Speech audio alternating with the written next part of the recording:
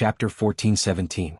A few hours later, the military plane and the large transport plane landed at the imperial capital airport one after another. Zhao Liangzi was already waiting to pick them up. He brought a convoy over to welcome Gu Nianji's parents' coffins into the National Martyrs Cemetery.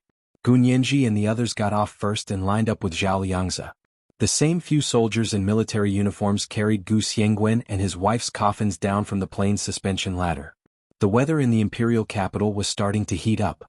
Gu Nianji's eyes couldn't help becoming moist again as she watched her parents' coffins being sent to the hearse. She took a deep breath and looked up at the blue sky. She thought that the weather was so hot that her eyes were sweating. Gu Xiangwen and his wife's coffins were finally buried in the imperial capital's National Martyrs Cemetery. In addition to family members being able to pay their respects every year, there was also a public memorial hosted by the state every year. When Gu Nianji had nothing to do, she would go to her parents' coffins at the National Martyrs Cemetery. She would talk to them, wipe their tombstones, and deliver some of her favorite dishes and snacks. Unfortunately, she didn't remember what her parents liked to eat, so she could only deliver what she liked. That day, Gu Nianji came again with 2 bouquets of night epiphyllum. She placed the night epiphyllum in front of the grave, then took out a tissue from her backpack and wiped her parents' tombstones over and over again. "Mom and Dad, are you used to living here?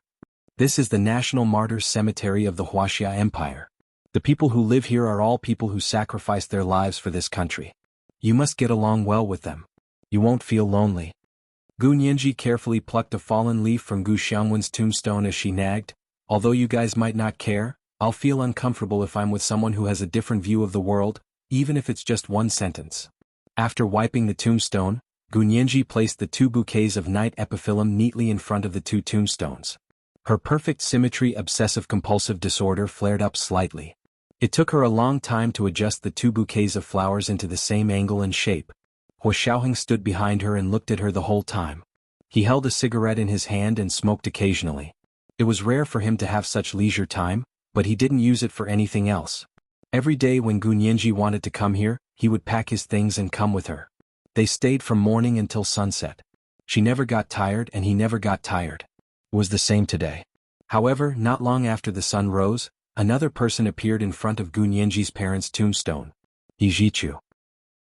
He was wearing casual clothes, a white custom-made linen and silk blended shirt with a small checkered collar, smoke gray straight pants of the same material, and white casual shoes on his feet as he slowly walked over. Huo Xiaoheng looked at him calmly and nodded. "Good morning, Professor He." Yijichu glanced at him and frowned. "Don't smoke so much in front of Nianji. Secondhand smoke is harmful to health." Huo Xiaoheng's fingers twitched as he held the cigarette. In the end, he raised his hand and tossed the remaining cigarette butt into the bamboo-shaped trash can under the tree. Gu Nianji heard Yijichu's voice and turned to look. "Professor He? Why are you here?" Yijichu didn't say anything else. He walked over to Gu Xiangwen and his wife's tombstones and silently studied them. Gu Xiangwen's tombstone simply wrote, "Grave of my late father, Gu Xiangwen. An unfilial daughter weeps." The photo on the tombstone was a screenshot of Yi Xian's photo. Yijichu glanced at it and didn't comment.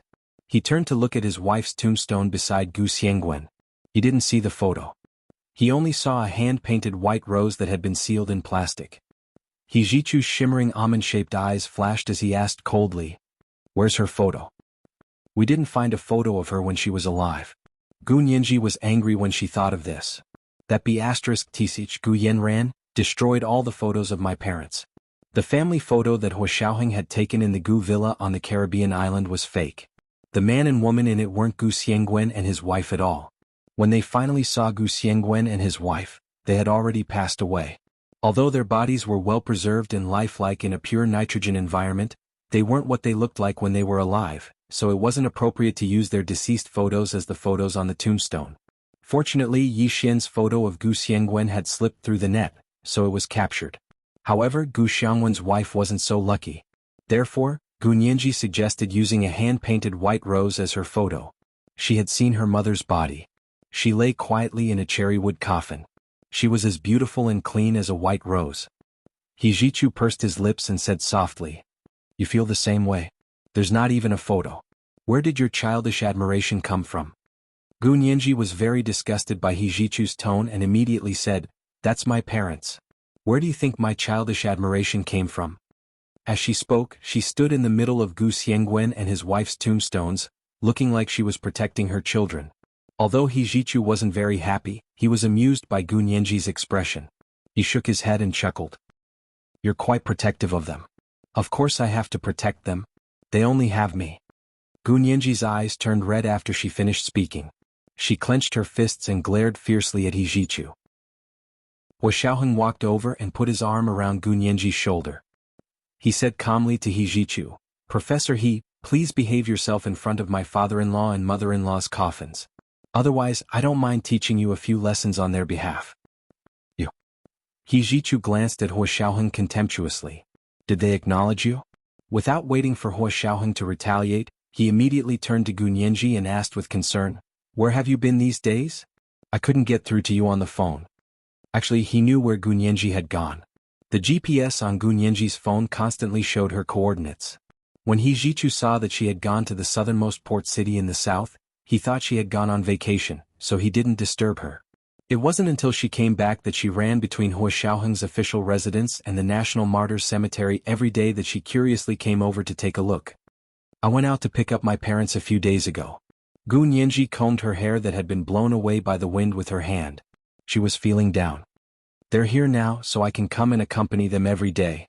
With that, she picked up the small broom that had been placed there for a long time and started sweeping the two tombstones back and forth.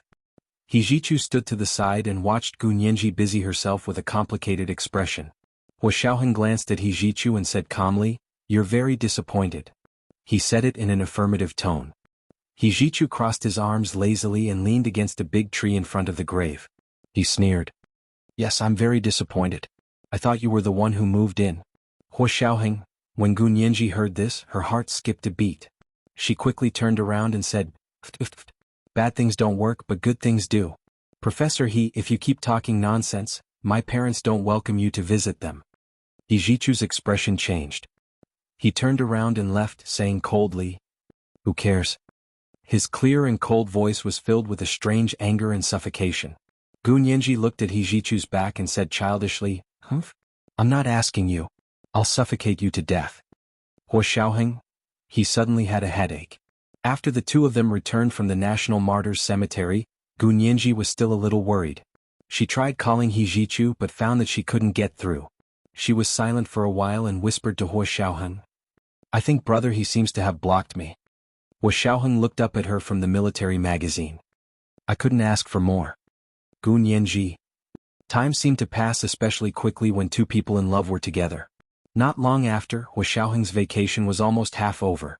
That day, after Gu Nianji got up in the morning and washed up, she saw Hua Xiaoheng sitting at the dining table reading the newspaper. She asked casually, "What are you reading? Why are you so engrossed?" Hua Xiaoheng put the newspaper down and pressed it to the side. He picked up the knife and smeared blueberry jam on the bread. Then he placed the bread in front of Gu Nianji and said, "The big report on your parents' deeds is finally out today." Calculating the time, it was the 35th day after her parents' bodies were found. It was the most important day of funerals for Southerners.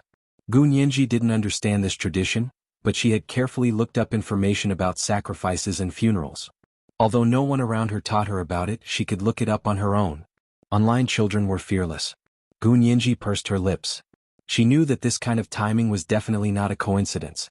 It must have been arranged by Hua Xiaoheng. "Thank you. That's very kind of you," Gu Nianji said softly. She also poured black pepper sauce on Hua Xiaoheng's steak. Hua Xiaoheng looked at her without batting an eyelid. His slender fingers dragged his plate over. "You're still being polite with me? They're also my father-in-law and mother-in-law." The word father-in-law and mother-in-law came out of Hua Xiaoheng's mouth naturally and sincerely. Gu Nianji instantly felt a wave of warmth rise in her heart and flowed into her limbs. Her mood, which had been gloomy for almost a month, instantly improved. Just as she was about to drink the milk, her phone rang. She took it and saw that it was actually the great beauty Xiaoyi. She picked up the phone and said with a smile, "What's the matter, miss?" Because Hua Xiaoheng was on vacation this month, Gu Nianji stayed with him at the official residence and gave Xiaoyi a break. With Hua Xiaoheng as her personal bodyguard, she didn't need anyone else by her side. Xiaoyi took the opportunity to go home and live with her parents. She had been on missions for many years. From a young girl who had just graduated from university, she was now almost 30 years old. Her parents were extremely anxious and started to arrange blind dates for her. Xiaoyi had been very annoyed these past few days. She called Gu Nianji early in the morning to complain. She wanted to cancel her leave and go back to work as soon as possible. Gu Nianji couldn't help laughing when she thought about the valiant and beautiful killing machine, Xiaoyi, going on a blind date. She shook her head and smiled. No, Mississippi. You've been working hard for so many years and it's not easy for you to get a big break. You'd better spend more time with your uncle and auntie. Don't be like me, who can't even be with my parents if I want to. If my parents were still alive, I would do anything they asked me to do. Xiaoyi was stunned for a moment. Her annoyance at her parents forcing her to go on a blind date lessened a lot. She sat cross-legged on the bay window of her room and smiled. What if your parents asked you to go on a blind date? Would you be willing to let Major General Hua go? Gu Nianji stole a glance at Hua Xiaoheng and saw that he was focused on cutting the steak. He probably didn't hear her talking to Xiaoyi. She pretended to pick up something and slipped down from the chair. She hid under the table and hugged her phone with both hands. She whispered, "If they ask me to go, I'll go." As soon as she finished speaking, a pair of long legs appeared in front of her. Looking up, she saw Hua Xiaoheng's handsome face looking down at her from above. With a half smile, he said, "Don't hide under the table when you're talking big. Is your skin itching again?" This is the first chapter of the day, chapter 1406. My skin is itching again. There are 2 updates today, a reminder for the monthly votes and recommendation votes, 8 o'clock in the evening. Mwah. Chapter 1418. Gu Nianji had never expected that Hua Xiaoheng would still hear her, even though she had hidden under the table and lowered her voice. Although she was just bragging, she actually felt guilty for being caught red-handed by Hua Xiaoheng on the spot. Still not coming out? Hua Xiaoheng tilted his head and put his hands in his trouser pockets. He took a step back and looked at her under the table with his deep eyes. Gu Nianji blinked and pounced forward with her phone in her hand. She half knelt on the ground and hugged Hua Xiaoheng's leg. "What are you doing?" Hua Xiaoheng still had a serious expression on his face as he gently raised his leg. "I'm hugging his thigh." Gu Nianji said confidently, "If my parents saw that their son-in-law was Major General Hua, they definitely wouldn't have let me go on a blind date." Hua Xiaoheng shook his head and reached out to grab her arm. He pulled her out from under the table and said helplessly, "Why are you so naughty?" He then took her phone from Gu Nianji's hand and found that it was still on the line. He quickly hung up the phone. On the other end of the phone, Xiaoyi was caught off guard. She heard about her boss and his fiancé's sweet daily routine. Her face suddenly heated up as if she had spied on some big secret. She held her face and jumped down from the bay window. She paced around her room a few times and found that her heart was still beating too fast.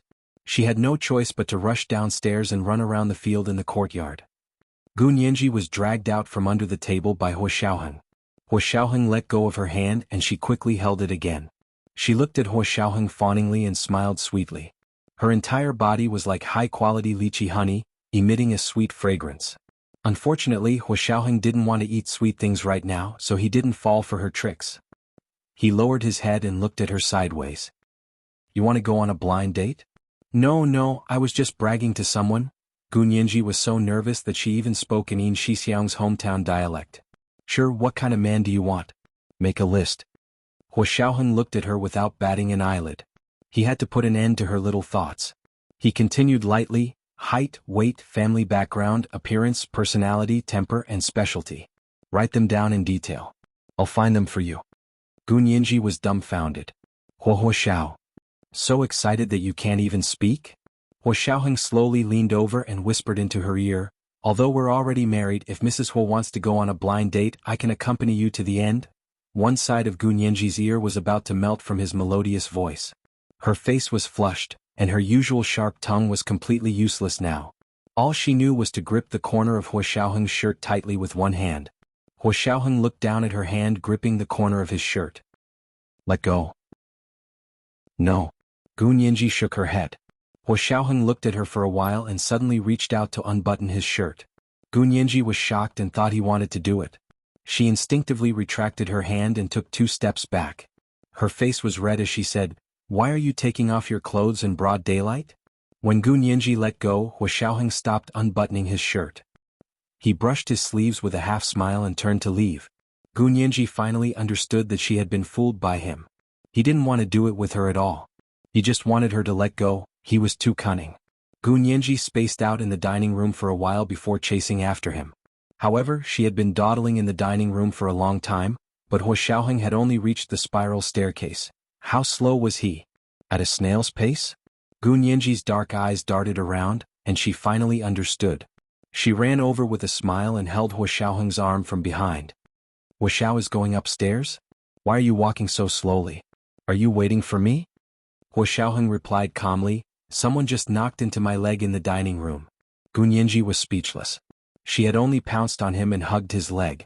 How did she break his leg? Gu Nianji rolled her eyes in her heart. However, she was indeed in the wrong today, so she couldn't be stubborn. She lowered her head and carefully followed Huo Xiaoheng up to the second floor. When they reached the corridor between their rooms, Huo Xiaoheng didn't even look at her. He pushed the door open and entered his room. Gu Nianji wanted to follow him in, but she was worried that Huo Xiaoheng was still angry and would chase her out. She didn't dare to rush in like before, so she paced around Huo Xiaoheng's door anxiously. She walked around and glanced at Huo Xiaoheng's door. Then she walked around and looked at Huo Xiaoheng's door again. Huo Xiaoheng was about to get dizzy from looking at the surveillance cameras in the room.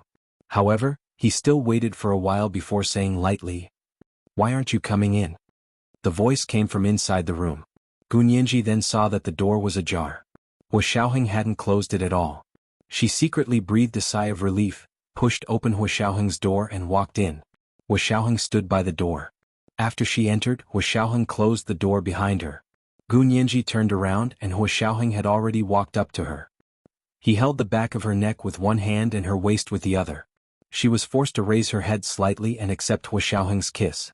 After the kiss, Huo Xiaoheng pressed his forehead against hers and said in a low voice, "Don't say things like that in the future. You can't even joke about it." His voice was deep, and there was a hint of imperceptible panting. It was incredibly sexy. Gu Nianji was stunned and bravely retorted, "It was just a joke. Don't you men like to joke about this kind of thing?" She had often heard Yin Shixiang and Zhao Liangzi argue with each other. "No, I don't joke about this kind of thing." Huo Xiaoheng cupped her face. Her palm-sized face was as delicate and beautiful as a rosebud in his hands. He rubbed his thumb against her rosy lips and said calmly, "Jokes that hurt feelings can't be made no matter how small." His words immediately hit Gu Nianji's heart. She quickly nodded and was sincerely convinced. "Huo Xiao, I was wrong. I really won't do it again." Huo Xiaoheng smiled slightly. His original solemn demeanor melted a lot with his smile. He looked extremely intimate and wanted to kiss her. Gu Nianji couldn't help standing on her tiptoes and taking the initiative to kiss Huo Xiaoheng's lips. Huo Xiaoheng kissed her back gently. It wasn't as forceful as usual, as if he wanted to swallow her whole.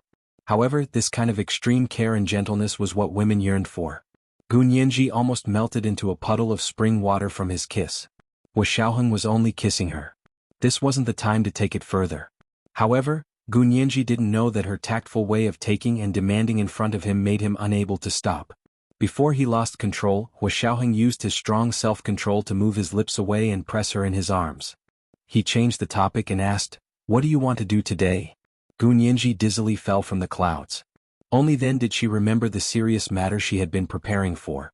She leaned into Huo Xiaoheng's arms and panted for a while before saying, "I want to go to the cemetery to see my parents today. I also want to burn that newspaper for them to see."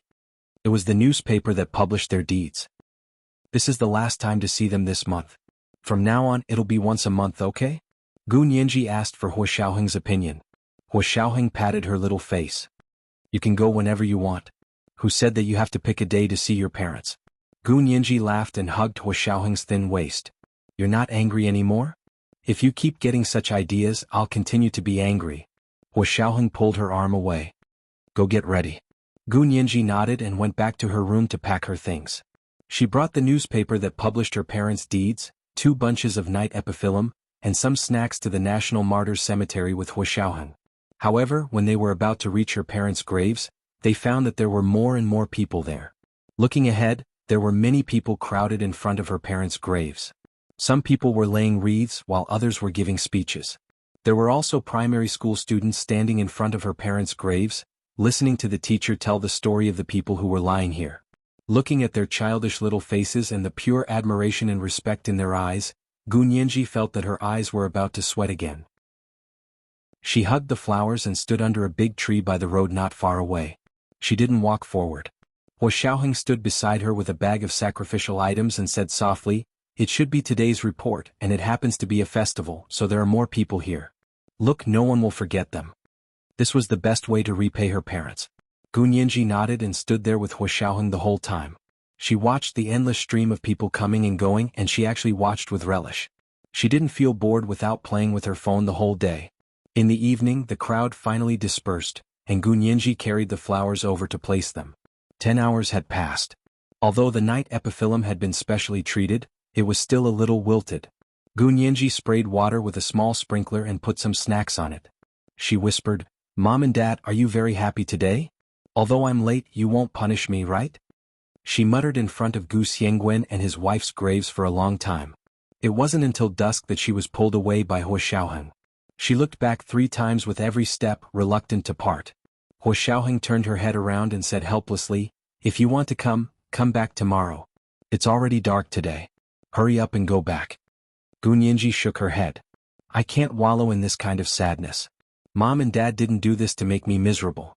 I want to live well so they can truly be at ease." Therefore, she couldn't form a psychological dependence on the 2 graves. Hua Xiaoheng looked at her in surprise. After a long time he rubbed her head. "Yes, you've really grown up." After the 2 of them returned, Hua Xiaoheng personally cooked a sumptuous dinner for her. After dinner, Gu Nianji turned on the computer as planned and began to take stock of the assets Gu Xiangwen had left behind. This is the first update of the day, Chapter 1407, Teaching Your Wife Behind Her Back. There are 2 updates today to remind everyone of the monthly votes and recommendation votes. Good night, dear ones. Chapter 1419. The Gu family had a lot of assets. On his own, Gu Xiangwen had accumulated an astronomical amount of wealth in just over 30 years. When Gu Nianji and Gu Yanran were fighting for the estate, they had already tallied it up. On the surface, their assets included savings, patents, jewelry, antiques, paintings, company shares, trust funds, and so on. But in reality, most of these assets had either been squandered by Gu Yanran or donated to the Angel in the World Foundation. The things that Gu Nianji had recovered from the Angel in the World Foundation in the lawsuit were clear at a glance, so she didn't need to spend too much effort on them. What she was most concerned about now were other assets, especially the finished technology that she still didn't know about. For example, the submarine that Hua Xiaoheng and the others had just found. Serious. Why? The matter regarding this submarine had not been mentioned at all during the property dispute with Gu Yanran. Gu Nianji even called Yi Xian to ask about the submarine. As expected, Yi Xian also didn't know anything about this submarine. As for whether or not Gu Yanran knew about it, Gu Nianji had her doubts for now. She couldn't help but chat with Hua Xiaoheng, who was reading a book, as she sat in front of the computer and organized all of Gu Xiangwen's assets. "Major General Hua, do you think Gu Yanran knows about my father's submarine?" Hua Xiaoheng was sitting on the recliner next to her. He had a book over his head and was pretending to sleep. The things that Gu Nianji's father had left behind involved a lot of military technology. It wasn't that Hua Xiaoheng didn't want to see them, but Gu Nianji was the master now, so if she didn't take the initiative to ask, Hua Xiaoheng wouldn't interfere. Now that Gu Nianji asked, Hua Xiaoheng finally said, "It's hard to say." Even Hua Xiaoheng thought it was hard to say, so Gu Nianji was curious. "What? Maybe she doesn't know because this submarine's technology content is very high. Maybe your father did a good job keeping it a secret. Gu Yanran isn't his biological daughter, so it's possible that he hid it from her." Gu Nianji nodded thoughtfully. What if she knows? If she knew but kept it a secret from the beginning? Hua Xiaoheng removed the book from his face and looked at Gu Nianji sharply. "Then we have to re-evaluate Gu Yanran as a person. Based on Gu Yanran's crimes, she could be executed several times over." However, Hua Xiaoheng had kept her locked up because his intuition told him that something was wrong. He couldn't explain the reason, but he felt that there was something wrong with Gu Yanran and Gu Nianji's fight for the inheritance, as well as her explanation of the whereabouts of Gu Xiangwen and his wife. They couldn't say that she was lying because they didn't know the truth, so there was no proof that she was lying. Also, anyone who lied had a motive.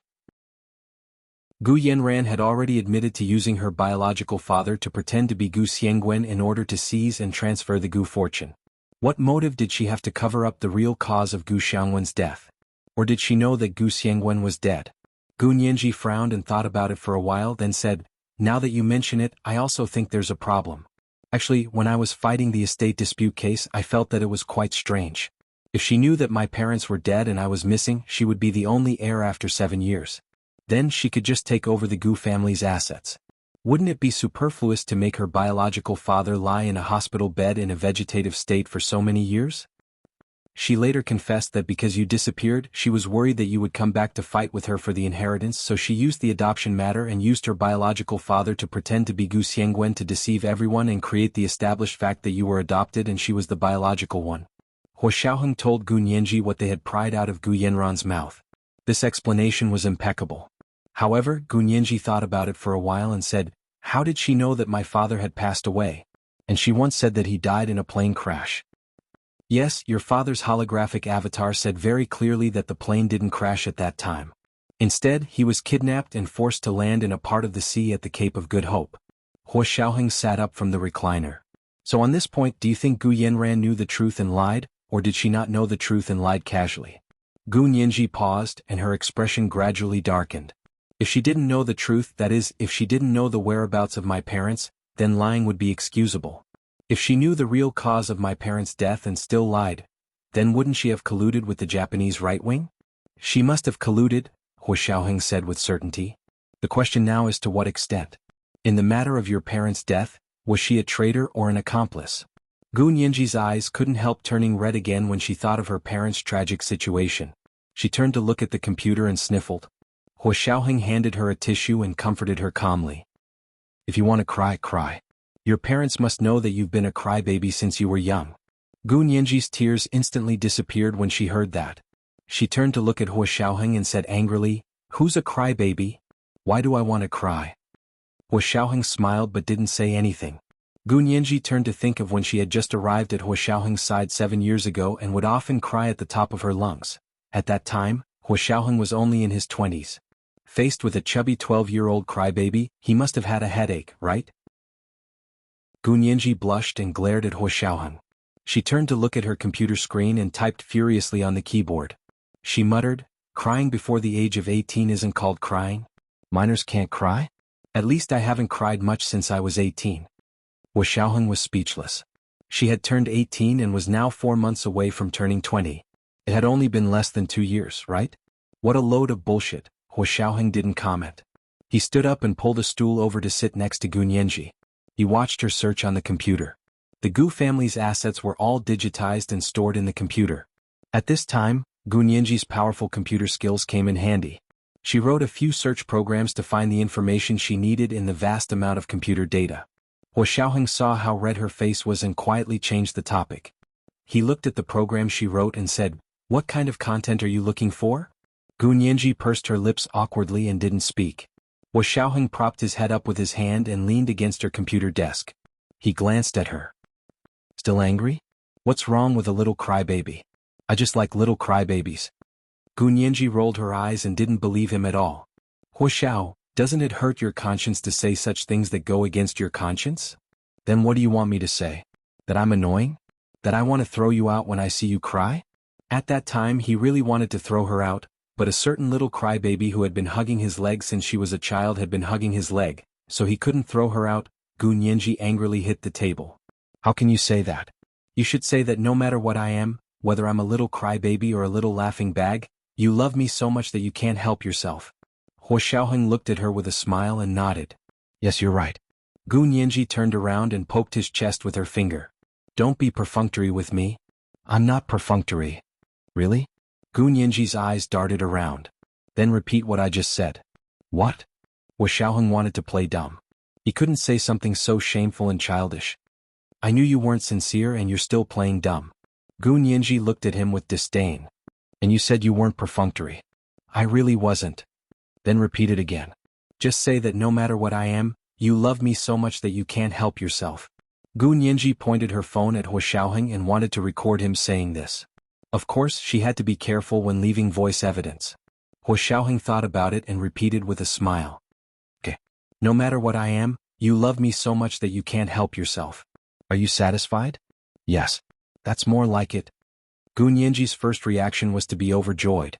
She felt refreshed and every pore on her body felt as if she had just gone to a spa. But after replaying it on her phone, she quickly came back to her senses. Damn it. She had been tricked by that cunning Hua Xiaoheng again. No, you're wrong.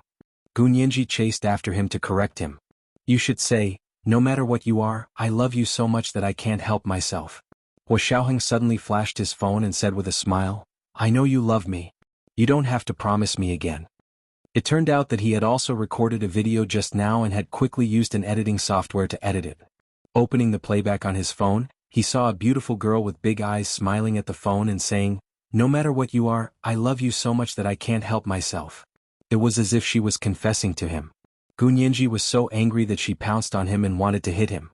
Of course, she was quickly violently suppressed by Hua Xiaoheng.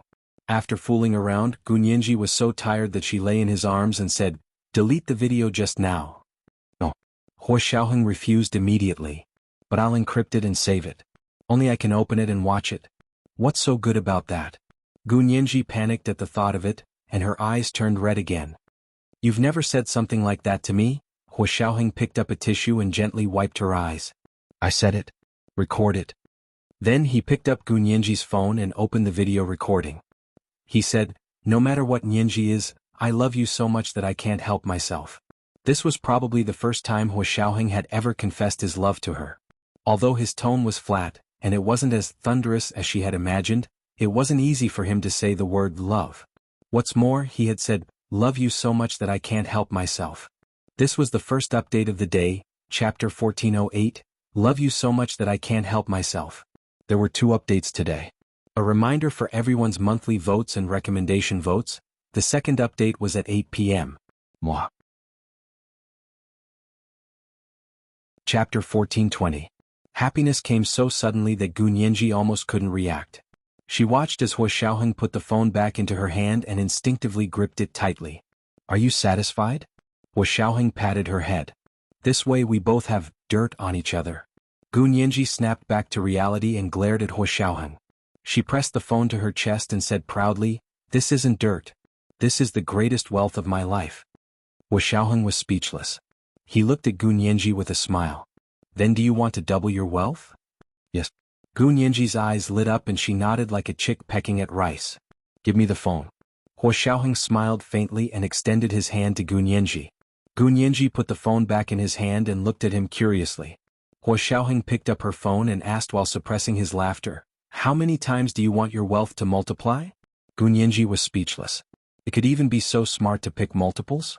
Gu Nianji said tentatively, then, double? She wasn't greedy. She just wanted to double it. But then again, did Hua Xiao really have a quick way to double her wealth? Then should she withdraw all the money in her bank account and give it to Hua Xiao? Gu Nianji's thoughts were running wild when she saw Hua Xiaoheng nod from the corner of her eye. Then he picked up her phone and pressed a few buttons on the touch screen. Fine, double it is double. Hua Xiaoheng said as he returned the phone to Gu Nianji. Gu Nianji raised an eyebrow. So fast? What kind of illegal method is this? As she spoke, she looked down at her phone and saw that Hua Xiaoheng had copied the video. She had been tricked again. Gu Nianji wanted to hit him. This is how you doubled my wealth? Gu Nianji said with a serious expression and showed Hua Xiaoheng the 2 identical videos on her phone. Hua Xiaoheng nodded seriously. You said this is your greatest wealth, so I copied it. Of course it's doubled your greatest wealth. What's wrong? Gu Nianji was speechless. What was wrong? Everything was wrong. Gu Nianji glared at Hua Xiaoheng, knowing he was teasing her. Ignoring him, he put away his phone and focused his attention back on his program on the computer. Hua Xiaoheng turned around and sat next to her. He rested an arm on the back of the computer chair behind Gu Nianji and crossed his legs as he calmly watched her search for information on the computer. What are you looking for? Hua Xiaoheng looked at her for a while. The data flashed past his eyes so quickly that he was dazzled. Gu Nianji didn't even turn around. She replied dryly, look for information about Sirius. Information on I. This time, even with the help of the search program, it still took her more than 10 minutes to find Sirius. Some clues related to I. Hua Xiao, it turns out that my father bought a house with a dock in Cape Town a long time ago, but that house has already been sold by Gu Yanran, Gu Nianji said regretfully. Her fingers moved the mouse as she flipped through the information she had found.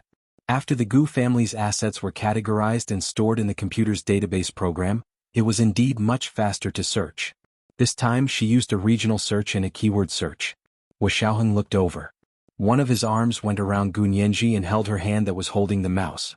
His two hands overlapped as he manipulated the mouse wheel to scroll up and down. Hua Xiaoheng quickly read through all the information Gu Nianji had found about Sirius. Information on I. Although the specialized information could no longer be found, he could still make out the connections from some clues. Hua Xiaoheng controlled the mouse and clicked on the house that had once belonged to Gu Xiangguan. He said, "This location is the best harbor in Cape Town. The houses there are very expensive because the people who can afford the houses there all have yachts and need a good dock. To have a bay and a private dock in that place was indeed extraordinary." Gu Nianji sighed. Unfortunately, it was sold cheaply by Gu Yanran. My father bought this place for close to $10 million, but she sold it for $3 million. Do you think she's short on money? Is that why she's so obsessed with money? Hua Xiaoheng curled the corners of his lips. There are many people who are short on money, but there aren't many people like her who are desperate for quick success.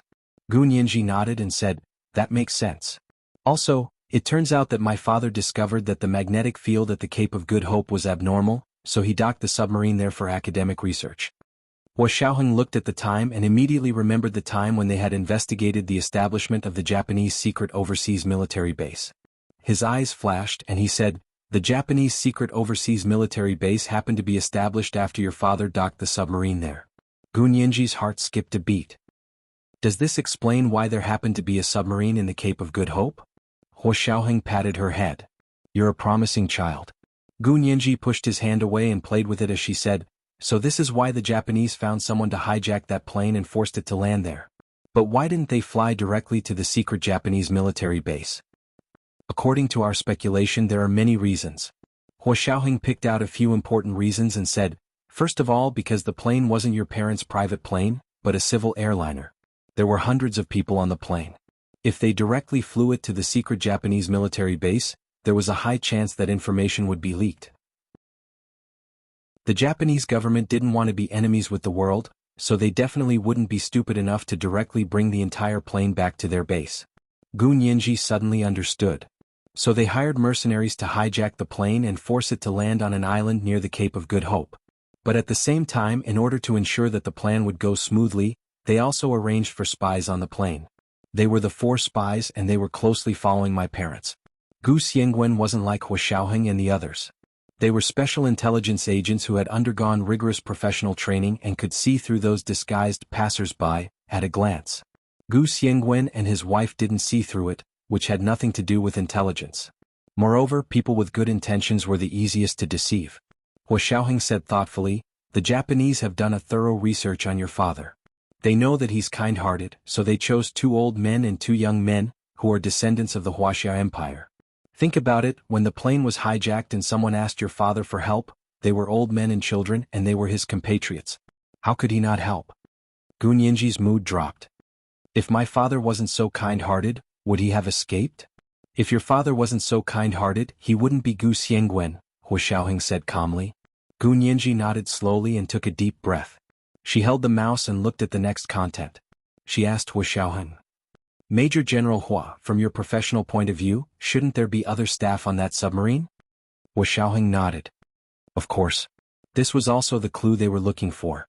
They hadn't expected Gu Nianji to be looking for it as well. However, this was only their conjecture based on common sense. In fact, they hadn't found any clues. Could it be that this kind of submarine didn't need other staff and her parents could handle it? Gu Nianji said in confusion. "Also, I didn't find any clues about Sirius 2. Traces of 2. Was she really overthinking things? Or had her father not had time to create Sirius 2? Had he been killed? No matter how she thought about it, the second possibility was more likely." Gu Nianji closed the computer and pondered silently for a while. She said to Hua Xiaoheng, "Can you think of a way for me to see Gu Yanran? You want to see her?" Gu Nianji clicked on the computer with the mouse and said seriously, "Now that my father and mother have been found, I want to see what she has to say. And I still have questions." Hua Xiaoheng thought about it and said, "Okay, I'll arrange it." The next day, Hua Xiaoheng asked Yin Shixiang to complete the procedures for them and directly brought Gu Nianji to see Gu Yanran.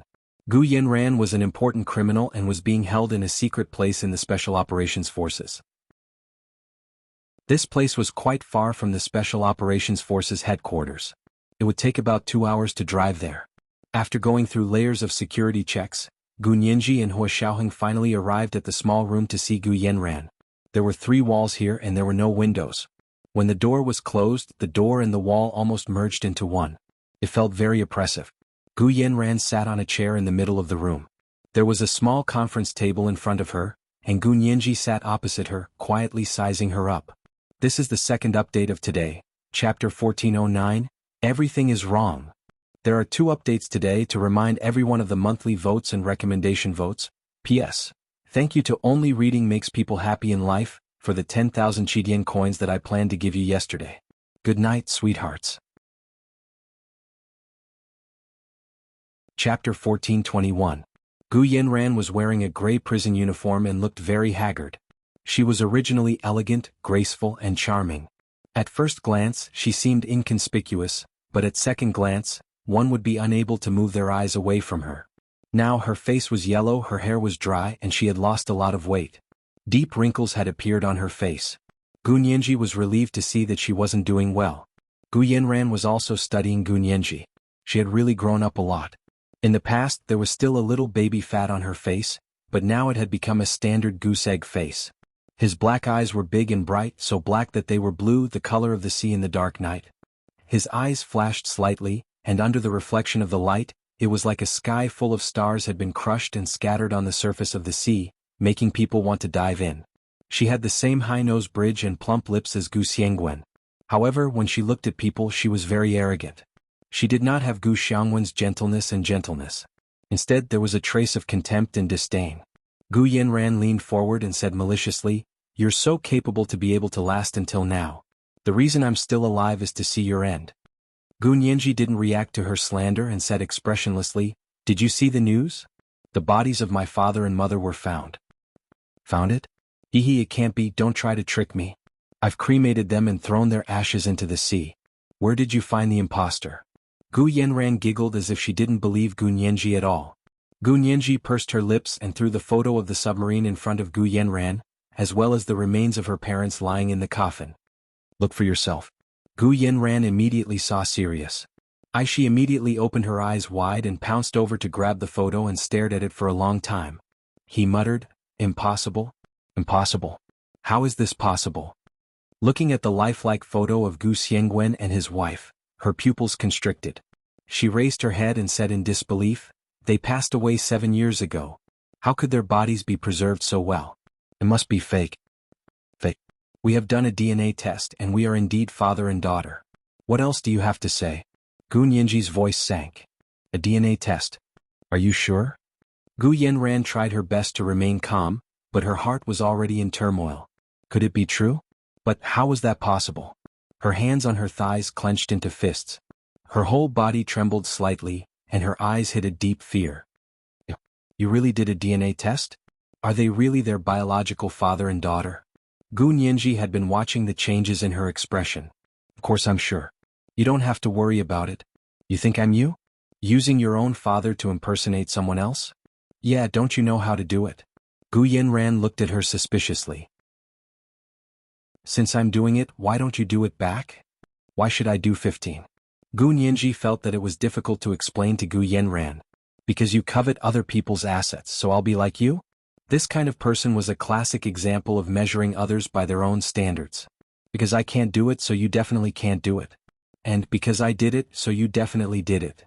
She completely disregarded the huge differences between people. Gu Yanran's clenched fists loosened and tightened, and her nails dug into her flesh. She relied on the pain of her skin to maintain her composure on the surface. "Haha, you're different from me, but..." Her eyes flickered. "It's not difficult for Hua Xiaoheng to fake DNA evidence for you." Gu Nianji looked at her expressionlessly and said coldly, "Wake up. What kind of organization do you think the Special Operations Forces is? No one can hide the truth from this kind of organization. Also, why would he fake evidence for me? My parents have already passed away and you squandered more than half of their assets. I donated most of the rest to the country, so why would he fake it for me? What is he after? If your brain isn't a pig's brain, you should know that he has no need to do this at all." Gu Yanran trembled again, and her slender eyes suddenly widened. "What? You donated most of your assets to the country? You're the pig's brain. Since you don't want it yourself, why do you have to do this to me?" She couldn't understand how there could be people in this world who weren't tempted by such a huge amount of wealth. Gu Nianji closed her eyes and said patiently, "Just the patents that my parents left behind are more than I can use up in 10 lifetimes. I can't even talk to someone as greedy as you. Alright, stop talking about the Gu family's assets. No matter what I do with it, it has nothing to do with you." Gu Yanran leaned back in her chair and looked at Gu Nianji blankly. Her eyes were unfocused. She muttered to herself. "That's the look in your eyes. You've been looking at me like this since I was young. Pity me? Pity me? Do you think I'm a beggar? Why don't you take a look at yourself? You're fat, ugly and bad-tempered. If you didn't have a good father, who would want to look at you? I really had 8 lifetimes of bad luck growing up with you." Gu Nianji raised an eyebrow. Now you're calling me your father's daughter? Didn't you say that we were faking it?" Gu Yanran came back to her senses and supported her head with one hand. She leaned against the conference table and said with a fake smile, "Whatever you say. Anyway, you're lucky to have hooked up with Major General Hua. Isn't Major General Hua very good to you? If you want to go east, does he not dare to go west? If you want the sun in the sky, does he not dare to pluck the moon for you? You have everything, so why do you still have to make things difficult for a poor person like me who has nothing?" Gu Nianji chuckled and did not deny it. Instead, she said shamelessly, "It's good that you know. Major General Hua is that good to me. If you don't accept it, hang yourself." The smile on Gu Yanran's face froze. She didn't expect Gu Nianji to be so thick-skinned. She was obviously being sarcastic, okay? Major General Hua was a tough person. How could he be so good to a woman? She had seen it with her own eyes. In the blue hole of the Caribbean Sea, Gu Nianji had risked her life to save Hua Xiaoheng and his comrades. In the end, Hua Xiaoheng did not even look at her and went straight to take care of his comrades. Gu Yanran stopped smiling and said coldly, "You're panting when I say you're fat. Don't you have any F***king idea about Major General Hua's attitude towards you?" Slap. Gu Nianji couldn't help but slap Gu Yanran. "Keep your mouth clean. If I hear your filthy words again, I'll beat you until you look for your teeth on the ground."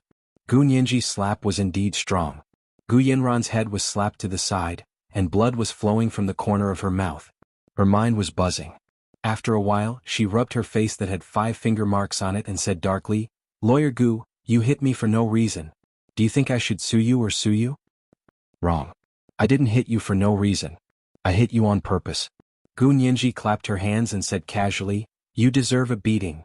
Gu Yanran was just about to shout, "The lawyer hit me," when the lights in the small room they were in suddenly went out.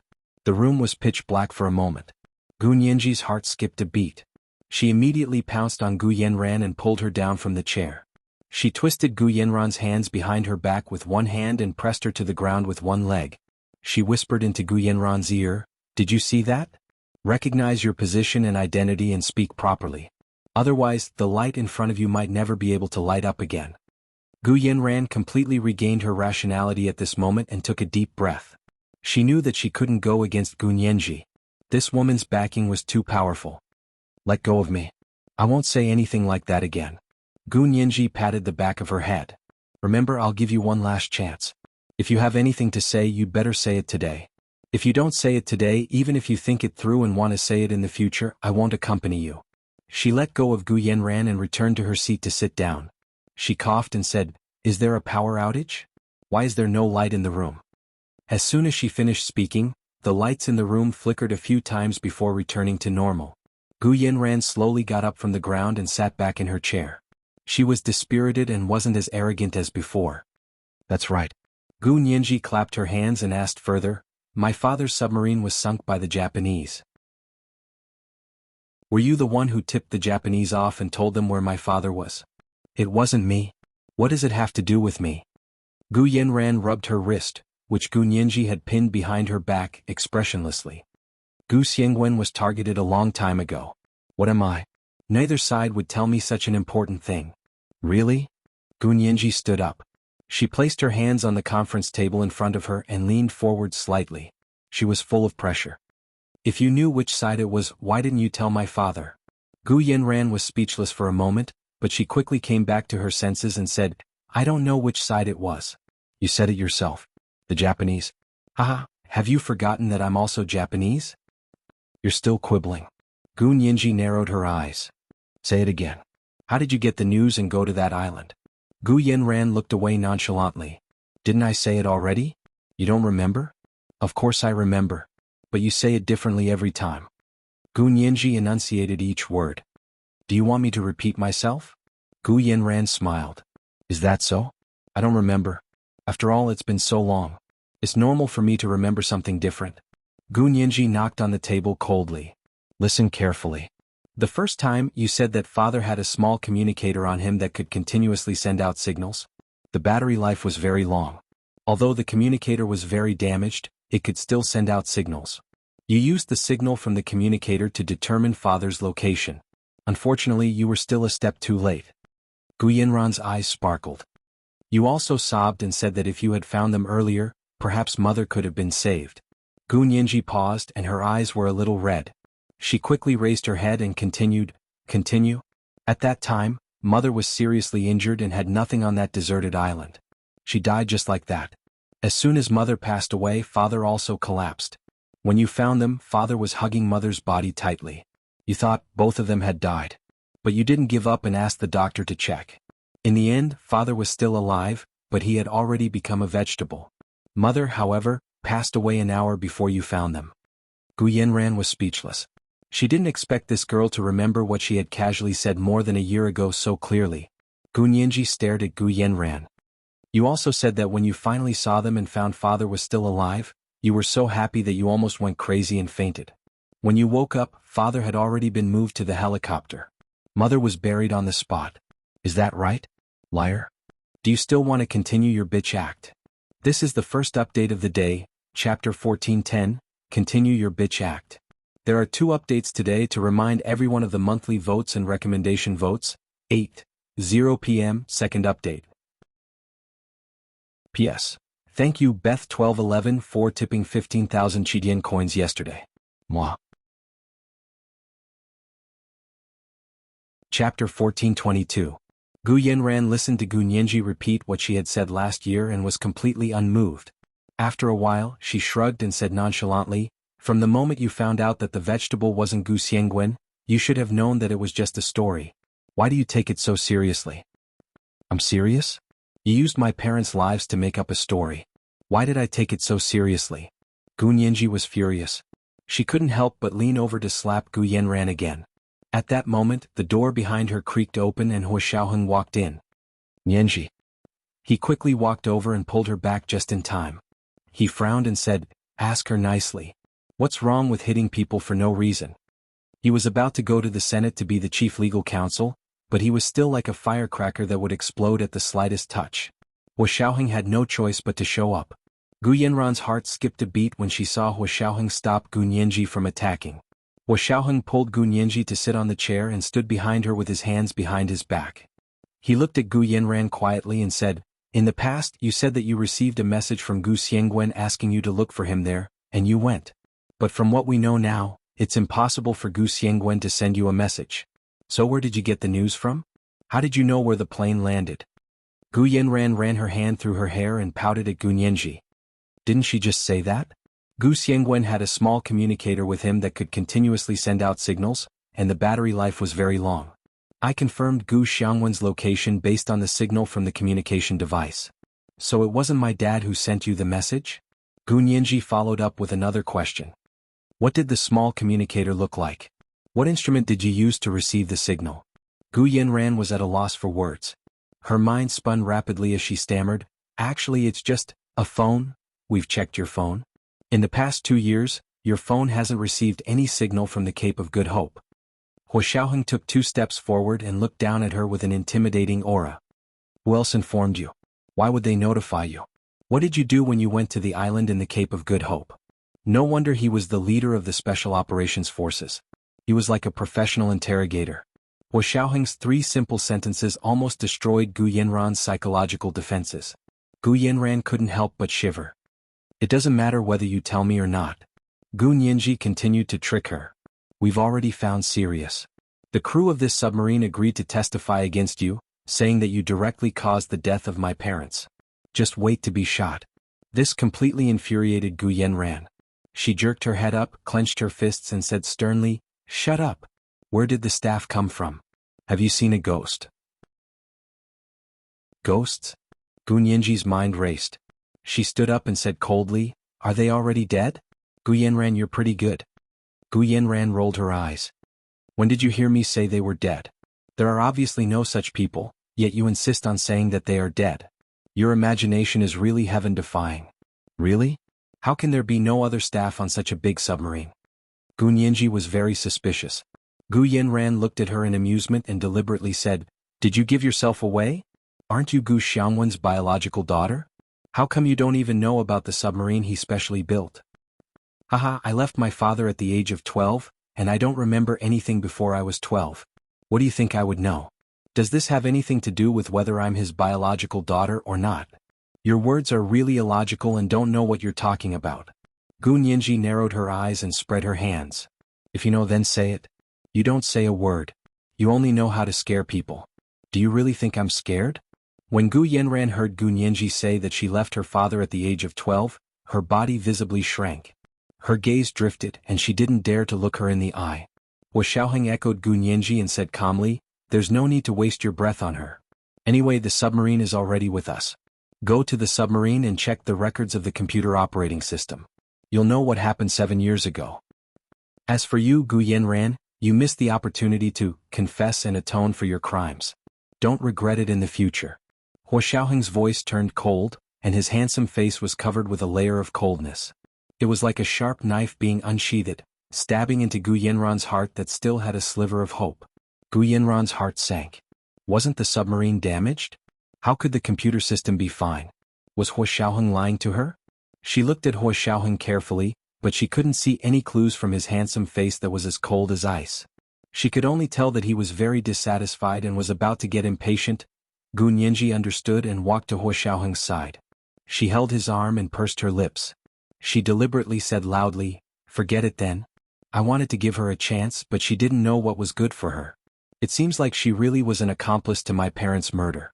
Let's go. We won't come to this crappy place again. Even the air smells stinky." The two of them turned around and walked towards the door. Gu Yanran's eyes sparkled as she watched them walk forward step by step. Just as they were about to reach the door, Gu Yanran finally couldn't resist the temptation of the opportunity, and raised her voice. "Will you let me out if I tell you?" Gu Nianji's footsteps paused, but she didn't turn around. She said calmly, "Do you want to tell me now? It's too late. You can keep your secret for the new year. There are still more than 8 months until the new year. You're trying to stuff her to death." Xiaoheng teased calmly and hugged Gu Nianji dotingly. Gu Yanran's eyes turned red. Her breathing became unstable. Gu Nianji smiled and tilted her head. "It's best if she's stuffed to death. Then we won't have to dirty our hands." Gu Yanran listened to their words and said fearfully, "You said that you'd be lenient if you confessed. Don't tell me it doesn't count?" She had been relying on the disparity in information, because she knew some things that Gu Nianji and Xiaoheng definitely didn't know. But now that the two of them were acting like they didn't care about the information she knew, Gu Yanran couldn't be smug anymore. She was firm without desires. If the other party didn't want anything from her, she really didn't have any tricks up her sleeve. Gu Nianji finally turned around to look at her. She frowned and said, "I asked you to tell me just now, but you put on airs and refused to say a word. Now we don't want to listen to your old antique, and you're crying and shouting to tell us. No one would believe you if you said you weren't AB*Ts. Gu Yanran blushed at Gu Nianji's words. She held it in and said, "You don't allow me to scold people, but you can scold people yourself? How did I scold you?" Gu Nianji walked back and stood in front of her. "You said B*TCH? But you're AB*TC. The corners of Gu Yanran's lips twitched. She rationally decided not to argue with Gu Nianji anymore. She probably wouldn't be able to beat her even if she reincarnated 10 times. She looked at Xiaoheng and quickly said, "I really went over because I received the signal. At that time." She pointed at Gu Nianji and blinked quickly. At that time she was 12 years old. She also saw the signal and knew that Gu Xiangwen and his wife were in trouble. She insisted on sailing to the Cape of Good Hope to save them. I was a step too late. By the time I chased after her, her ship had already disappeared into the vast sea. I was in a hurry to meet up with Gu Xiangwen and the others, so I only sent a few sailors out to sea to look for them. I brought a team of doctors to the Cape of Good Hope. Unfortunately, I didn't find them and found that they had been sunk. When I came back, I found that she had also disappeared." Gu Yanran's eyes flickered even more. Gu Xiangwen and his wife died in the Atlantic Ocean. Gunyanji, she also disappeared. Tell me, how could I remain calm in the face of such a huge fortune? Besides, without them I would be the first heir. If it were you, wouldn't you do the same? In the end, you were the one who received Gu Xiangwen's signal. Hua Xiaoheng mercilessly exposed her lie. But you can't prove that you received the signal. How do you expect us to believe the rest of your story? Gun Yanji laughed. Gu Yanran, actually just admit that it was the Japanese who informed you. It's convenient for everyone. I'm so tired for you to see you racking your brains to come up with these incoherent stories. There really is a communicator. It's the quantum communicator. Gu Yanran saw that Gun Yanji and Hua Xiaoheng didn't believe her, so she had no choice but to throw out her trump card. Quantum communicator?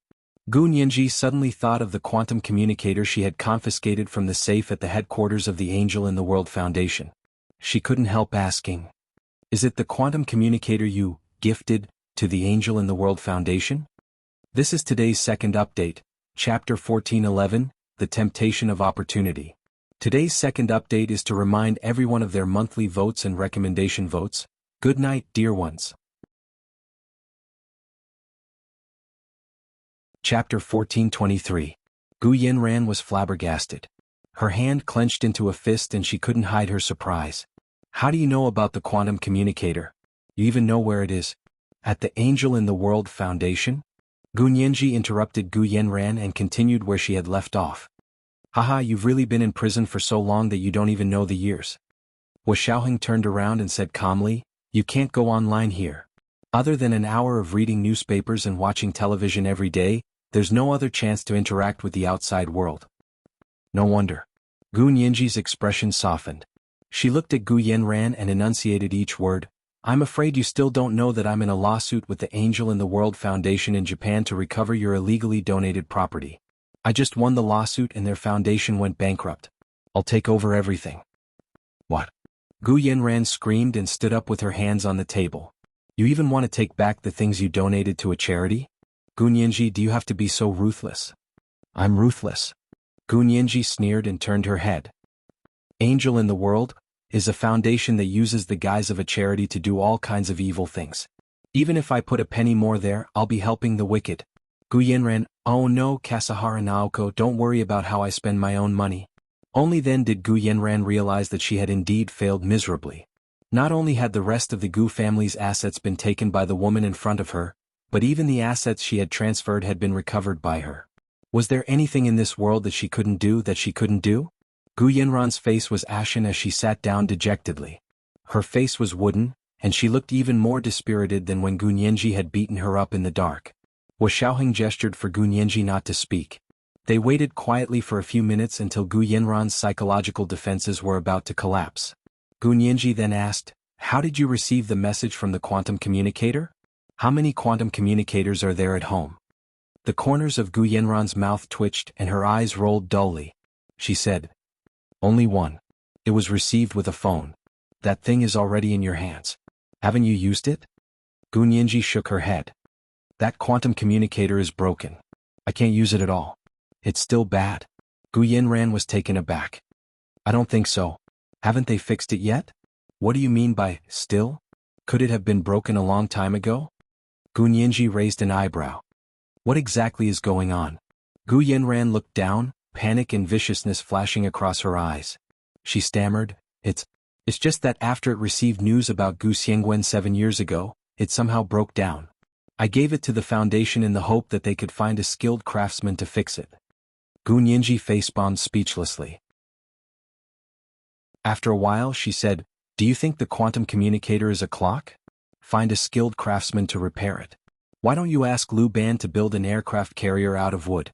Do ordinary skilled craftsmen know what a quantum communicator is? Gu Yanran bit her lip and kept her head down. I don't know. They have a lot of capable people anyway. Gun Yanji chuckled. It was clearly those people who stole and snatched other people's things, and now it was they who had a lot of capable people. Indeed, there were a lot of capable people, who were thick-skinned and ruthless. Hua Xiaoheng could tell that Gu Yanran was still not telling the truth. He remained calm and changed the topic. What about the staff on the submarine? Why didn't I see any of them? This question was easy to answer. Gu Yanran secretly sighed in her heart and quickly said, don't you have that submarine? If you go up and take a look yourself, you'll know that the design of the submarine is very advanced and exquisite. Back then, my father, Gu Xiangwen, designed a very automated submarine control system. That way, only 2 people could operate the entire submarine, so there were no other staff. Gu Nianji's thoughts couldn't help but drift to the holographic virtual figure, and she understood. Gu Yanran actually didn't know much about submarines and computers. What she said was only relaying Gu Xiangwen's original intention to design the submarine. However, Gu Nianji was different. Her computer skills were very high. As soon as she heard Gu Xiangwen's design concept, she immediately understood. The so-called highly automated submarine control system actually relied mainly on AI, or artificial intelligence, to achieve it. The operating system on the submarine should be operated by artificial intelligence according to a set program. In other words, there were no other staff on the submarine from beginning to end, only Gu Xiangwen and his wife. Gu Nianji breathed a sigh of relief. She really didn't want anyone else to die because of the Gu family. Do you believe me? Can you let me out now? Gu Yanran said everything she could. Seeing that Gu Nianji and Hua Xiaoheng's expressions were relaxed, she quickly asked anxiously, I've recovered all your assets and I haven't done anything evil. I don't know what that foundation is like either. I'm just doing charity. Besides, I'm not a Huaxia citizen to begin with. You're breaking international law by locking me up here. Gu Nianji rolled her eyes. Gu Yanran, I advise you to be mute if you don't know how to speak. Do you know what international law is? You're a despicable person who takes over other people's property, and you still want to talk about international law? You really don't know your place. Gu Yanran felt as if someone had smashed her face with a hammer. Her expression suddenly changed and she giggled. Pointing at Gu Nianji, she said, A dove taking over a magpie's nest? Ah, well said. I want to see what will happen to you. Go ahead and jump. The higher you climb, the harder you fall. Gu Nianji couldn't be bothered with her curses. She brushed her hair impatiently and said, All right, wait for us to leave before you curse me. I want to ask the 3rd question now. I'm sorry, I don't want to say anything. If you still want to force me, then I can only continue making up stories. Hua Xiaoheng stood beside Gu Nianji without saying a word. He didn't care about her at all, and he didn't mention letting her go. Gu Yanran finally understood that she had been tricked by Hua Xiaoheng just now. She was angry and anxious, and she leaned back in her chair like a dead pig not afraid of boiling water. She ignored Gu Nianji and Hua Xiaoheng. Gu Nianji changed the angle to ask questions again, but Gu Yanran simply closed her eyes. The corner of her mouth had a hint of disdain, and it made Gu Nianji want to hit her. There would be no results if she continued asking. Hua Xiaoheng coughed lightly. He actually had a way to force Gu Yanran to continue talking, but just like Gu Yanran said, if she made up stories, would they believe it or not? Because it was different from other situations. Almost all the things Gu Yanran said about Gu Xiangwen were known to only her, and many of them couldn't be verified or were very troublesome to verify. Therefore he had been using the carrot of confessing and leniency to dangle Gu Yanran, hoping that one day she couldn't hold it in anymore and would confess everything. Unless it was absolutely necessary, he wouldn't let Gu Yanran experience what it meant to be a living hell. Hua Xiaoheng took Gu Nianji's hand. All right, let's go. Don't bother with people like this and don't come to places like this in the future. Gu Nianji nodded obediently. All right. Then let's go back. The 2 of them walked out in front of Gu Yanran hand in hand. Gu Yanran happened to look up and saw the back of the couple in front of her. She was jealous and envious and her nose turned sour.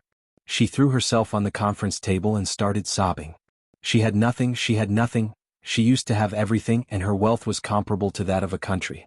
Not only was everyone in Barbados revered, but even in Europe and the United States she was a guest of honor in many upper-class families. But now? She was overcome with sorrow and cried uncontrollably. After crying so hard for a while, her tears had almost dried up. She looked up from the conference table. There were no more tears and a sinister smile hung on her lips. However, although she had nothing, some people shouldn't be too happy too early. At that moment, the door of the room was pushed open again, and a female prison guard said to her, Number 38, return to the cell. Gu Yanran stood up, and a trace of forbearance and resentment flashed in her eyes. Gu Nianji followed Hua Xiaoheng back to his official residence from the secret base where Gu Yanran was being held.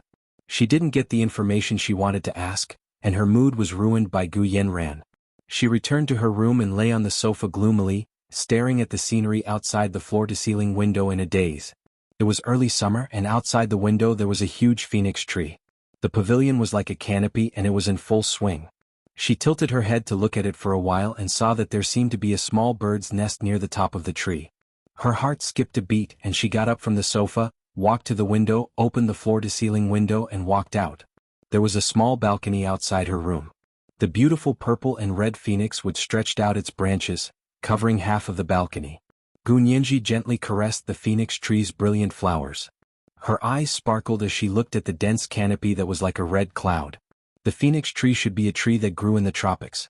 The phoenix tree in the imperial capital was already an improved species. She looked at the small palm in the middle of the phoenix tree. It was like a palm and she couldn't help climbing up the balcony railing. She grabbed the branch and climbed up. Huo Xiaoheng took care of business in his study for a while and only came out when it was lunchtime. Although he was on vacation, a person in his position couldn't really ignore his work for 30 days. Therefore he would check his email whenever he had time. He pushed open Gunyenji's door, but saw that there was no one in the room. The floor-to-ceiling window was open, and the gauze-like curtains hung on one side. The breeze blew gently and the white gauze swayed gently in the wind. There was a thin blanket on the sofa, as if someone had slept there just now. Huo Xiaoheng's eyebrows twitched involuntarily. He felt inexplicably nervous. "Yenji?" He called out, but no one answered him. He quickly walked around Gunyenji's suite.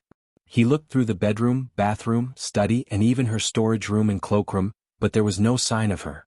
Although he knew that nothing could have happened to Gunyenji at the headquarters of the Special Operations Forces, Huo Xiaoheng still frowned. He thought of the half-open floor-to-ceiling window in the living room and quickly went out of the bedroom to the living room. He walked past the floor-to-ceiling window and stood on the balcony. He called out again.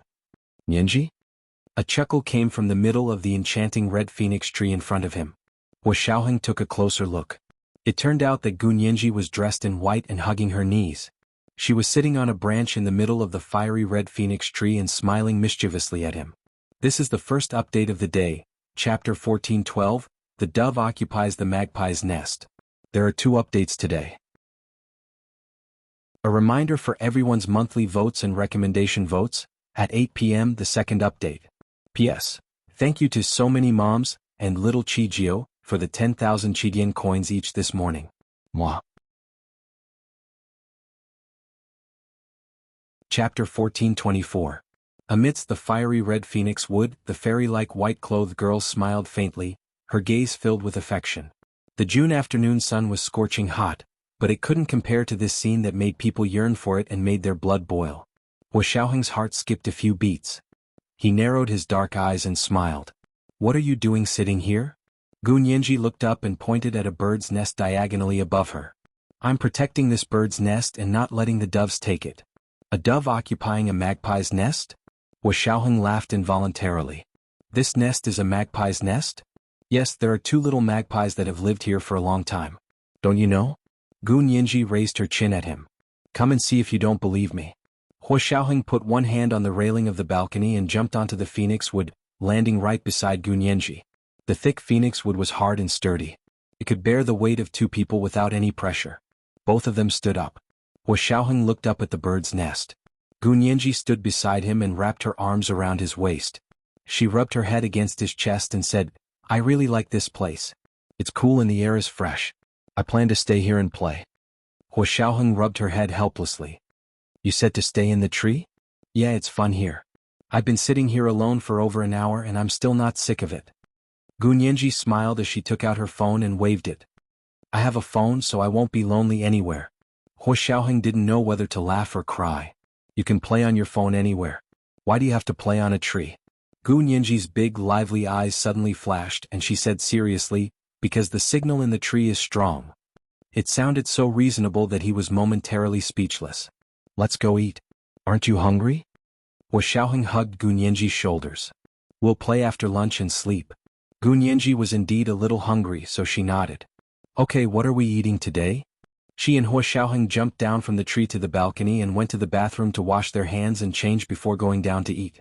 Before she came down, Huo Xiaoheng called Yin Shixiang. "Huo Xiao, what's up?" Since Huo Xiaoheng was on leave, the 2 deputy chiefs of the Special Operations Forces were Yin Shixiang and Zhao Liangzi. These 2 were also his personal secretaries. Huo Xiaoheng stood at the entrance of the official residence with his Bluetooth headset on.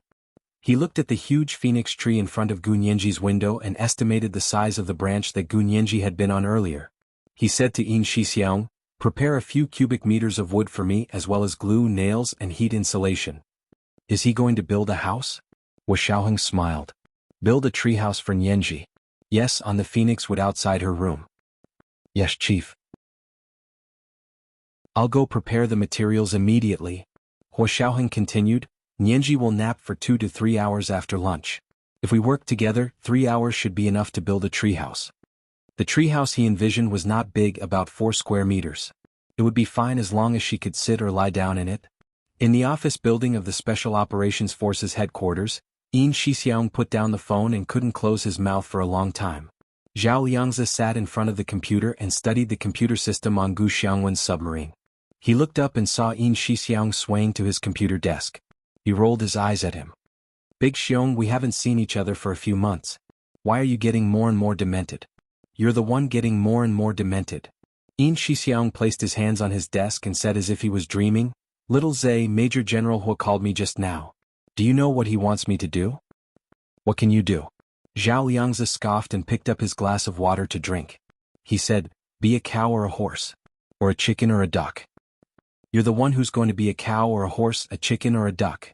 Yin Shixiang patted Zhao Liangzi's head and said, Major General Hu asked me to find wood, glue, nails, and heat insulation to build a treehouse for Nianji.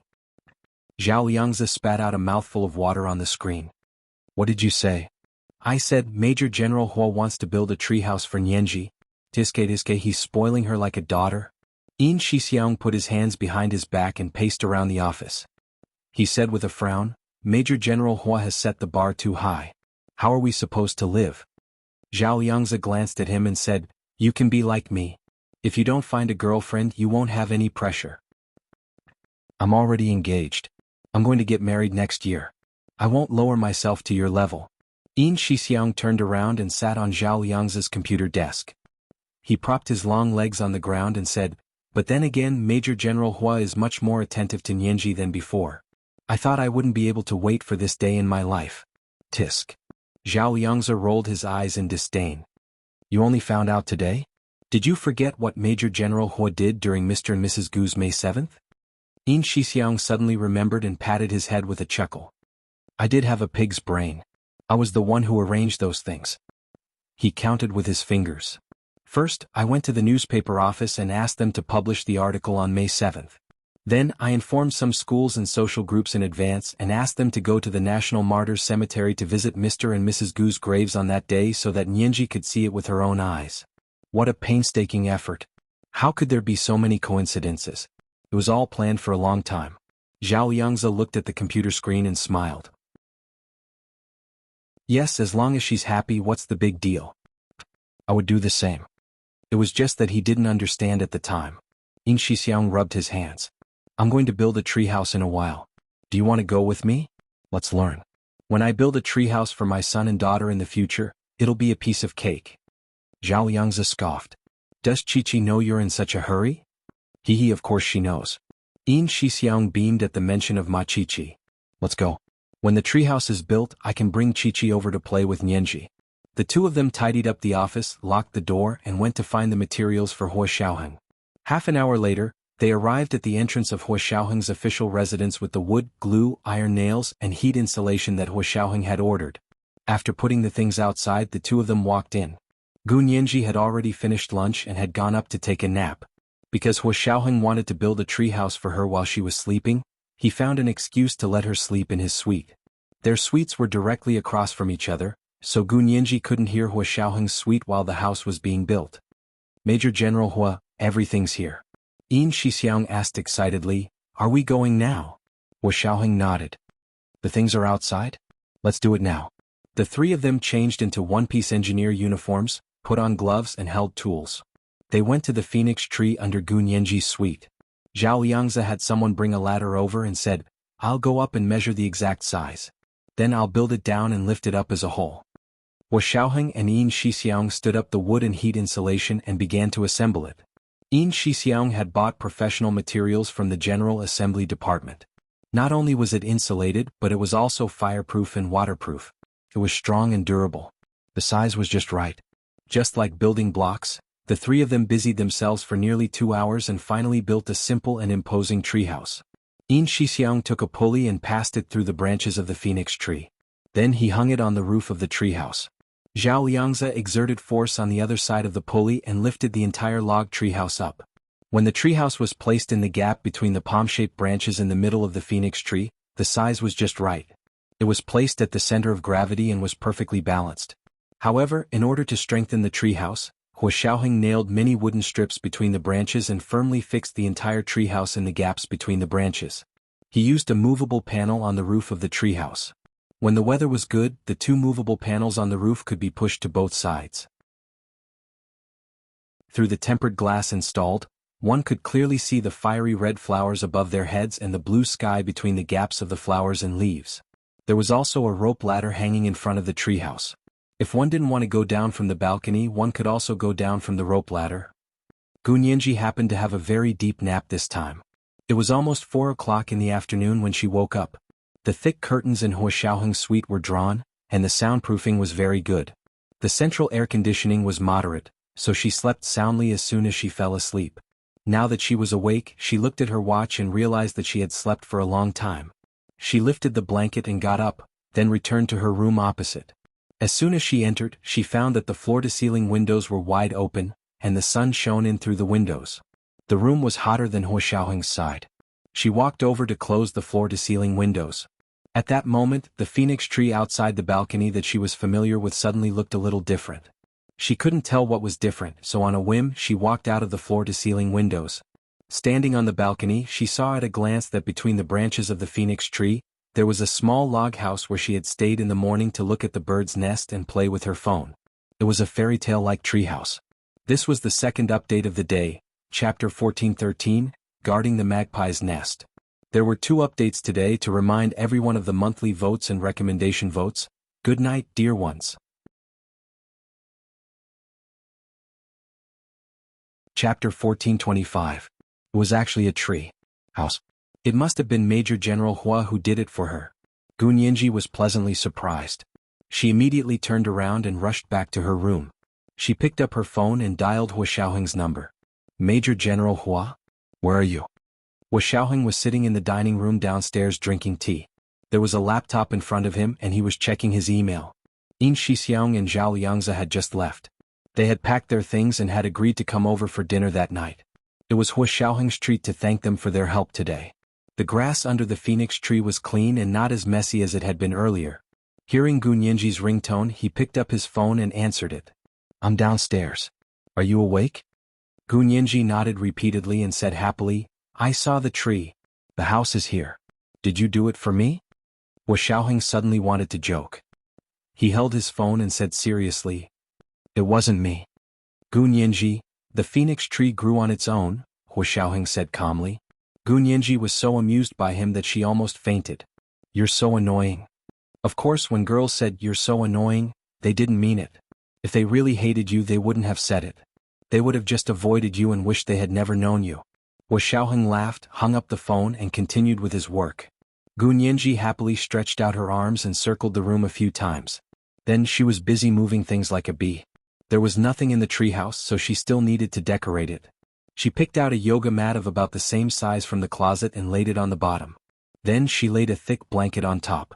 She then found a dark blue navy-style bed sheet and a large pillow with a pillow cover of the same color. She placed them in the treehouse together. The roof of the treehouse was triangular, and in the middle hung a simple solar-powered LED flower bud lamp. When it was lit up, the lamp was like an upside-down magnolia bud, sprinkling silver light throughout the room. Then she hung a small round mosquito net in the treehouse, tightly wrapping the entire space inside the treehouse. Gunyinji moved a folding lazy table into the treehouse.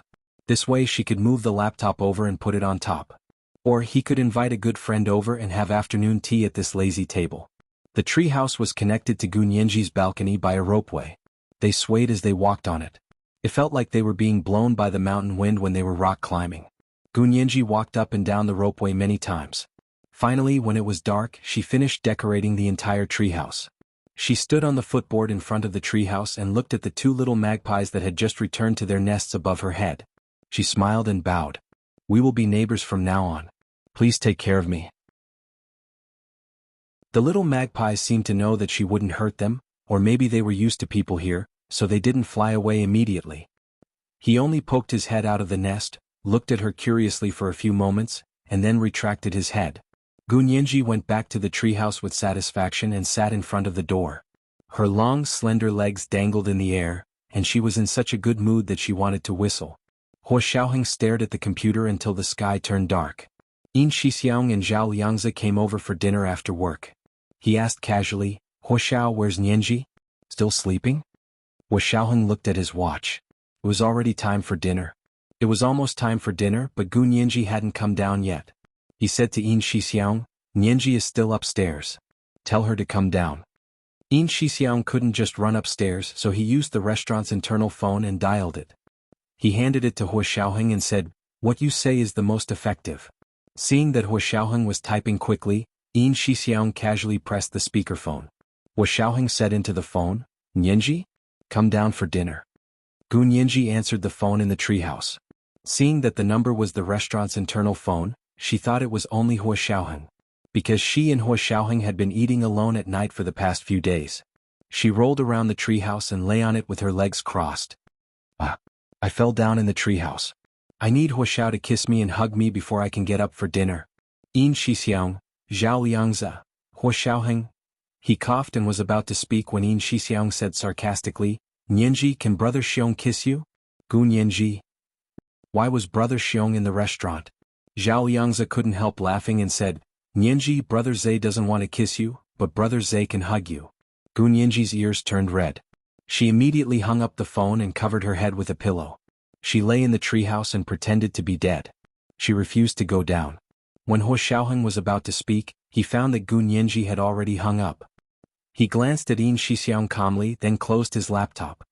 "Get the kitchen to serve the dishes. I'll go call her down."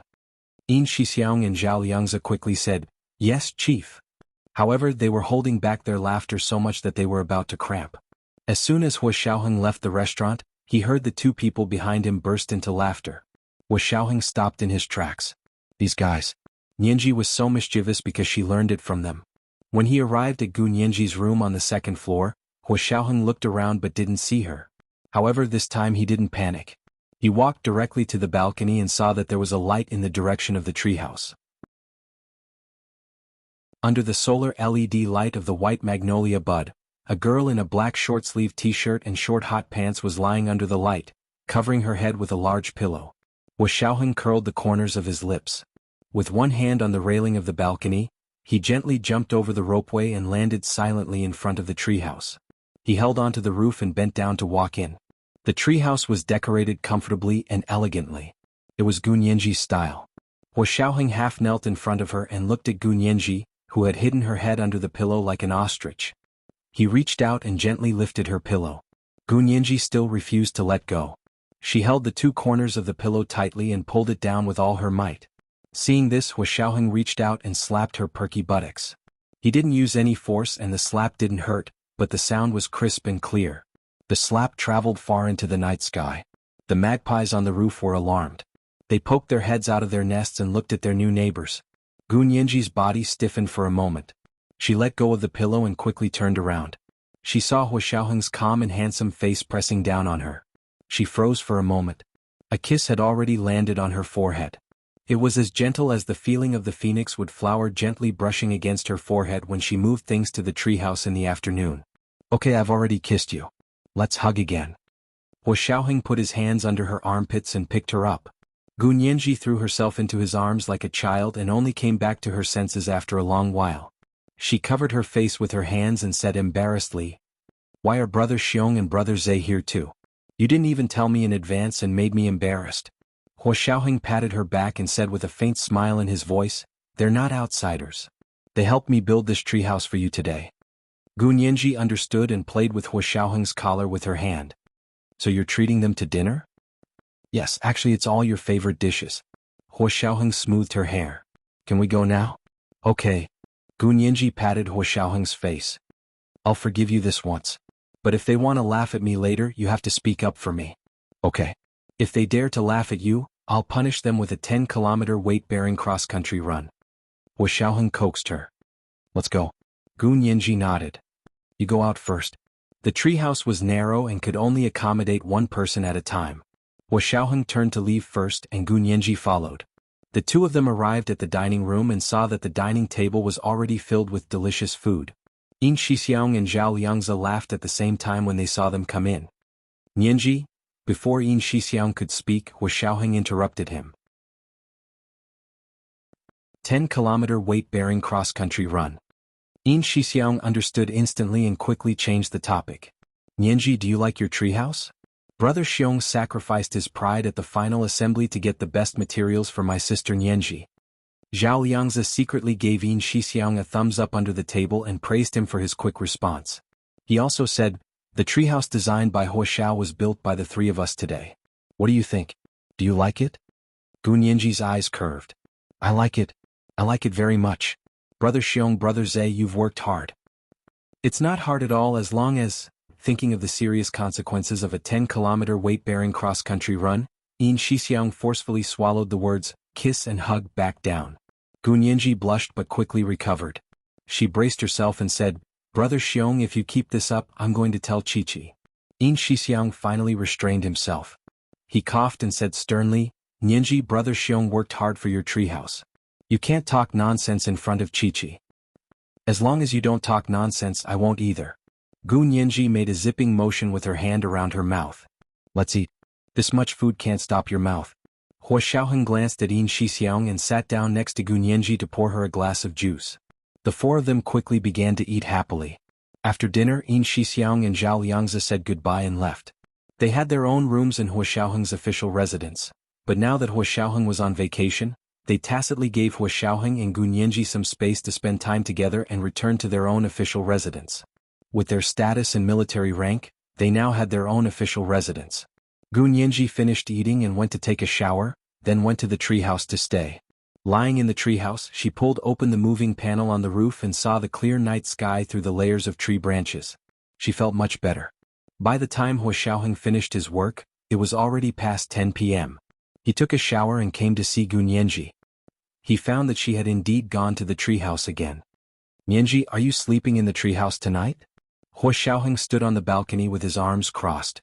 Gu Nianji put down the mosquito net and tucked in all four corners. She planned to spend the night there. She poked her head out of the mosquito net hanging in the treehouse and smiled. Yes, Major General Hua, it's very cool here. Hua Xiaoheng was speechless. The room was air-conditioned and the temperature was constant. How could it be hot? However, he was still worried about Gu Nianji sleeping alone in the treehouse. He held onto the railing of the balcony and crossed it for the third time that day. He returned to the treehouse with Gu Nianji to lie down. In the long night, they slept in each other's arms. This is today's first chapter, Chapter 14:14, I fell, I need XXXX to get up. There are two updates today, a reminder for the monthly votes and recommendation votes, 8 o'clock in the evening. Mwah. Chapter 14:26. The movable panel on Gu Nianji's roof wasn't closed. The two of them lay in the treehouse. When they opened their eyes, they could see the dark blue night sky through the transparent tempered glass roof, as well as the stars shining through the branches of the trees. Gu Nianji lay in Hua Xiaoheng's arms and hugged his neck. She said contentedly, Hua Xiao, I like this treehouse very much. Thank you. Hua Xiaoheng glanced at her. How are you going to thank me? Gu Nianji, didn't I already thank you? Just say thank you? That's called thank you? Hua Xiaoheng closed his eyes and mocked Gu Nianji without batting an eyelid. Gu Nianji thought about it for a moment, then leaned over and quickly kissed Hua Xiaoheng on the lips. Hua Xiaoheng's Adam's apple bobbed up and down as he said, Not enough. We have to kiss for at least 5 minutes. French deep. Gu Nianji, her plump lips curled up. French deep? But I don't know how. You don't know? Tell me earlier. I'll teach you. Hua Xiaoheng turned over and lay face to face with her. He held the back of her head with one hand and kissed her. The tip of his tongue went deep into her tightly closed lips. Gu Nianji didn't move. She slowly opened her lips and let him in. Her heart was beating very fast as if it was about to jump out of her throat. Perhaps it was because they were kissing in the treehouse, and starlight fell from the transparent roof. It was as if they were a pair of wild mandarin ducks in the wilderness. This realization made her tremble uncontrollably, and the feeling of their lips touching was magnified infinitely. Time became very slow, and every movement of his was frozen like a sculpture. It stayed in her heart and left an endless aftertaste. It wasn't the first time they had kissed, but it had never been like this, where she realized that kissing could be so exciting. It was just the contact of lips and tongue, but a numb feeling flowed through her entire body. Every time the tip of his tongue touched the tip of hers, it would cause a lightning-like tremble. Not long after, she began to pant, and Huo Xiaoheng's breathing became much heavier. It was just a kiss, but when the two separated, they felt endless aftertaste. Their bodies and hearts were indulged together. "Have you learned it? Now it's your turn?" Huo Xiaoheng said hoarsely. He took the initiative to open his lips in front of her, waiting for the tip of her tongue to come in. Gun Yanji did want to kiss him a little longer. Closing her eyes, she stuck the tip of her tongue into his mouth and mimicked him, asking him to suck on her. Huo Xiaoheng's hand caressed her back up and down. When she kissed him deeply, his hands would suddenly become stronger, and her waist was almost broken by him. When she wanted to withdraw, he would gently pinch her waist. She felt like she was walking on a tightrope and all her senses were suspended there. She would be defeated if the wind blew. When he woke up in the morning, he heard the crisp chirping of birds. Opening his eyes, the morning sun shone through the tempered glass of the roof. After being filtered by the leaves of the phoenix tree, the sunlight was no longer as hot, and specks of sunlight fell on the thin blanket. The two magpies woke up too. A bird walked curiously up and down on the roof, pecking at it from time to time. Gun Yanji opened her eyes and saw the silhouette of a bird. Speechless, she placed her hand on her forehead to block the glaring sunlight and muttered, "You're a magpie, so don't be like a woodpecker. Besides, this isn't a tree. Why are you pecking at my roof?" Perhaps her nagging worked, or perhaps the little magpie was tired of playing this game. After a while, it spread its wings and flew away. Gun Yanji turned her head and saw Huo Xiaoheng sleeping beside her. Satisfied, she leaned her head against his arm and said, "Good morning." Huo Xiaoheng didn't open his eyes. He followed the voice and kissed her cheek. He also said, "Good morning." His deep, magnetic voice carried a hint of laziness from just waking up. Gun Yanji's ears turned red. Huo Xiaoheng opened his eyes and saw that her white, jade-like earlobes were slightly red. They were like high-quality pink tourmaline, and also like sweet lychee meat. They were translucent and moist and made him want to take a bite. Huo Xiaoheng did take a bite, leaving 2 faint teeth marks on her earlobes. Gun Yanji covered her ears and quickly stepped back. She said angrily, "Are you a dog? Why do you bite people so often?" Huo Xiaoheng raised an eyebrow. "Often? When have I ever bitten you?" Gun Yanji was speechless, but she was unwilling to be refuted. Her eyes darted around and she muttered, "You bite me every time. Have you forgotten?" Huo Xiaoheng looked down at her. "Are you talking about the earlobes?" His gaze wandered from her delicate collarbone to the deep, shadowy ravine hidden below her collarbone. Gun Yanji's ears turned red. Huo Xiaoheng chuckled and leaned close to her ear. His voice was so low that it seemed to resonate from his chest. "Silly girl, that's not biting. That's eating." Gun Yanji closed her eyes tightly and reached out to accurately cover Huo Xiaoheng's mouth. She didn't want him to continue. It was like this every time. In this regard, Huo Xiaoheng could make her flee with just a few words. The two of them cuddled in the treehouse for a while before getting up to go to their room to wash up. Gun Yanji went to the bathroom to take a shower. She and Huo Xiaoheng had slept in the treehouse the night before. Although they hadn't done anything other than kissing, Gun Yanji still felt her back ache. It was as if they had done it. She was also puzzled. It was just kissing. How could it have such an effect? Huo Xiaoheng returned to his room and also went to the bathroom to take a shower. Gun Yanji's parents had just celebrated May 7th. Huo Xiaoheng hadn't done that with Gun Yanji. Although he really wanted to, as the son-in-law of Gu Xiangguan and his wife, he couldn't do that. However, he had gotten a strange satisfaction from just kissing in the treehouse last night. If this continued, Huo Xiaoheng didn't know how deep his feelings for Gun Yanji would be. In terms of relationships, some men were very enthusiastic from the beginning. They were textbook examples of good boyfriends, but this kind of relationship generally didn't last very long. As long as he managed to woo a woman, the rest would only get worse and worse. There was a kind of man who was very slow to warm up. In the beginning he might make you a lot of dissatisfaction, but as long as you let him warm up, his intensity was unparalleled, and he would continue to warm up for the rest of his life. Gun Yanji was very glad that she had met the latter kind of man. She changed her clothes and came out. When she sat in front of the dresser to do her skin treatment, she saw that her earlobes were more pink than usual. She touched them with her hand and could almost feel the temperature of Hua Xiaoheng's burning tongue, as well as the feeling of his teeth gently biting her ear. "You're really a dog. You still won't admit it?" Gunyanji looked at the mirror on the dresser and laughed softly. Speaking of dogs, Gunyanji couldn't help but think of the purebred little corgi that the cute little Russian boy had given her. Ever since she had returned to the country, she had been so busy that she hadn't had the chance to see it. During breakfast, Gunyanji asked about little corgi Ako. "Major General Hua, I remember that you sent it to the military camp to train with the military dogs. Can I go see it?" This was the second update of the day, Chapter 14-15, Wild Mandarin Ducks. Today's second update was to remind everyone of the monthly votes and recommendation votes. Good night, dear ones.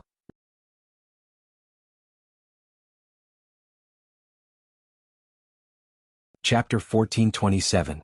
The corgi that Demi gave you? Hua Xiaoheng narrowed his eyes and thought for a while. He said calmly, "The discipline in the military camp is strict and it's still training." "What's wrong? Do you miss it?" "You're really training it as a military dog." Gunyanji's eyes widened in surprise. Her dark eyes were crystal clear, as pure as a kitten's. However, her personality was similar to a kitten's. When she was happy she could meow beside you, and when she was unhappy she could raise her hand and claw you. Hua Xiaoheng smiled and lowered his eyes. "Of course military orders must be obeyed. Do you think I'm joking? But when Demi gave it to me, Aku was only a week old. Its short legs weren't even as long as my fingers." Gunyanji gestured with her hand, and her heart ached even more. She had thought that Hua Xiaoheng was joking when he said that he would train the little corgi as a military dog. He was just looking for an excuse to send the little corgi back to the country in advance and hand it over to professional dog trainers to learn the rules. So it was really sent to the military camp to be trained like a military dog? Hua Xiaoheng grunted non-committally and calmly ate his breakfast. Gunyanji sighed across from him for a long time, but he pretended not to hear her. In the end, Gunyanji had no choice but to sit beside him and shake his arm vigorously. "Good Major General Hua. Good Major General Hua. You treat Aku like this. He's only a few months old." Hua Xiaoheng was unmoved and said calmly, "For a dog, a few months is considered an adult." Gunyanji was so choked that she couldn't speak. She sat beside Hua Xiaoheng with her head lowered and played with her fingers. She stopped begging him. Hua Xiaoheng finished breakfast and wiped his mouth with a tissue. He looked down and saw that Gunyanji was still listless. He smiled and stood up. "What are you planning to do today?" Gunyanji frowned. "I wanted to see Aku, but you said he was training." Suddenly her heart skipped a beat. Gunyanji looked up and saw Hua Xiaoheng's smiling eyes. She became bolder and said, "Even if he's training he still has holidays, right?" She then stood up and poked Hua Xiaoheng's chest. "You still have holidays? The watch told me that Aku doesn't have any. If it doesn't have a holiday you're suspected of abusing a military dog." Hua Xiaoheng rubbed her head and scoffed. "How dare you compare me to corgi? I was just making an analogy. Military dogs also have dog rights." Gunyanji muttered and smiled slyly. She hugged Hua Xiaoheng's arm and rested her head on his chest. Let's go. I'm just going to see it, okay?" Hua Xiaoheng looked at his watch and said, "I'll go make a call and see if Aku is on leave today." Go. I'll be waiting." Hua Xiaoheng went upstairs to make a call. After a while he came down and said, "Aku has half a day off today. Do you want to see him?" Gunyanji nodded repeatedly. Yes. "Okay, but you have to wait until afternoon." It was only 8 in the morning, which meant that she had to wait for at least 4 hours. "Is it true?" Gunyanji was quite disappointed. "Can't it rest?" "No." Hua Xiaoheng held back his laughter and showed her the 2 movie tickets he had prepared beforehand. "However, I have 2 movie tickets here. Do you want to go take a look first?" "Watch a movie?" Gunyanji's eyes lit up. "What movie?" Actually, the home theater in Hua Xiaoheng's official residence was already comparable to a movie theater outside. It could seat 50 to 60 people. A typical small theater was about this size. Moreover, the equipment and sound system were all top-notch. If he wanted to borrow a movie he could borrow it. However, it was different to buy movie tickets to watch a movie. He felt guilty towards Gunyanji. When she was with him he couldn't do many things with her that normal couples did. Although Gunyanji didn't care and was able to enjoy herself, Hua Xiaoheng still felt sorry for her. The deeper their relationship, the more he couldn't see her unhappy at all. Hua Xiaoheng looked at the name written on the movie ticket. "A new movie, waiting for you home." "Gunyanji, what movie is this?" Why haven't I heard of it? Gu Nianji frowned. It's not a blockbuster, is it? If it was a blockbuster, all kinds of publicity would have been blasted everywhere by now. Wu Xiaoheng looked at the name and was speechless. He was the one who had asked Yin Shixiang to buy the movie tickets. He had only said to buy the kind of movie that Gu Nianji liked to watch. He hadn't expected him to buy 2 unpopular movie tickets. It's not a blockbuster. It's a new domestic movie. Wu Xiaoheng took out his phone to check and realized. It's a feature film co-produced by the military's publicity department. No wonder. That's good. I'll support my own people. Gu Nianji was happy. What time is the movie? 9 o'clock, 12 o'clock, or 4 o'clock in the afternoon? Which one do you want to watch? Then 9 o'clock in the morning. Gu Nianji calculated the time. I can go see Little Aku after I watch it. Ah. Wu Xiaoheng. He stuffed the movie tickets into his wallet. Go up and pack up. I'll drive you there. Gu Nianji snapped her fingers happily. Okay. I'll go right now. She smiled and ran upstairs. She opened the closet and found a new summer Chanel outfit. It was a pink silk shirt with bubble sleeves and a waistline. It had a Peter Pan round neck with a black ribbon tied around it. It was paired with a pair of white slacks and a pair of Hermes red Berlin handbag. She rushed downstairs. Wu Xiaoheng wasn't wearing his military uniform today. He was wearing casual clothes. She couldn't tell the brand, but it fit him very well. It accentuated Wu Xiaoheng's broad shoulders, chest, and waist. Black jeans wrapped around his long legs and black wavy shoes. If one didn't look closely, they wouldn't be able to tell that they were actually a couple's pair of white wavy shoes. He held the car keys in his hand and stood at the door waiting for her with his arms crossed. His tall and straight waist made her heart beat faster. Gu Nianji smiled and walked over to hug Wu Xiaoheng's waist from behind. She whispered, I really want to wrap my legs around you. Wu Xiaoheng was stunned, but he quickly composed himself. He turned around and flicked her forehead. You're even flirting with me. You're getting bolder. So what? It's only right for me to flirt with my own man. Gu Nianji turned around and hooked her arm. She looked at him sideways with a smile. Don't tell me you want me to flirt with other men? Wu Xiaoheng snorted. Why don't you try? I wouldn't dare, I wouldn't dare. I wouldn't dare even if I had 100 guts. Gu Nianji smiled and begged for mercy. She walked out of the official residence with him. They got into the car and drove to the Poly Cinema in the city center. It was the most luxurious and well-equipped cinema in the entire imperial capital. They parked the car in the underground parking lot. Wu Xiaoheng and Gu Nianji took the elevator straight up. Because it was an early screening and an unpopular movie, there weren't many people there. A few people were scattered around the hall, which was lit up with neon lights. The staff looked like there were more people watching the movie. It was Gu Nianji's first time watching a movie in a movie theater outside. In the past, she had either watched it in the home theater at home, on the computer, or on the iPad. She had never actually watched a movie in a movie theater with so many people. Gu Nianji was curious about everything. When she saw that everyone had bought cola and popcorn, she tugged at the corner of Wu Xiaoheng's shirt to buy them. Wu Xiaoheng glanced at her and said dryly, You'll get fat if you eat too much junk food. Gu Nianji didn't care. I just want to eat. It's only once. How fat can I get? In fact, she had lost a lot of weight recently.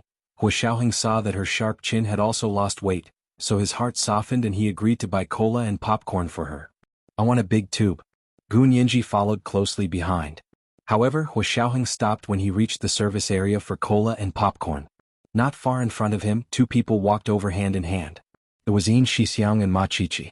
Ma Qiqi first saw Wu Xiaoheng, then saw Gu Nianji beside him. She immediately ran over in surprise. Nianji, long time no see. Are you feeling better? Gu Nianji had been in a bad mood ever since she buried her parents. She closed her door and didn't even contact Ma Qiqi. After Gu Xiangwen and his wife's May 7th, her mood gradually improved. Now that she saw Ma Qiqi, she was also very happy. The 2 of them held hands and chatted about what had happened after they parted. Yin Shixiang nodded at Wu Xiaoheng with a wry smile. Wu Xiao, sorry to disturb you. Wu Xiaoheng looked at him and turned to buy cola and popcorn. He also bought large portions for Yin Shixiang and Ma Qiqi. He handed them to him and said, What's with the tickets? Yin Shixiang hummed for a long time before saying, This movie is pretty good. I saw director Bai recommend it and said it's good for people like us. He had originally thought that Gu Nianji wouldn't wake up so early so he wouldn't run into Wu Xiaoheng and the others.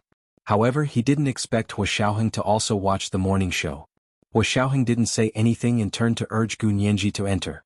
However, when they were at the door they ran into Zhao Liangze again. Everyone could only awkwardly and politely greet him. Hua Xiaoheng glanced at Gu Nianji. Seeing that she wasn't unhappy, he took her hand and walked inside. They found the 2 seats at the top and the center to sit down. Of course, Yin Shixiang and Ma Qiqi found seats on the side. Zhao Liangze sat in the middle of the theater. However, not long after, Bai Yueran arrived. She looked up at the theater and walked directly to Zhao Liangze's side. She asked, "Little Zhe, is there someone sitting next to you?" Zhao Liangze looked up at her for a while before replying calmly, "No, sit down." He no longer had feelings for her, so he didn't care where she sat. Bai Yueran sat down with a smile. Gu Nianji and Ma Qiqi both saw this and couldn't help gossiping with each other on WeChat. Yin Shixiang rolled his eyes and also texted Hua Xiaoheng. "Hua Xiao, these two are having such a hard time chatting?" Hua Xiaoheng texted back. "Yeah, you guys sit here." Yin Shixiang quickly pushed Ma Qiqi. "Sit with Nianji. You guys don't have to text in the same theater." Ma Qiqi put away her phone and rolled her eyes at Yin Shixiang. "We're using WeChat to chat. Who's texting?" However, he still stood up happily and sat with Gu Nianji. Hua Xiaoheng and Yin Shixiang sat outside while the 2 girls sat inside next to each other. Gu Nianji and Ma Qiqi whispered, "Look ahead, Director Bai and Little Zhe. Do you think Director Bai is chasing after Xiao Zhe?" "Probably." After talking for a while, the lights in the theater dimmed and the movie began. This is the first chapter of the day, chapter 1416, Getting Bolder.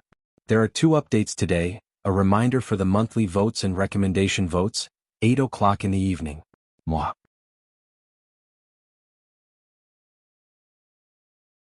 Chapter 1428.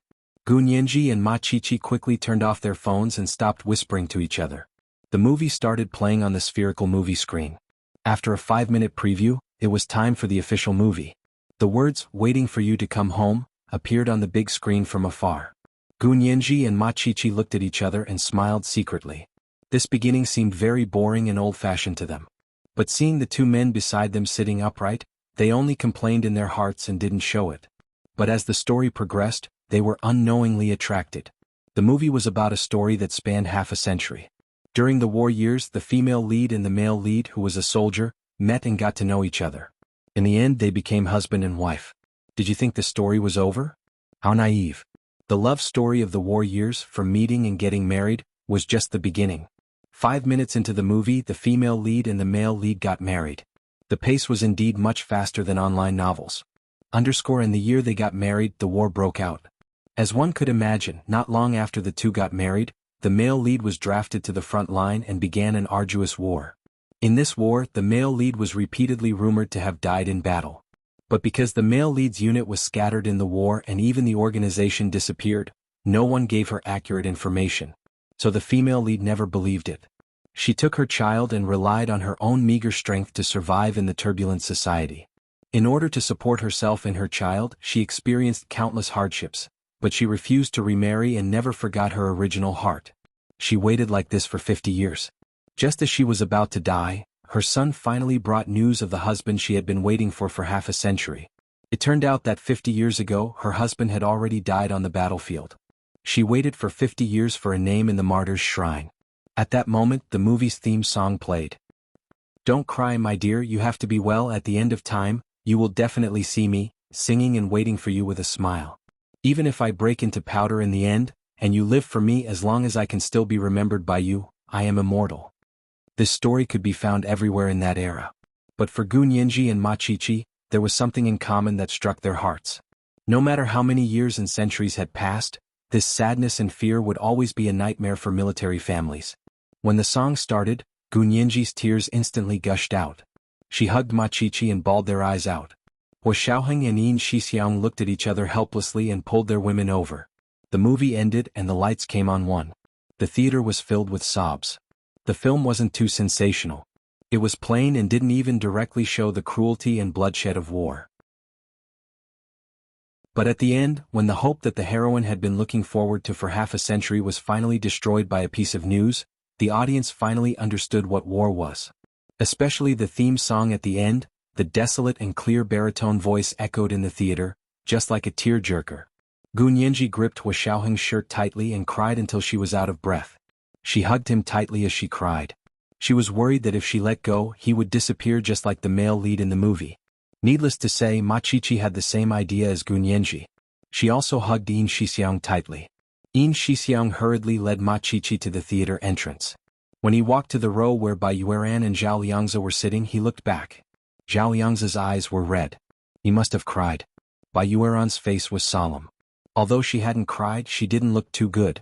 She comforted Zhao Liangzi softly. I know you're thinking of Shuang. However, her spirit in heaven might not be willing to see you like this. Zhao Liangzi took out a tissue to wipe his face and mumbled, Director Bai, I know you want to comfort me. But to me Shuang is unique and irreplaceable. Believe it or not, I've never wanted to replace Shuang in your heart. Bai Yueran was silent for a while. She leaned back in her seat and said in confusion, I don't know why I still want to be with you, even if I know that from now on, Shuang will always be the white moon in your heart. Zhao Liangzi stood up and didn't accept it. He said indifferently, You don't have to think about it anymore. I have no plans to find a girlfriend to marry. I have to go back. I still have a lot of work to do. Bai Yueran stood up silently and followed Zhao Liangzi out. Gun Yinji and Hua Xiaoheng were the last to come out. Because Gun Yinji was crying so hard that her entire body was twitching. Hua Xiao, you have to come back. If you don't come back, I don't want to live. She wanted to say that she would be with someone else to threaten Hua Xiaoheng, but she loved him so much that she couldn't even make such a threat. Hua Xiaoheng understood what she was thinking. He laughed and patted her back. You have to be the female lead in a movie. Yinji, you're very narcissistic. Gun Yinji lay in his arms and shook her head, sobbing. Who's narcissistic? This is clearly something that could happen to us. Didn't you see? Qiqi was crying so hard? That was a special time of war. It won't be like this now.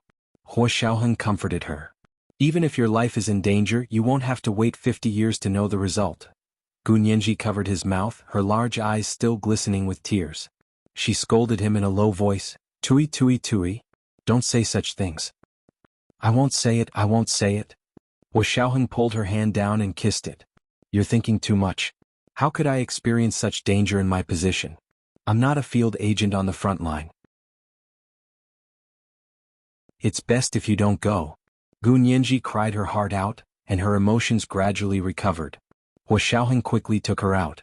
The staff at the theater had poked their heads in at the door several times.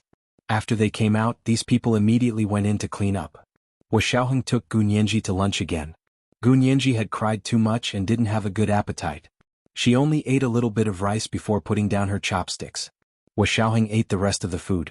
After lunch, Hua Xiaoheng took her to the military dog training camp to see the results of little Corgi's training. At that moment, he was glad that little Corgi could make Gun Yinji happy. The movie today was really indescribable to him. But to the little girl it was like a nuclear bomb. Especially Gun Yinji, who had a relatively low tear threshold, had been crying since she was young. He looked at Gun Yinji, who was sitting listlessly in the passenger seat, and smiled. It was already 1 o'clock in the afternoon when they arrived at the military dog training camp. Hua Xiaoheng had informed them in the morning, so little Aku could take half a day off today. Gun Yinji followed Hua Xiaoheng to the dog training ground. It was a huge lawn surrounded by a white fence. On the grass, there were a dozen or so mighty German shepherds running. They were tall and had especially long legs. Gun Yinji glanced at them nonchalantly. These aren't corgis. Where's my little Aku? Hua Xiaoheng stood beside her and stared at the German shepherds that were gathered together. He stared at them for a while before pointing. I think he's over there. Gun Yinji looked in the direction he was pointing and suddenly wanted to cry. The little puppy that had been so small a few months ago had now grown up. However, no matter how big it was still as small as a toy when compared to the German shepherds with long legs and bodies. It was hidden behind the long legs of the German shepherds and was almost hidden from view. The dog trainer let out a long whistle, and the German shepherds on the grass barked together. Then they ran frantically to the other side. Poor little Aku's short legs couldn't outrun the German shepherds at all. However, it still didn't give up and chased after them. Gun Yinji looked at the dog heads moving and couldn't help asking, where are they going? To eat. Hua Xiaoheng raised his hand and pointed. He saw that by the time little Aku ran over, the food had already been snatched away by the German shepherds. It was a small, short-legged dog, so it had no choice but to circle the food trough and lick the remaining food from time to time. Hua Xiaoheng awkwardly retracted his finger and scratched his forehead. Gun Yinji's eyes widened. They're snatching little Aku's food. How can they do this? My little Aku. Tears were about to fall again. Xiaoheng quickly said, "No, no. If they couldn't snatch the food, they would have fed it separately." "Really?" "Of course. Look at how fat it is. You know they didn't starve it." However, snatching food was one of the training programs, so little Corgi looked very pitiful at this time. Gunyenji looked at little Corgi circling the food trough and stomped her feet. Her eyes welled up with tears. "Oh, I have to bring little Aku back. It's not a military dog at all. How can you treat it like this?" Huo Xiaoheng had always been a man of his word. He had never changed his decision. But this time, under Gunyenji's strong request, he had no choice but to give in. He finally nodded and agreed. "If that's the case, then take it back and raise it for 2 days. If it doesn't listen, then send it back." Gunyenji's tears turned into laughter. She waved at little Aku and shouted, "Aku, little Aku, Daddy and Mommy are taking you home." The trainers at the military dog camp and the German shepherds all looked up. Xiaoheng was on the verge of breaking down. His face was burning, but his expression remained calm. It was as if he didn't know Gunyenji and didn't know what she had just said. Gunyenji couldn't care less. She was pleasantly surprised because the little Corgi actually remembered her voice. As soon as she finished speaking, little Corgi immediately stopped circling and ran towards her. Its short legs bounced as it ran so fast that it looked like it was flying over the grass. When it reached Gunyenji and Huo Xiaoheng, it barked at them happily. Then it rolled on the ground and flipped onto its back, intending to act cute next to its mistress. However, because its limbs were too short and round, it was a little difficult to flip back after flipping on the ground.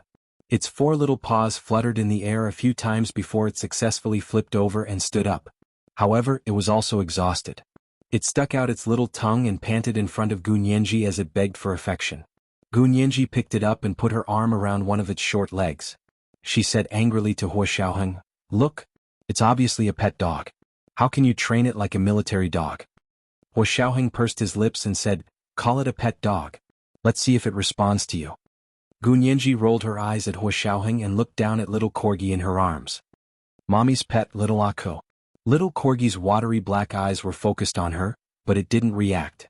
Huo Xiaoheng said in a low voice, "Military dog Aku." Little Corgi immediately barked.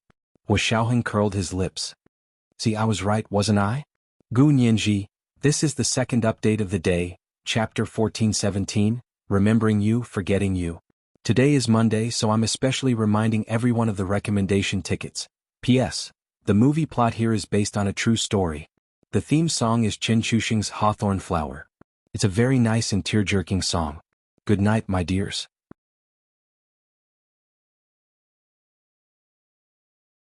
Chapter 1429. Gunyenji glanced at Huo Xiaoheng angrily and stuffed little Corgi's short leg back into her arms. She carried it and left without looking back.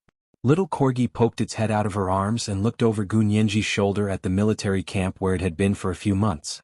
It barked twice and followed its mistress home with a clear conscience. In the end, this was not a place where it should stay. Huo Xiaoheng brought little Corgi back to the headquarters of the Special Operations Forces and put a dog tag collar with an electronic chip on its neck. Not only could this dog tag mark little Corgi's identity and give it security privileges to move freely in the base, but it could also locate it at the right time. It could even strangle little Corgi when it couldn't control itself and attacked others. Of course, Huo Xiaoheng didn't tell Gunyenji about this last function. In Gunyenji's heart, how could such a cute puppy be aggressive? However, no matter how cute little Corgi was, it was still a dog, not a human. Moreover, humans were also aggressive. Gunyenji set up a very comfortable kennel for little Corgi in the outer room of her suite. A large pillow was placed in the corner, and next to it was a bowl for it to drink water and eat. It had been trained by a dog trainer and wouldn't urinate or defecate anywhere. It was a very clean little Corgi. Gunyenji was overjoyed the first night she brought it back. She poured milk for it and filled it with a large bowl of dog food. Little Corgi's stomach was round. Huo Xiaoheng couldn't take it anymore. He threw a book about raising dogs at her and said, "Don't make it explode like you're raising goldfish." Gunyenji had raised a few little goldfish before, but she had often fed them to death. "Got it, I'll be careful." Gunyenji embarrassedly took away the extra dog food from little Corgi and pointed at its little nose. "There's no more for today. You can't eat any more. Now take a shower and sleep." Little Corgi wagged its tail at her and licked the small bowl of water. It then went back to the kennel to sleep. Gunyenji had been messing around all day, so she went to the bathroom to take a shower. Huo Hua Xiaoheng wanted to sleep on Gu Nianji's side. However, as soon as he walked to Gu Nianji's bedroom door, little Corgi sat up energetically from the kennel and looked at him with bright eyes. When he walked in, little Corgi followed and squatted at his feet. If he did not go out, it would not go out. Hua Xiaoheng calmly kicked it. Little Corgi was stunned for a moment as if he hadn't expected Papa to kick him. He retreated step by step to the door of Gu Nianji's bathroom and laid down. Gu Nianji pushed the door open and saw little Corgi lying at the door. She said in surprise, "Weren't you asleep? What are you doing?" Little Corgi looked at her aggrievedly and let out a whimper from his throat. He looked very pitiful. The corner of Hua Xiaoheng's mouth twitched. He did not expect little Corgi to be such an actor. Of course, he wouldn't hold a grudge against a dog. He stood up nonchalantly and said to Gu Nianji, "Go to bed early after showering. I still have something to do, so I won't be able to accompany you tonight." Gu Nianji tilted her head to look at him and said in confusion, "You don't accompany me every night?" Over the past few days, he had only slept with her in the treehouse yesterday. Hua Xiaoheng nodded and glanced at little Corgi, who was still staring at him. Aku, stand at attention. Little Corgi shivered and immediately exerted force with its hind legs. It stood up and used its two short hind legs to support its body. Gu Nianji was worried for little Aku's two short legs. All right, he's no longer at the military dog training camp. We shall let him rest too." Gu Nianji quickly tried to smooth things over. "Aku, sit down." Little Corgi looked at Hua Xiaoheng and then at Gu Nianji. It hesitated and didn't know who to listen to. A smile flashed across Hua Xiaoheng's eyes as he said calmly, "Aku, come out." He led the way out. Little Corgi immediately landed on all fours and ran out with him. After leaving Gu Nianji's bedroom, little Corgi returned to the kennel. It watched Hua Xiaoheng push the door open and leave before lying down again and closing its eyes. After Hua Xiaoheng went out, he took out a pack of cigarettes from his pocket and stood in the corridor to take a few puffs. When he pushed the door open again, little Corgi, who had clearly fallen asleep, poked its head out of the kennel and stared at him. Hua Xiaoheng was both angry and amused.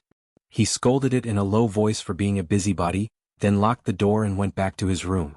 Gu Nianji didn't know that the man outside the bedroom and little Corgi were eyeing each other. She was really exhausted. Lying on the bed, she took out her phone and saw that Ma Chichi had sent a few messages. She also replied to a few before falling asleep. At 7 o'clock the next morning, the sun had just shone through the curtains and onto the bedroom floor when Gu Nianji was woken up by a few barks. Was it little Corgi? What was it doing so early in the morning? She lay on the bed and pretended to be dead, not wanting to get up. However, little Corgi, who had been trained in the military dog training camp for a few months, had displayed good military qualities. After barking a few times without getting a response, it knocked open Gu Nianji's bedroom door. Woof woof, woof woof. The dog's barking was getting closer and closer, almost right next to her ears. Gu Nianji covered her ears with a pillow in frustration. But it was useless.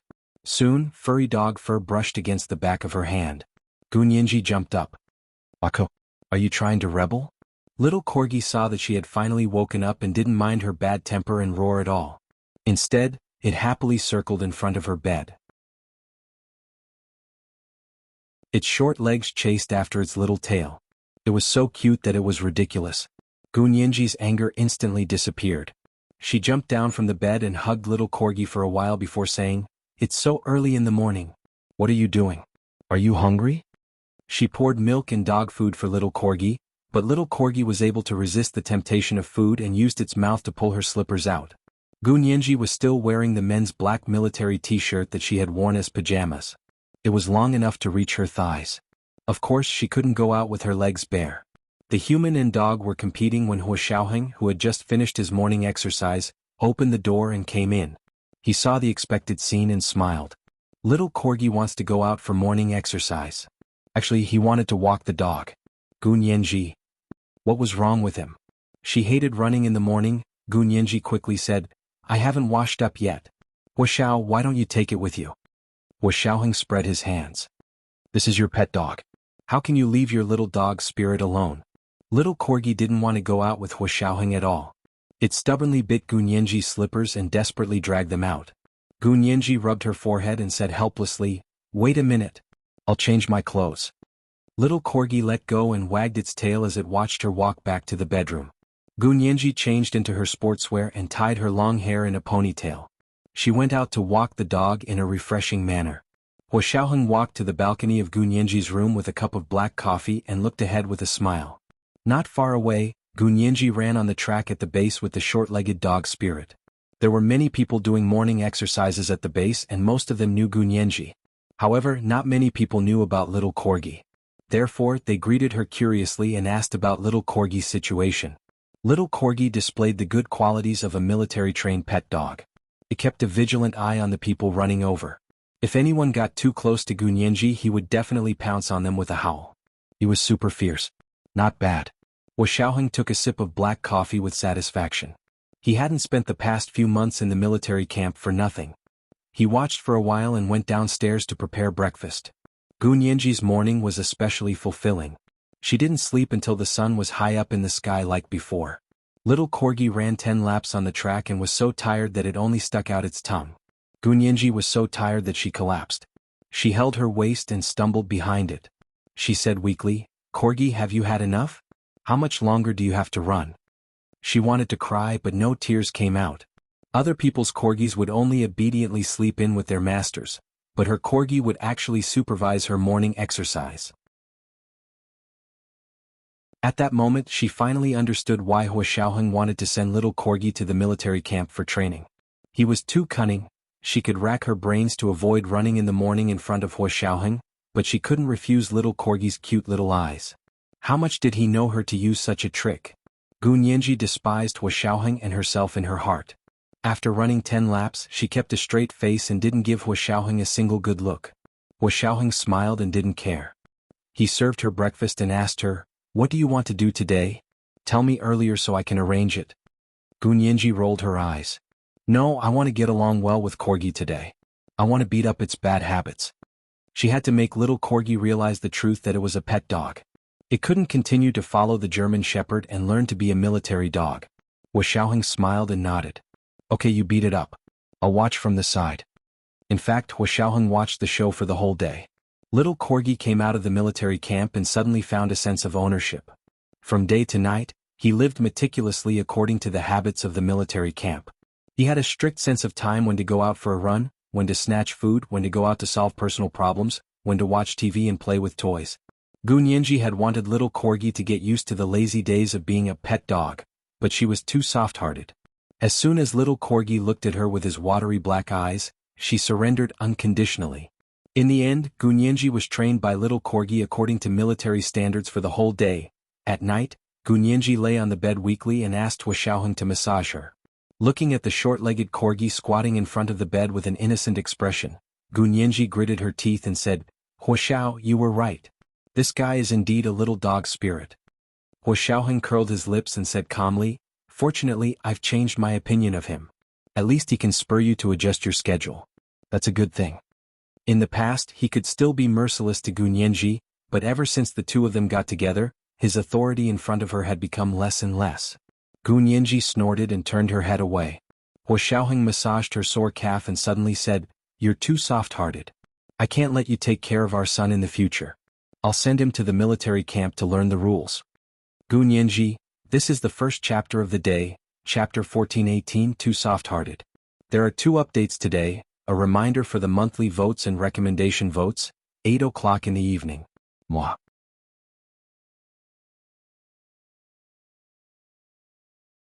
Chapter 1430. Son. Why was he talking about his son? Gu Nianji's heart pounded. Hua Xiaoheng felt the soft body under his hand suddenly stiffen. He curled his lips and said casually, "If you don't say anything, I'll take it that you agree." Gu Nianji blurted out, "No." "No." Hua Xiaoheng raised an eyebrow and stopped massaging Gu Nianji. "Why not? Isn't the training in the military camp good?" Gu Nianji turned over and lay on the apricot pillow. Her cheeks were flushed, and she was even more beautiful than the flowers of the phoenix wood. Her plump, red lips opened and closed. "But you can train him yourself." Gu Nianji thought that since he was her biological son, Hua Xiaoheng would probably show mercy, right? Her heart ached at the thought of her son being trained in the military camp. Hua Xiaoheng leaned down and kissed her on the lips. He smiled and said, "Everyone has their specialties. I'm not good at training recruits." Gu Nianji scoffed and turned around to ignore him. He made it sound like her son had already grown up and joined the army. Actually, there wasn't even a shadow of him. Gu Nianji had just had her period a few days ago. In the past 20 days she had only kissed Hu Xiaoheng at most. There had been nothing at all. How could she have a son? Moreover, she wasn't even 20 years old yet. How could she have a son? Wasn't it too early? Gu Nianji rationally decided not to argue with Hu Xiaoheng so early. She turned over and pulled Hu Xiaoheng down. Just as she was about to kiss him properly, she heard a bark. Little Corgi jumped onto the bed with a whoosh and squatted beside her, staring at them covetously. The corners of Gu Nianji's mouth twitched. This little dog was indeed a bit of an eyesore. Hu Xiaoheng patted Gu Nianji's head and held back his laughter. Rest well. I'll come see you tomorrow. Hu Xiaoheng got up and walked out. Gu Nianji lay on the bed and said weakly to little Corgi, Aku, you don't have to guard against Major General Hua like he's a thief. He's my husband. Husband, do you understand? Hu Xiaoheng, who had just walked to the door, stopped. He heard Gu Nianji's voice and was completely shocked by the word husband. This was the first time he had heard her say these two words since he had forced her to sign the marriage contract. He originally thought that this thorn would forever be stuck in her heart. No matter how hard he tried, she would never forget the pain at that time. She didn't know how much strength she used to grip the door handle, but the veins on the back of her hand were bulging. He raised his head and looked at the white ceiling above him. He took a deep breath and suppressed the throbbing in his chest. No matter how many people said in front of him that Gu Nianji was lucky to be able to be with him, only he knew that being able to be with Gu Nianji and being loved by her was the greatest blessing of his life. It was also the best luck. Hu Xiaoheng's Adam's apple bobbed up and down, but he still pushed the door open and left. In the next few days, Gu Nianji finally achieved a temporary balance with little Corgi. She ran with little Corgi every day as usual and followed the military schedule. However, little Corgi no longer interfered with her intimacy with Hu Xiaoheng. This meant that although Hu Xiaoheng still couldn't stay in Gu Nianji's room, Gu Nianji could spend the night in Hu Xiaoheng's room. As long as she gave little Corgi a few more bones at night to bribe it, little Corgi would obediently lie in its kennel and sleep.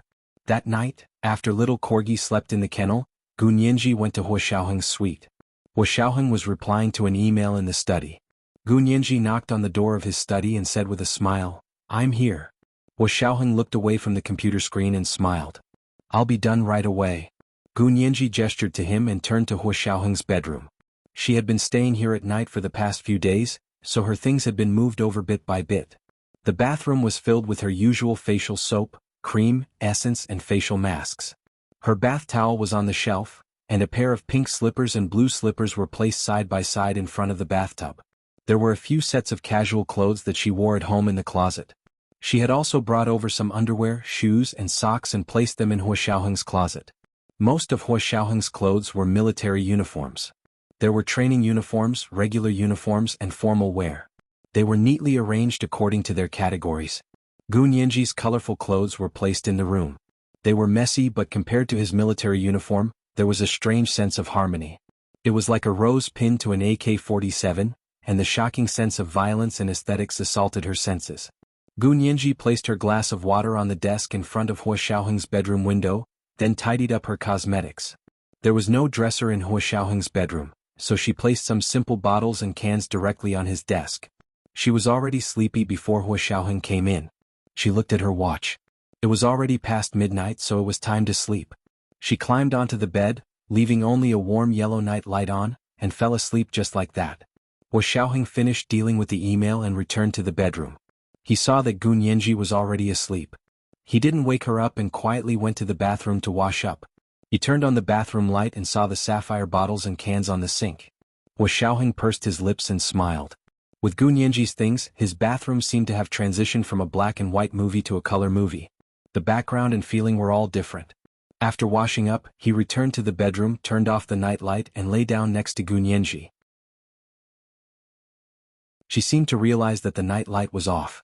She quietly moaned and shifted uneasily. Hu Xiaoheng pulled her into his arms and let her sleep with her head on his arm. She quickly settled down, found a very comfortable position in the crook of his arm, and fell into a deep sleep again. For the past few days, although the two of them slept in the same bed at night, there was no accidental fire. It wasn't that he didn't want to, but Gu Nianji's mood hadn't fully recovered yet. He didn't want to make things difficult for her.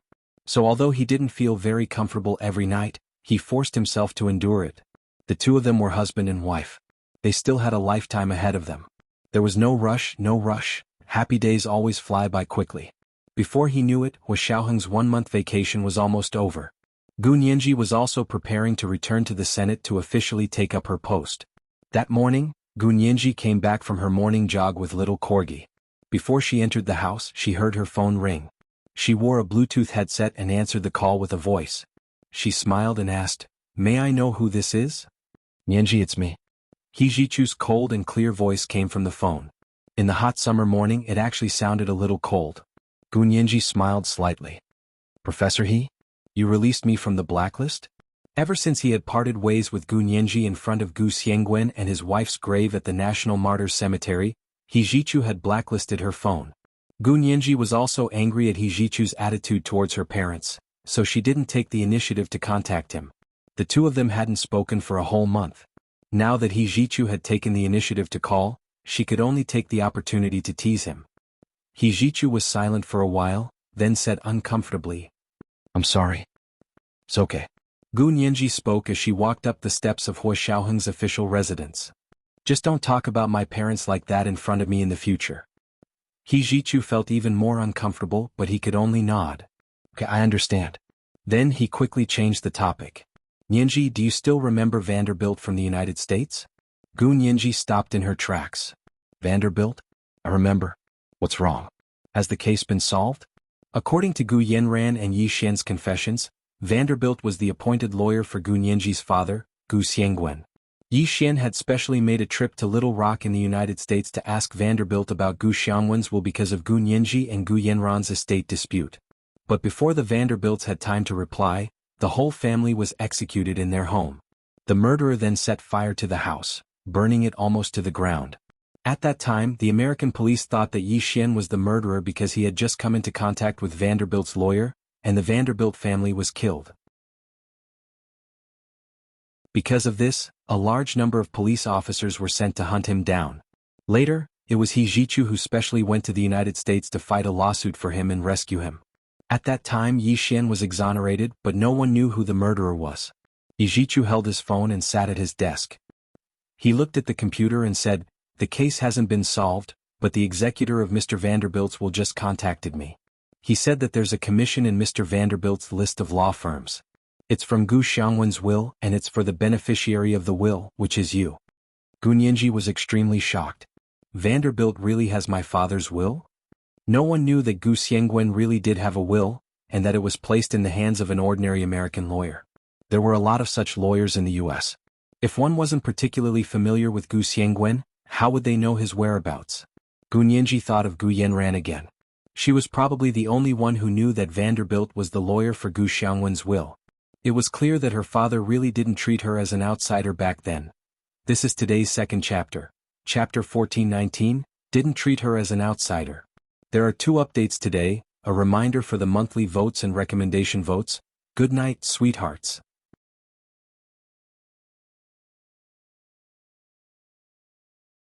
Chapter 1431. Gu Nianji felt slightly uncomfortable. He Jichu heard her surprise and said disapprovingly, "There should be. Otherwise why would Yi Xian make that trip?" If it had been more than a month ago, Gu Nianji would have been overjoyed if she had known about this will. But now she was very depressed. Because this will wasn't that important anymore. After those 2 lawsuits, she basically knew the Gu family's assets like the back of her hand. Gu Nianji had actually already received all of the Gu family's assets, and with Gu Xiangwen's holographic portraits will message on the submarine, her acceptance was in accordance with all legal procedures. To her, Gu Xiangwen's will was just another memento left by her father. Of course, He Jichu didn't know that Gu Xiangwen had left behind this holographic portrait will. If he had known, he definitely wouldn't have cared about it. Because according to the law, the only valid will was the last will made by the person involved when he was sane. The will in the hands of lawyer Vanderbilt had obviously been replaced by Gu Xiangwen's holographic portrait will. Legally speaking, the will in the hands of lawyer Vanderbilt was already invalid. However, Gu Nianji wanted to know how her father dealt with the distribution of his own assets before anything happened. She was depressed for a while and asked, "Did Professor He see the will?" He Jichu shook his head and said concisely, "The other party just contacted me, but he'll be here soon. He wants to see you." "See me?" Gu Nianji pushed open the door of the official residence and lowered her head to change her shoes at the entrance. She said, "Did he confirm my identity?" Yijichu paused and held his phone. "Yes, he asked me. I said you were here, so he said he wanted to see you and announce the will at the same time." Gu Nianji rolled her eyes. Didn't he mention Gu Yanran? After all, Gu Yanran had been the heir to the Gu family's estate for the past 7 years. When Gu Xiangwen made the will, it should have been before his accident. At that time, everything had yet to happen. What were his intentions?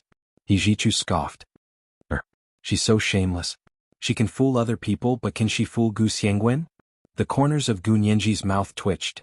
"Professor He, can you not talk about my father like that?" Yijichu was speechless. After a while he said, "I was wrong. I'm sorry. When the executor arrives, we'll arrange a time to meet."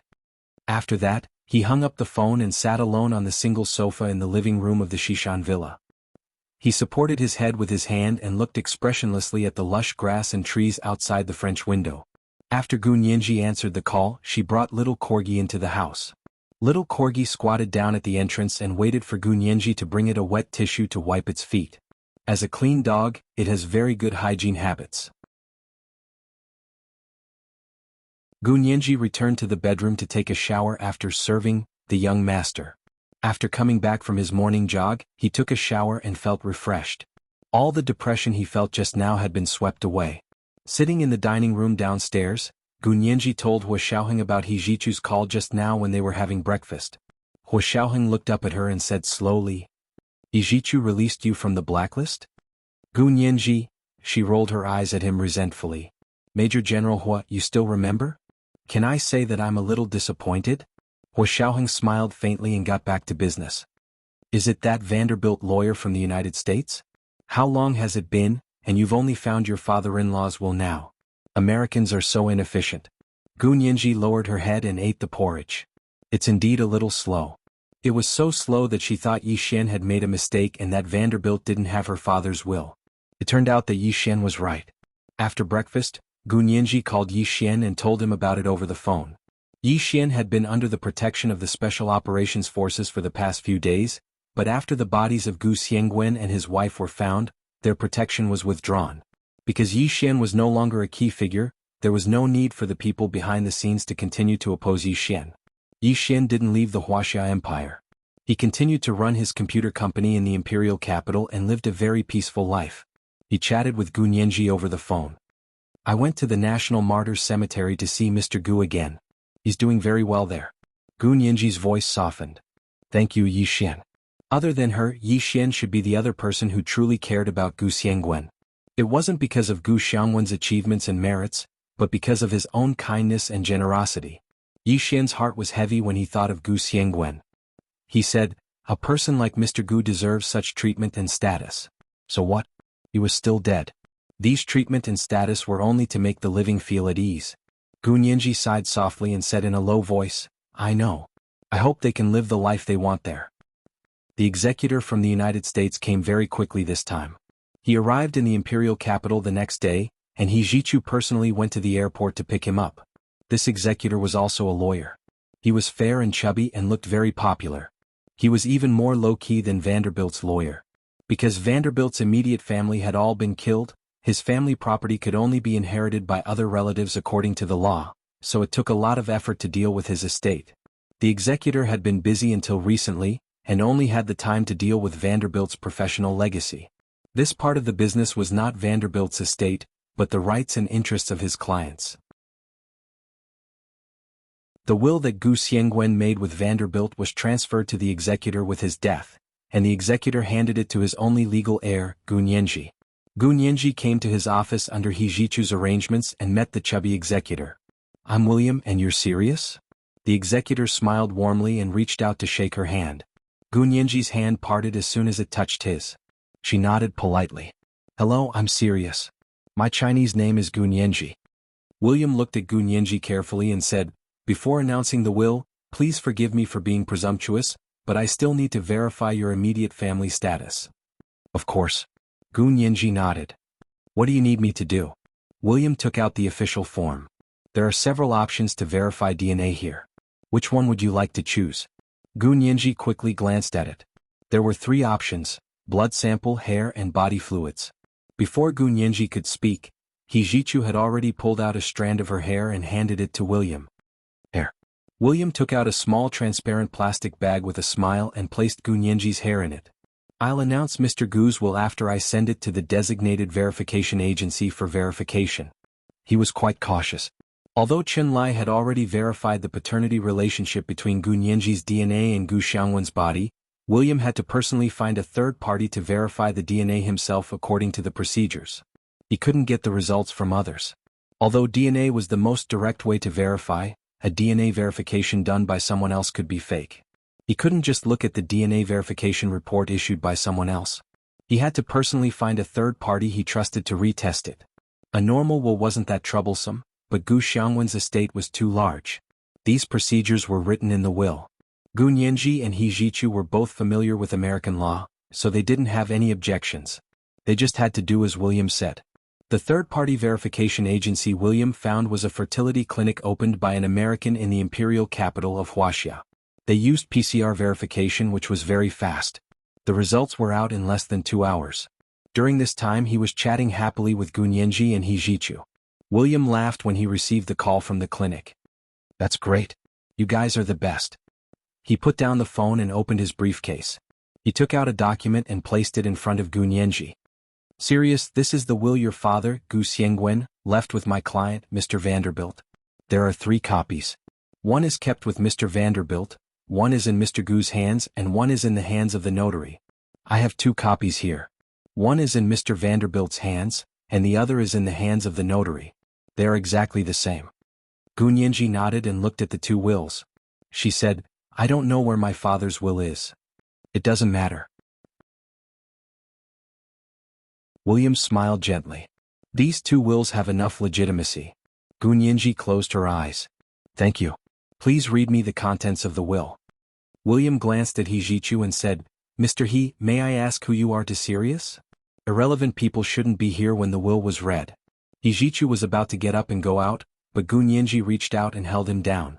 She said to William, "He's my lawyer." Since he was Gu Nianji's lawyer, he was no longer an irrelevant person. He Jichu's heart warmed and he sat back down silently. His shimmering almond-shaped eyes stared unblinkingly at the will in William's hand. William nodded and turned to look at Gu Nianji. "Miss Gu, I will now read the will left by your father, Mr. Gu Xiangwen." He lowered his head and began to read word by word. "I, Gu Xiangwen, make this will today in the presence of a lawyer and a notary. A list of all my assets has always been with my daughter, Gu Nianji. All my assets will be inherited by Sirius. Charity the foundation will inherit. My daughter, Gu Nianji, is Sirius. Charity the executor and beneficiary of the foundation." Gu Nianji frowned. This will was concise and to the point. It didn't sound like a traditional will, but more like a clue, an arrow pointing to the answer to the mystery. From the will, Gu Xiangwen's assets weren't left to her directly, but to a charity fund named after her. If there was only this will, it meant that all of Gu Xiangwen's assets had been transferred to the charity fund, and not to Gu Nianji's name. She could draw income from the charity fund and manage its operations, but she wasn't the owner of the assets. This was fundamentally different from the holographic will that Gu Xiangwen had left in the submarine 7 years ago. Why did he do that? Gu Nianji thought about it and asked, "May I ask when my father made this will?" William looked at the inscription on the will and said a time. Gu Nianji was stunned. When Gu Xiangwen made this will, she was only 1 year old, so the will was made 18 years ago. Judging from the time, Gu Xiangwen's holographic will in the submarine had already made the will from 18 years ago invalid. Gu Nianji wasn't worried about her inheritance, but she was very curious about Sirius. Charity Foundation. "May I ask who is running this charity fund?" Gu Nianji asked curiously. William looked at the document and said, "This charity fund was founded by Mr. Gu Xiangwen 18 years ago. At that time he gave Mr. Vanderbilt an initial fee that could last for 18 years. This fund had no assets, but now it has assets." He looked at Gu Nianji with a smile. "Sirius, you are now the executor and beneficiary of a charity fund with hundreds of millions of dollars in wealth. You are rich now, you're rich." This was the first chapter of the day, chapter 1420, You're Rich. There were 2 chapters today to remind everyone of the monthly votes and recommendation votes, 8 p.m. the second chapter. Moi.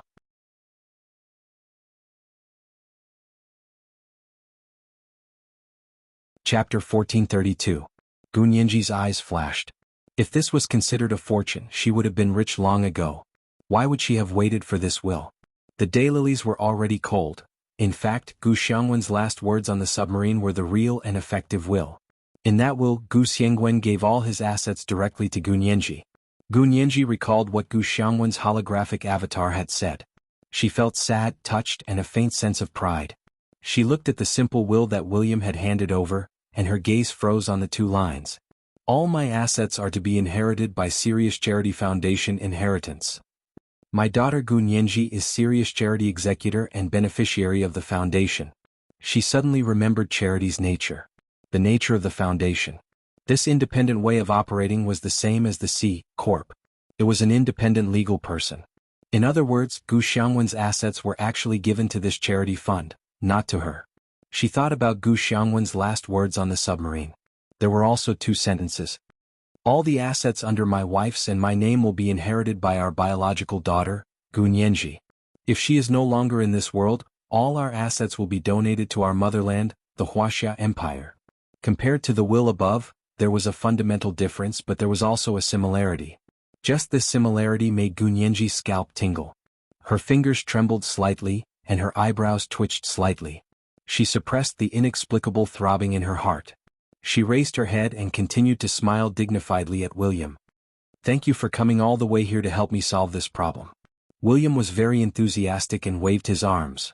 Do you need a manager for your charity fund? I can be your manager if you don't mind. Gunyenji shook her head and said, No need. I'm a lawyer myself. I know how to run a charity fund. Besides, I don't want to inject money into this charity fund at the moment. That won't do. According to the will, you have to. William was flabbergasted and pointed his fingers in objection. Gunyenji stopped smiling and said lightly, I'm sorry, my father left another will 7 years ago, so the will in your hand is actually invalid. What? Mr. Gu left another will? William's grayish-blue eyes were popping out. What's going on? Does Mr. Vanderbilt know?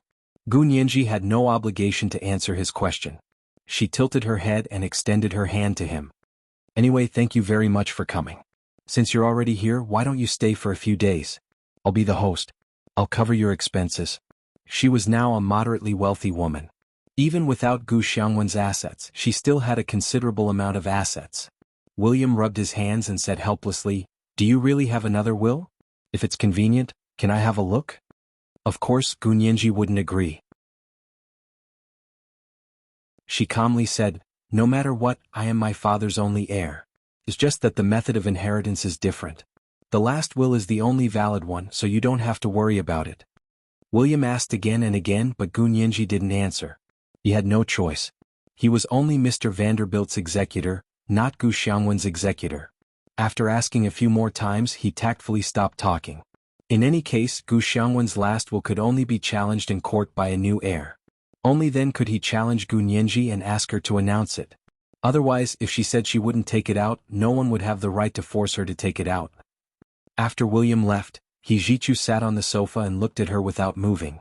He said, Gu Xiangwen has another will? Did you discover it when you found his body? More or less. Gunyenji nodded. Her eyes darted around and she didn't dare look at Hijichu. She muttered, Professor I didn't mean to hide it from you. Hijichu reached out a hand to stop her from continuing. His face was livid. That's enough. You don't have to explain to me. He didn't want to know anything about Mr. Gu Xiangwen. Gunyenji looked over and opened her mouth. In the end, she lowered her head like a child who had done something wrong. She said, I really didn't mean to hide it from you. It's because other things are involved, so, I know. You really don't have to tell me. Hijichu rubbed his temples with a headache. His expression was as cold as ever. His eyes were lowered, and his long eyelashes were densely packed like a small fan, blocking Gunyenji's line of sight. She couldn't see Hijichu's eyes clearly, nor could she understand his thoughts. The two of them fell silent for a moment. After a while, Hijichu calmed down and said aloofly, Now that these things have been resolved, when will Hua Xiaoheng hold your wedding with you? The topic had changed so quickly, Gunyenji complained in her heart, but she didn't dare to go against Hijichu anymore. She quickly said, We had planned to hold the wedding next year. My parents have just been buried and it's only been a month. We might as well wait until the first anniversary next year. Hijichu frowned. Actually, they passed away 7 years ago, right? Why are you doing this? Do you really have to observe mourning for a year? Gu Nianji shook her hand in embarrassment. But we only found them a month ago, so to me they only passed away a month ago. Do you miss your parents that much? He Jichu looked at her quietly for a while and suddenly asked. Gu Nianji nodded without hesitation. Of course, Professor He. Don't you miss your parents? He Jichu was stunned by her question. After another long silence he nodded and said, of course I miss them too. However, he wanted to be with Gu Nianji even more. He could only feel at ease when he was where she was. Gu Nianji grabbed her small handbag and carefully persuaded him, Professor He, you see, you miss your parents. You can visit them anytime. So you have to cherish them. He Jichu took his glass of water and took a sip. He looked away uncomfortably. My mother passed away a long time ago. Oh, I'm sorry. Gu Nianji blushed. I didn't mean to. He Jichu had never mentioned his mother. It's okay. He Jichu waved his hand and smiled bitterly. You don't remember them. Actually, you lived in my house when you were young. You know my parents. Gu Nianji's ears pricked up almost immediately and she leaned forward. I know Professor He's parents. How come I don't remember them at all? Can you remember anything from before you were 12? He Jichu's handsome face was cold as he said coldly, you forgot them yourself and now you're blaming them for not reminding you? Gu Nianji shrank her neck and muttered, I didn't lose my memory on purpose. It was like there was a black hole in her brain. The memories from before she was 12 had been thrown into the black hole, and she would probably never be able to find them again in this lifetime. He Jichu also knew he didn't blame her, but he still couldn't calm down. However, He Jichu's cold expression could no longer scare Gu Nianji. She was alone for a while, then her thoughts returned to the will Gu Xiangwen had made 18 years ago. Professor He, my father's will from 18 years ago said that the list of his assets has always been with me. Where do you think it would be? Gu Nianji rubbed her hair. What if I happen to forget it? He Jichu didn't want to talk to her at all.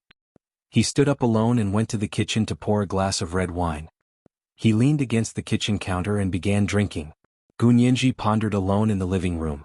After thinking about it, she recalled the small backpack she had been carrying when she first came here. She remembered that there was a blueprint in the backpack and she had also been carrying a doll. Also, the clothes she had been wearing at the time. Could these be clues? Gu Nianji regained her confidence and stood up happily. She went around to the kitchen and said to He Jichu, who was drinking red wine by himself, Professor He, I'll go back first. I have to look in my small backpack to see if there's anything important. He Jichu turned around already tipsy. What small backpack? It's the small backpack I was carrying when Huoxiao rescued me from the car. Gu Nianji gestured excitedly. And the doll I was carrying and the clothes I was wearing at the time. I have to check all of them carefully. He Jichu snorted and turned his high chair back to show Gu Nianji his beautiful back. I advise you not to waste your time. It's definitely not among these things. No way? How would I know if I don't look for it? Gu Nianji disagreed. If it's always been by my side, then I can only think of them.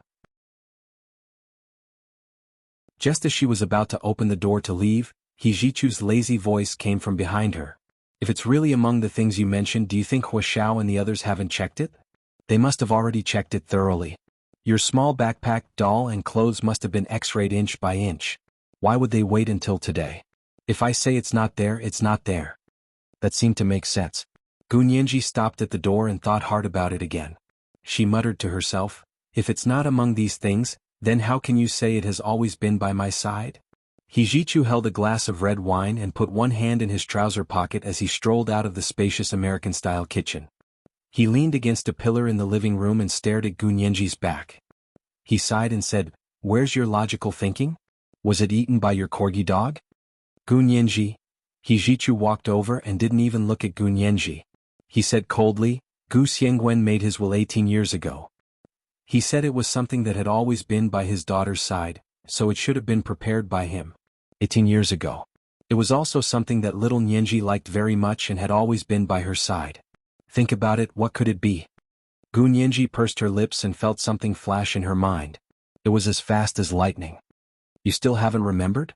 Must be. Gu Nianji suddenly turned around. Her big bright eyes were as bright as stars. Pink diamond crown? Is it a pink diamond crown? This is the second update for today, Chapter 1421, Difficult to Calm Down. There are 2 updates today to remind everyone of the monthly votes and recommendation votes. P.S. It's time to recommend books. Author, Feng Qitong. Title, Female supporting characters are always transmigrated. Introduction. All kinds of mighty people can't just pick one person to wear, right? Rain and dew equally okay? Moi.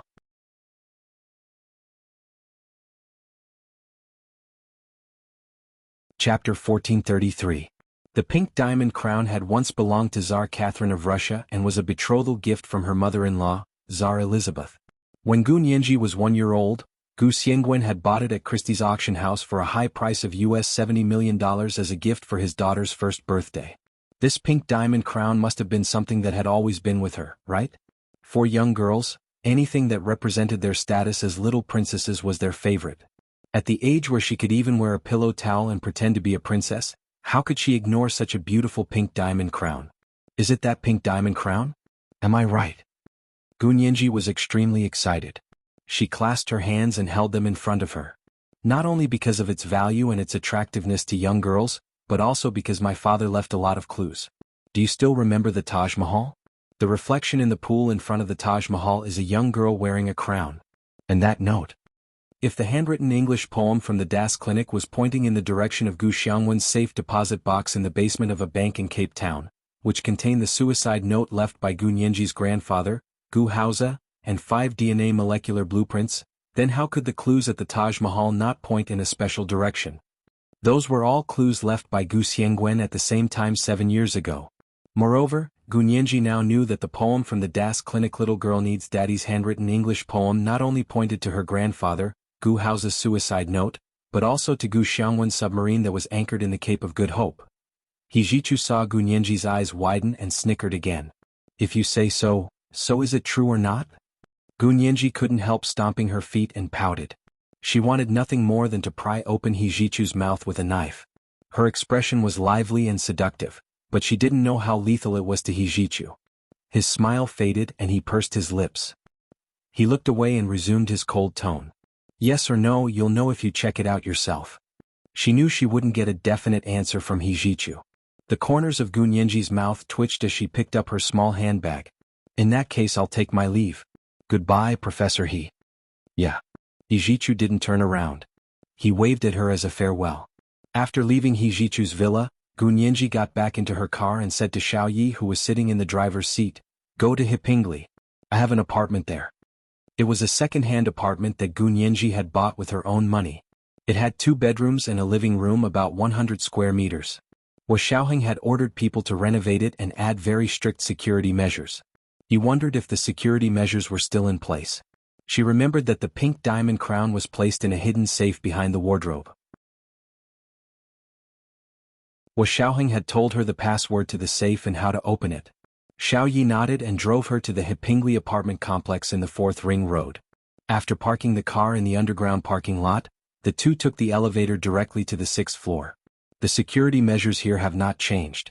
Xiao Yi glanced around and found 4 or 5 hidden cameras in the corridor. The other end of the camera was definitely under the surveillance of the Special Operations Forces. The entire corridor and the periphery of the apartment building should be included. Xiao Yi composed herself and walked into her small apartment with Gu Nianji.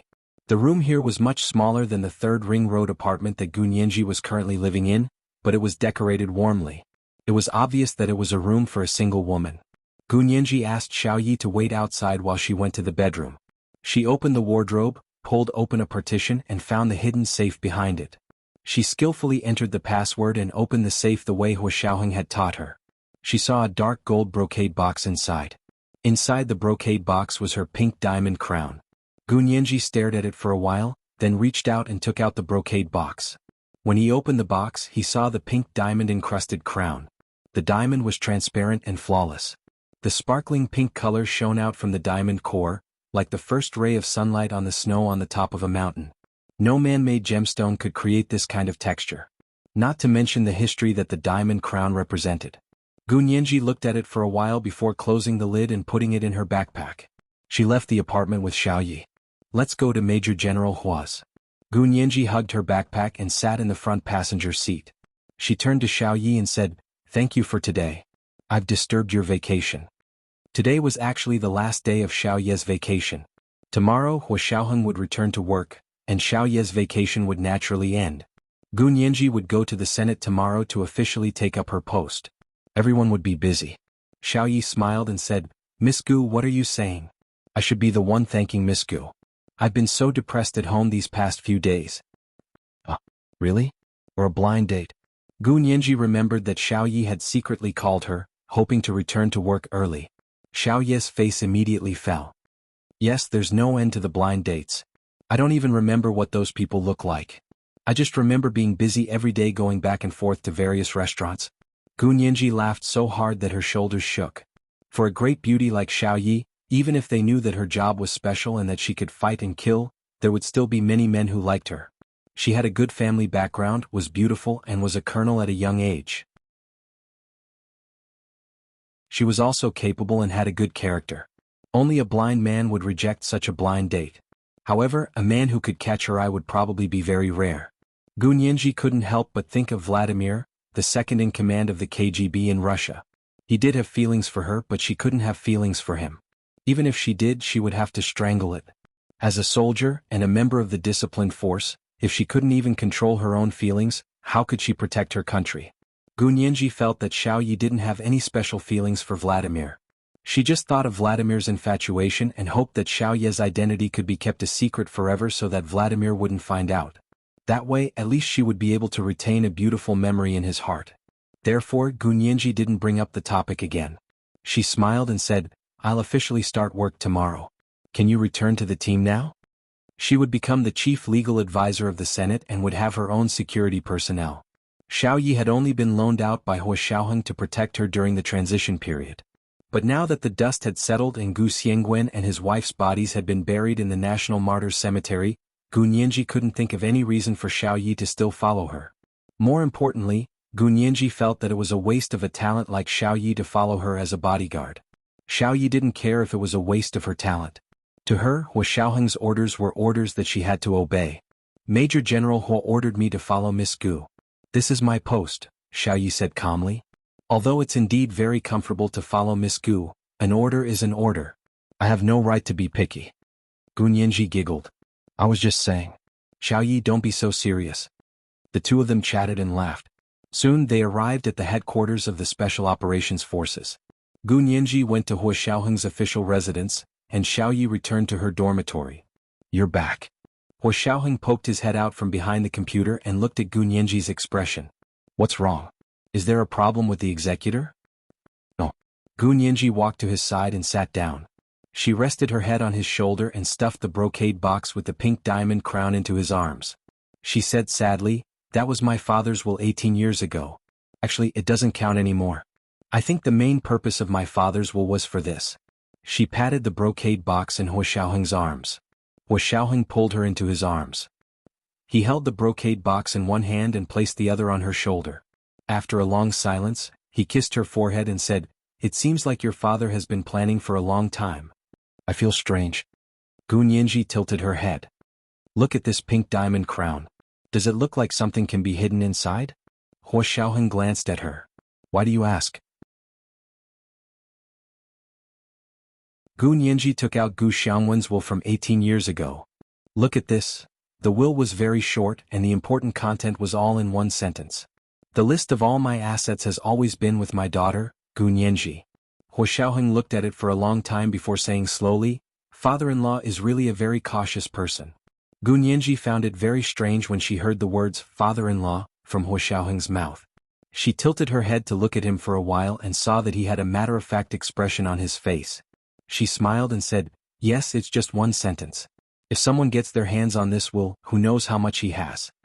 Even the lawyer didn't know his family assets. Hua Xiaoheng's gaze shifted to the brocade box that Gu Nianji had stuffed into his arms. He picked it up and placed it on the coffee table in front of him. He said thoughtfully, "You think that this diamond crown has always been with you?" Gu Nianji raised an eyebrow. "Isn't it?" If she remembered correctly, her father, Gu Xiangwen, had bought this pink diamond crown at an astronomical price at Christie's auction house the year he made his will as her first birthday present. It was obvious that it was a precious piece of jewelry that could be used as a family heirloom and accompany her for the rest of her life. Hua Xiaoheng narrowed his eyes and moved closer to her ear. He said in an extremely low voice, Isn't it me who has always been by your side? His voice was low and magnetic, like the first nocturne played by a cello at dusk on a summer day. It carried the gentleness of the evening breeze and the fragrance of grass. It was refreshing. Gu Nianji's ears were numb. She scratched her earlobe uncomfortably and glared at Hua Xiaoheng. How did my father know that you would be by my side 18 years ago? Besides, you weren't by my side all the time, at least not before I was 12. Hua Xiaoheng was just joking. He sat back down and placed one hand on the sofa's armrest. He said calmly, if it wasn't me, then it could only be this diamond crown. This is the first update of the day, chapter 1422, if you say it's yes. There are 2 updates today. A reminder to everyone about the monthly votes and recommendation votes. The second update was at 8 p.m.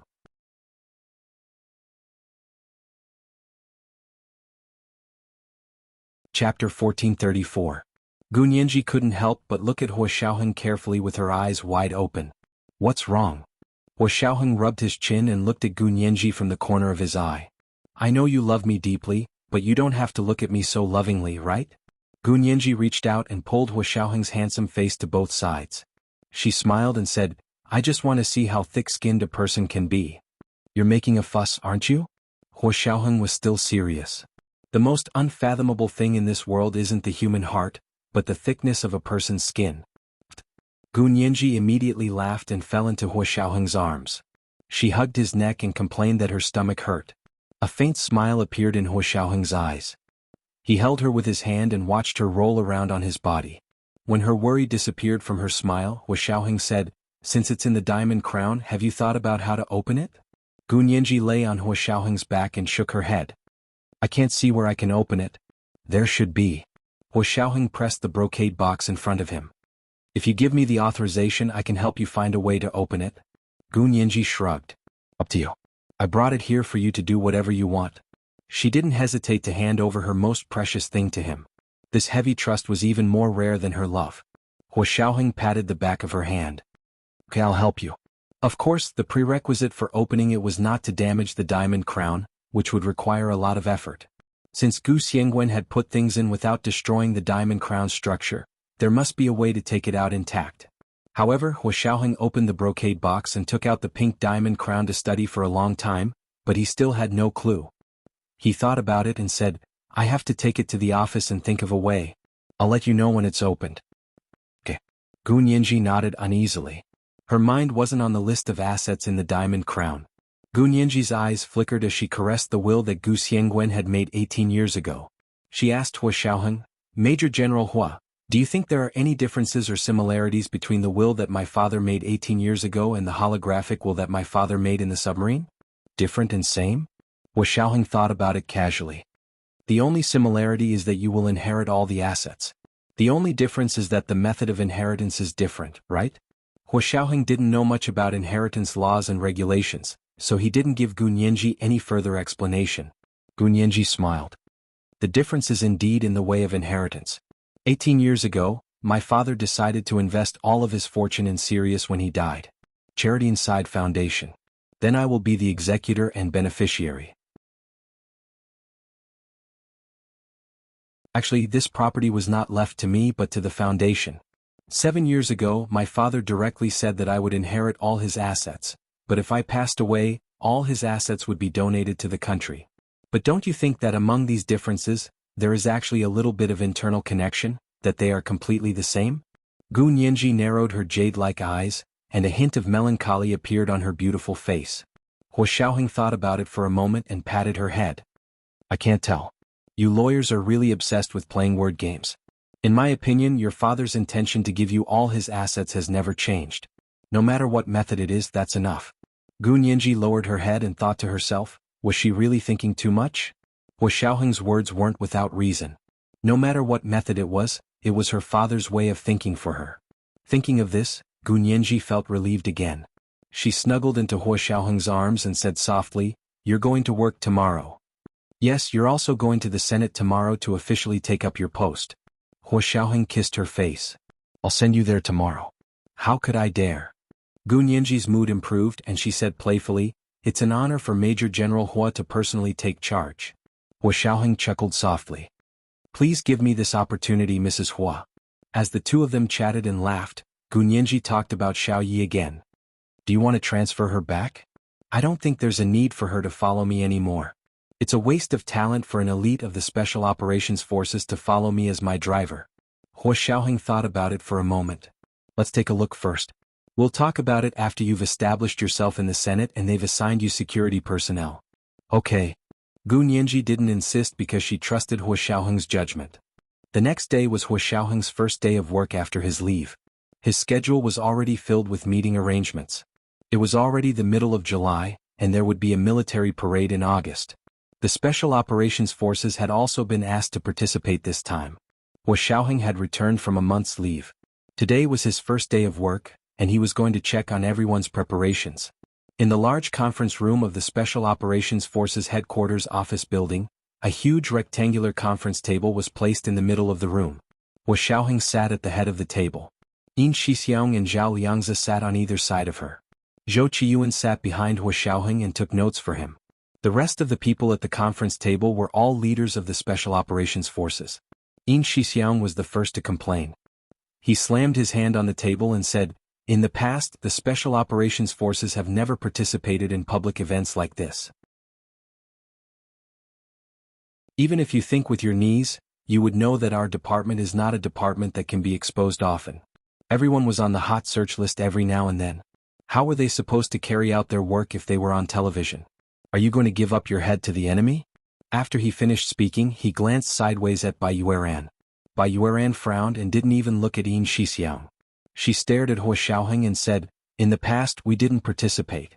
Everyone understood and didn't have any special requests. But it's different this year. It's the 10th anniversary celebration this year, and it's also the first time the Special Operations Forces will officially appear in front of the entire nation since its establishment. Do you think you can just hide? Why doesn't the CIA hide from us?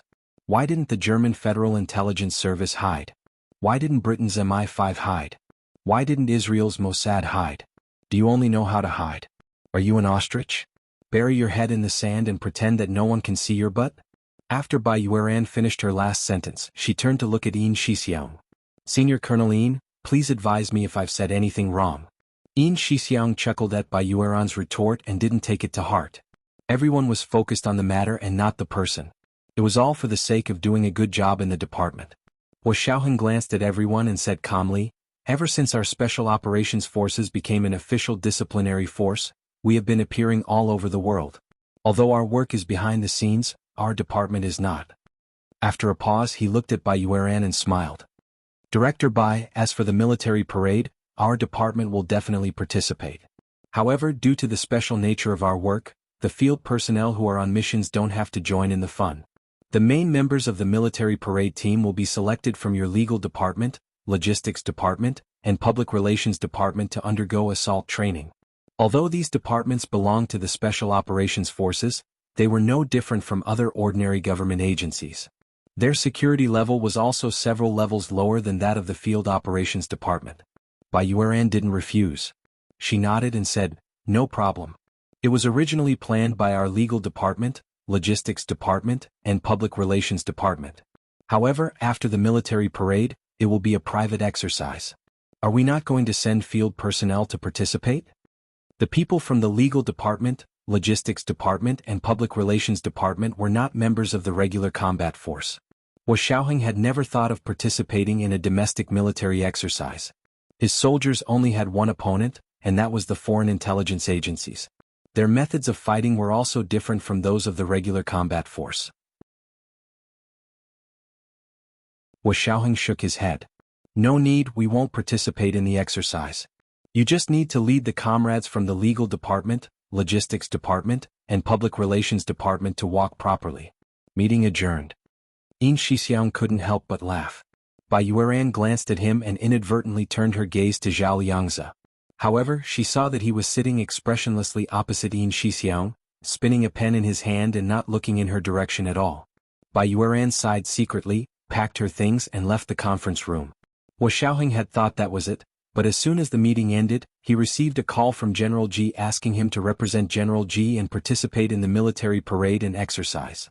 As a leading member of the command center, he would supervise the military parade and exercise. Xiaoheng, this is a very good opportunity to train. You have to seize this opportunity. Don't just focus on the Special Operations Forces. In the future, your position will not be limited to any one department. You have to have a holistic view and have a comprehensive understanding of all aspects of the military. And this military parade and maneuver is a very good opportunity. Huo Xiaoheng immediately said, "Yes, Chief. I will leave immediately and go to Rai City to participate in the military parade and exercise." The mission of the military parade had been issued to the various troops 3 months ago. Everyone had transferred their elite soldiers and had already begun closed-door training. Huo Xiaoheng was now going to Rai City, where the military parade and exercise were being held. He was only doing a final assessment and inspection to see how everyone's preparations were going, because there was only half a month left. He had wanted to send Gu Nianji to work at the Senate tomorrow, but now he couldn't. He had to pack his luggage and set off for Rai City immediately. He hurriedly called Gu Nianji and boarded the military plane to the city of Rewa. Because he was going to Rai City on behalf of General Ji, Huo Xiaoheng did not bring Yin Shixiang and Zhao Liangzi with him. He only brought a few of his orderlies. Rai City was located in the northwest desert of the Huaxia Empire. It was a city specially built for military exercises. It only took 2 hours to fly from the imperial capital to Rai City. However, half an hour after the plane took off, a sudden thunderstorm caused them to disappear from the radar. This was today's second update, Chapter 1423, Behind the Scenes. Today's second update was to remind everyone of their monthly votes and recommendation votes. Good night, dear ones.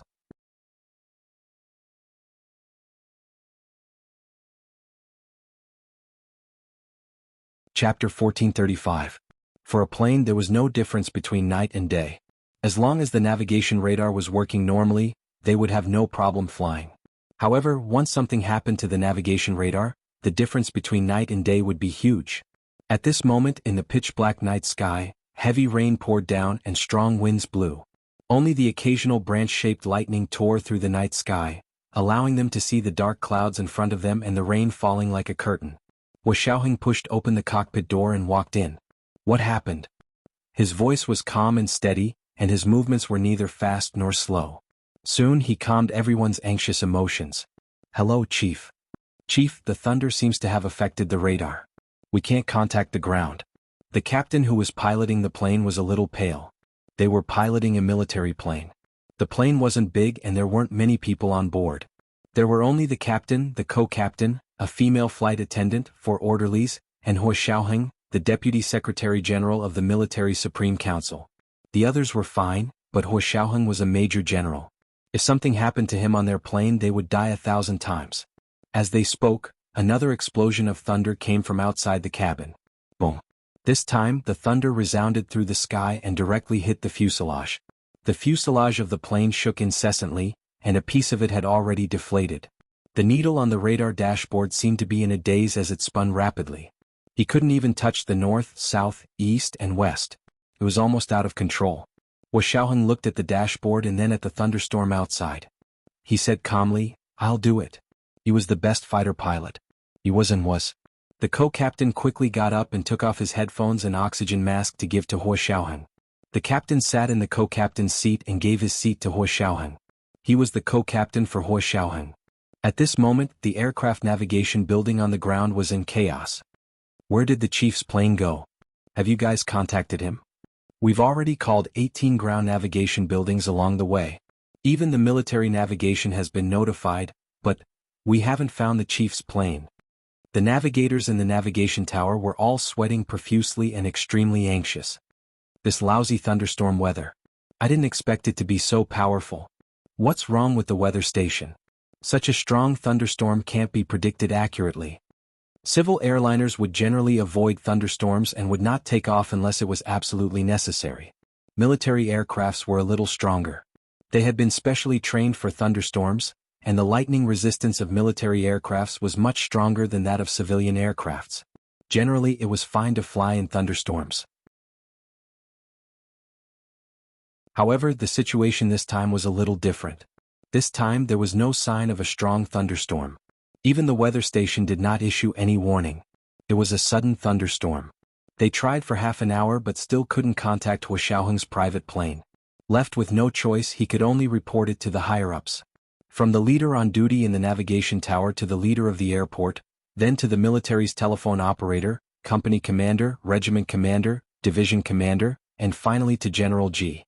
General G was still awake and reading some documents in his study. When she received the call, she stood up abruptly. What? Xiaoheng's private jet had encountered a strong thunderstorm and lost contact. I'm warning you, hurry up and get in touch.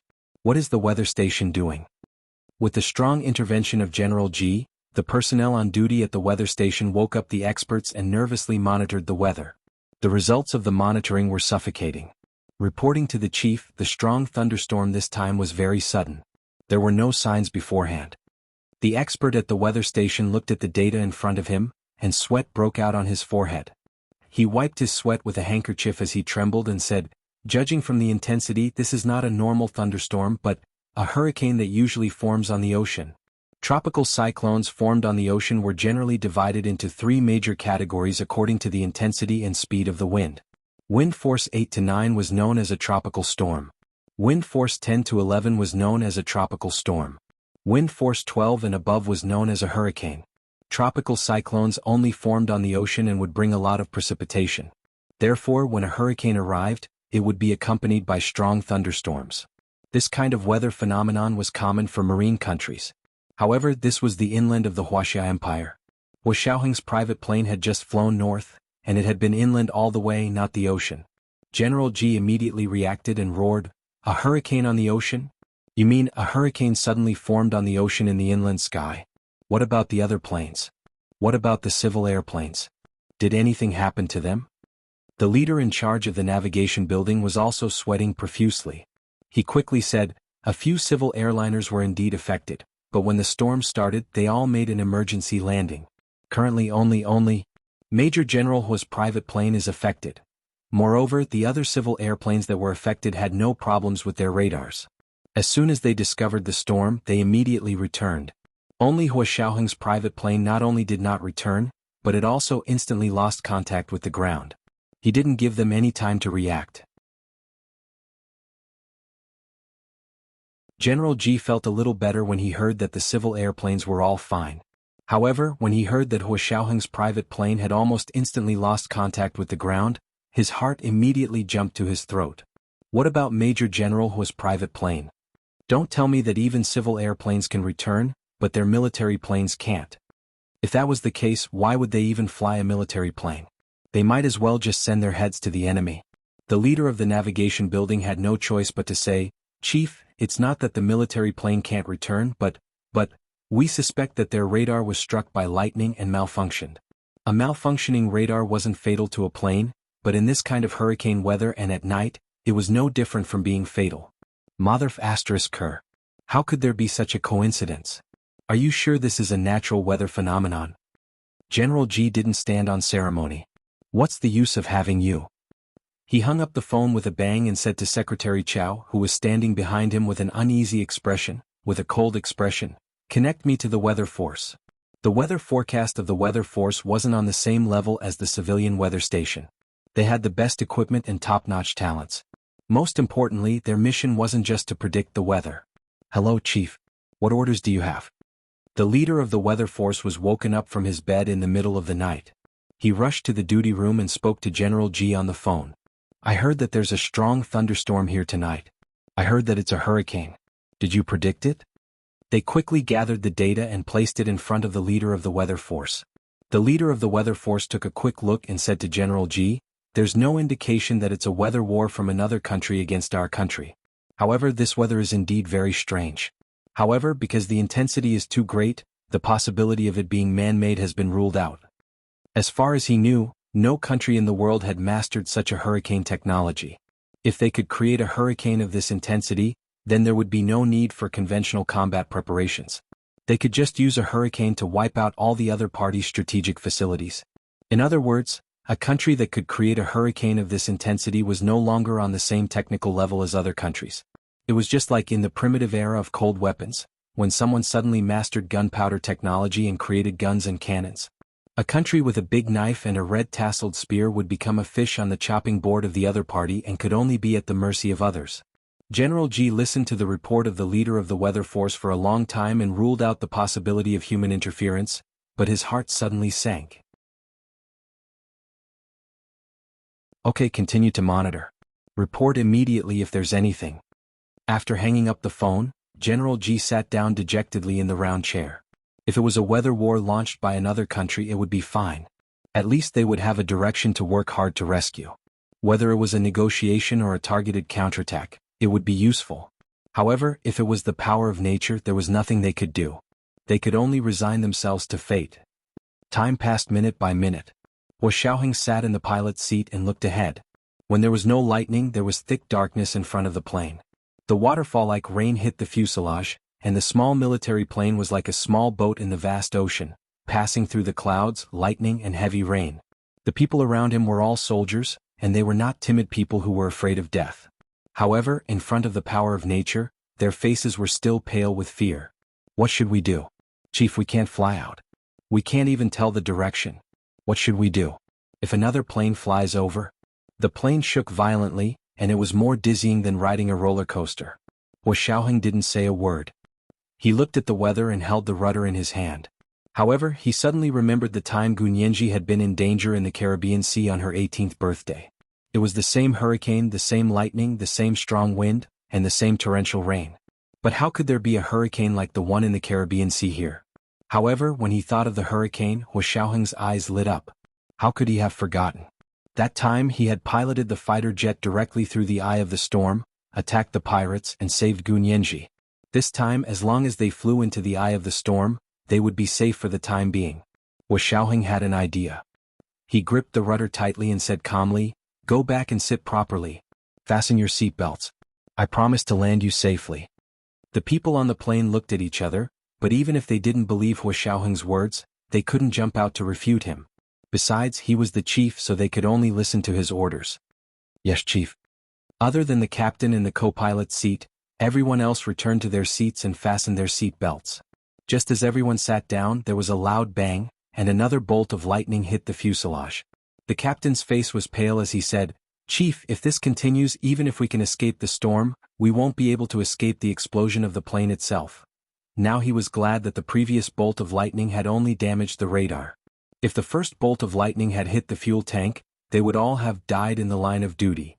Xiaoheng grunted. "I know. I'll turn off the engines on both sides. Listen to my orders, open the fuel tank door and empty all the oil.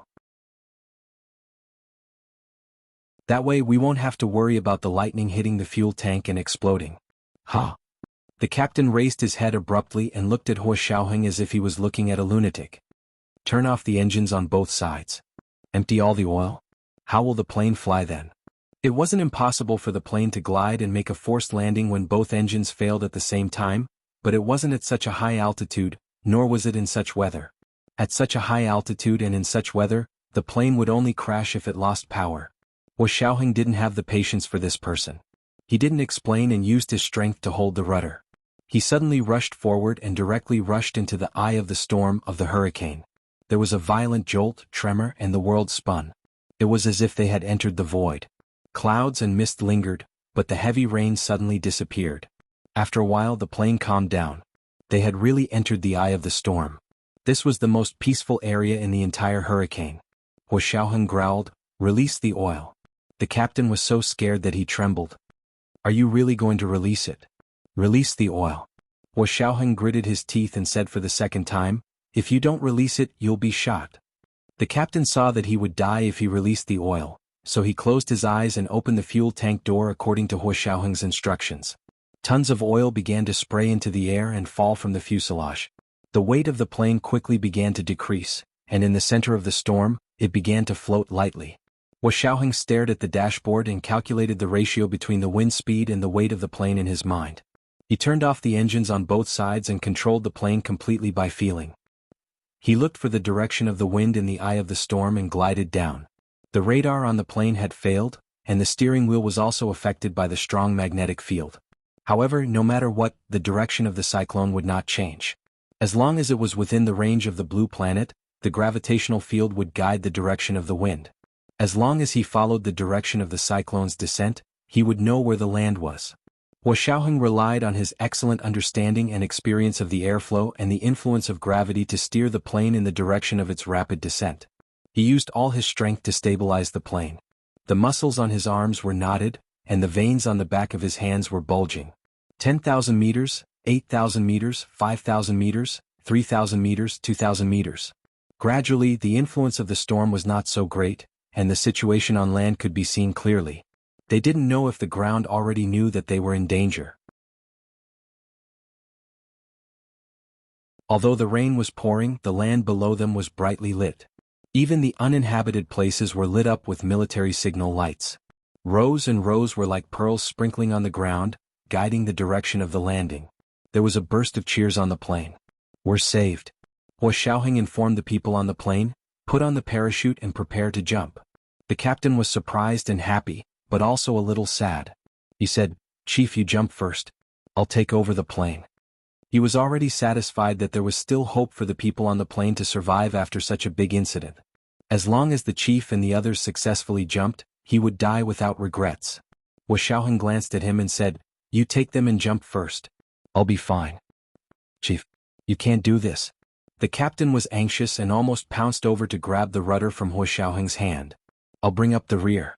If you jump, I'll jump." This was the first chapter of the day, 4,000 words. Chapter 1424, I'll jump if you jump. I heard that the double monthly votes have begun. Dear friends, you can vote for your monthly votes now. It was 8 o'clock in the evening.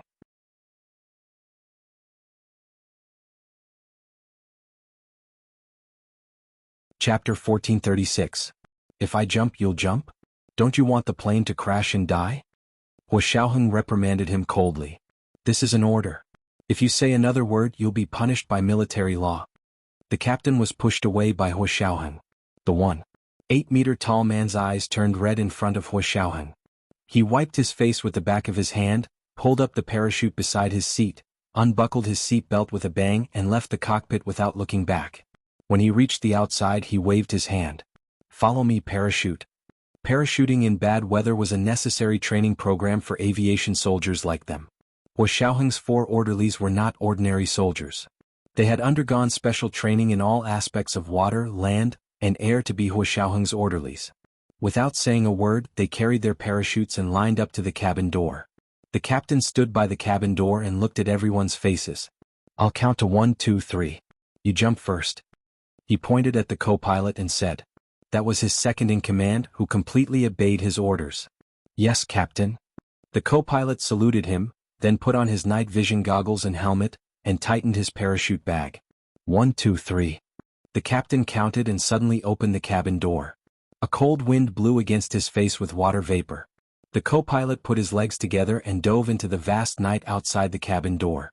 Next was the female flight attendant. She saluted the captain and dove down as well. Then it was Hua Xiaoheng's 4 orderlies. They were still calm and jumped down one after another. They were still in the eye of the storm, but the closer they got to land, the weaker the storm became. The rain had almost stopped, and the clouds were gradually dissipating. The ground with flashing signal lights was right in front of them. The captain said to Hua Xiaoheng through the walkie-talkie, "Chief, everyone has jumped." "I'm jumping." With that, he jumped out of the cabin door. At this time, they were less than 3 kilometers from the ground. This distance was not difficult for them. They did not know where they were, but judging from the lights on the ground, they should not be far from Rai City, or rather, they were within the range of Rai City. This was because only the people at the military base in Rai City knew of the arrival of their private plane. Dark blue umbrella flowers bloomed in the pitch-black night sky. Their walkie-talkies began to adjust their frequency to get in touch with the ground troops. Military vehicles drove out of the military base in Rai City and rushed to the spot where they had jumped. At the same time, General Ji, who had been nervously watching the development of the situation in the imperial capital, received a call from the Rai City Military Command Center. Reporting to the chief, Major General Hua's private plane has appeared, and all the personnel on board have parachuted.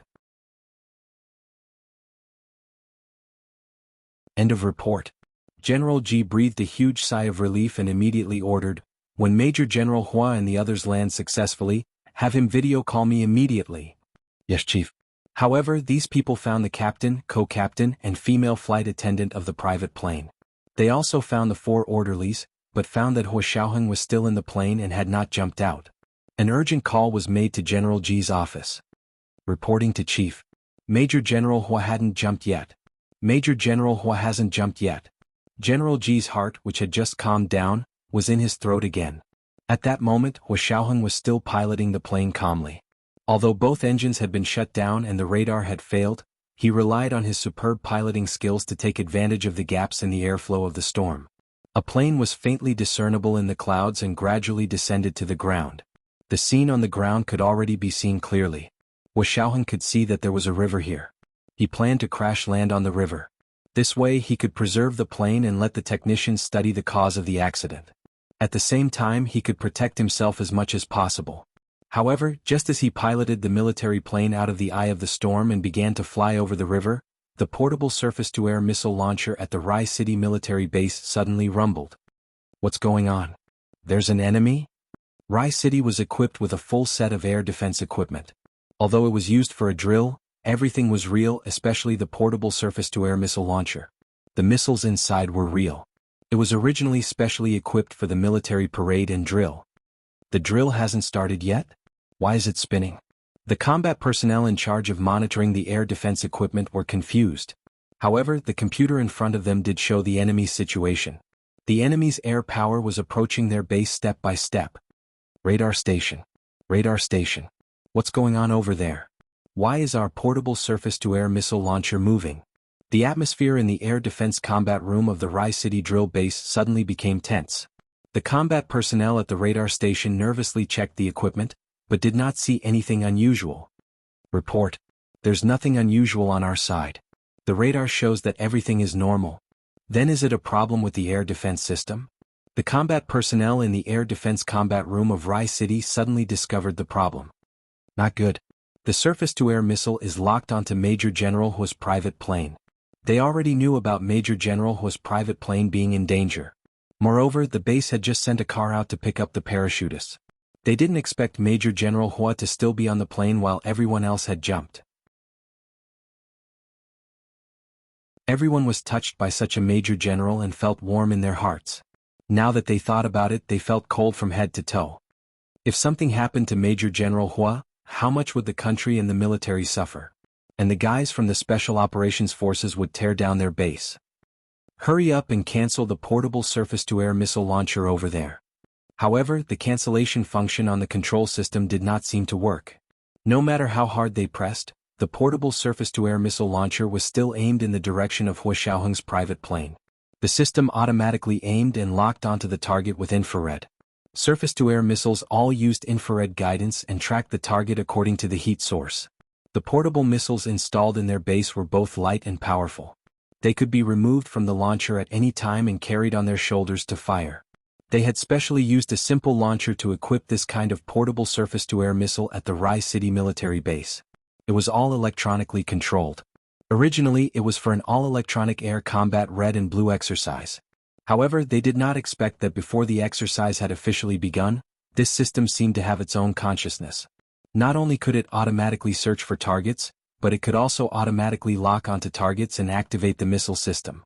The computer program controllers at the Rai City military base frantically entered instructions, but they were not accepted by the system. What should we do? We can't cancel it. Aren't you very F***king capable? You can't even handle a set of electronic equipment. The commander of the air defense combat room in Rai City was so anxious that his eyes turned red. He quickly picked up the phone to inform the ground crew of the surface-to-air missile system and said loudly, "Smash it with an axe. Let's see how it can fire automatically." But it was already too late. As soon as they finished speaking, they heard a whistling sound. They looked up and saw a fiery red missile rise from their launch base, speeding toward the approaching plane in the clouds. Boom! With a crisp and loud bang, smoke rose and flames shot in all directions. The portable surface-to-air missile accurately hit Hua Xiaoheng's private plane. Oh my God! The commander knelt on the ground with his head in his hands, tears rolling down his cheeks. Chief. He covered his face, not daring to look at the collision between the missile and the plane. Hua Xiaoheng noticed something strange the moment the plane was locked onto by the missile. Although the plane's radar had malfunctioned, all the oil had been emptied, and the engine had been shut down, it was still a military plane. When the plane was immediately locked on by the missile, another set of emergency devices on the plane was activated, and an urgent alarm sounded. This emergency system had its own backup battery and was not affected by the aviation oil. When Hua Xiaoheng heard the emergency system's alarm, he immediately knew that something had happened. He didn't have time to think too much. With a whoosh, he pulled off the parachute above his head and carried it on his back. With one hand on the seat, he jumped out of the seat and rushed out of the cockpit. He came to the wide-open cabin door, put his feet together, kicked his legs, and jumped towards the river on the ground.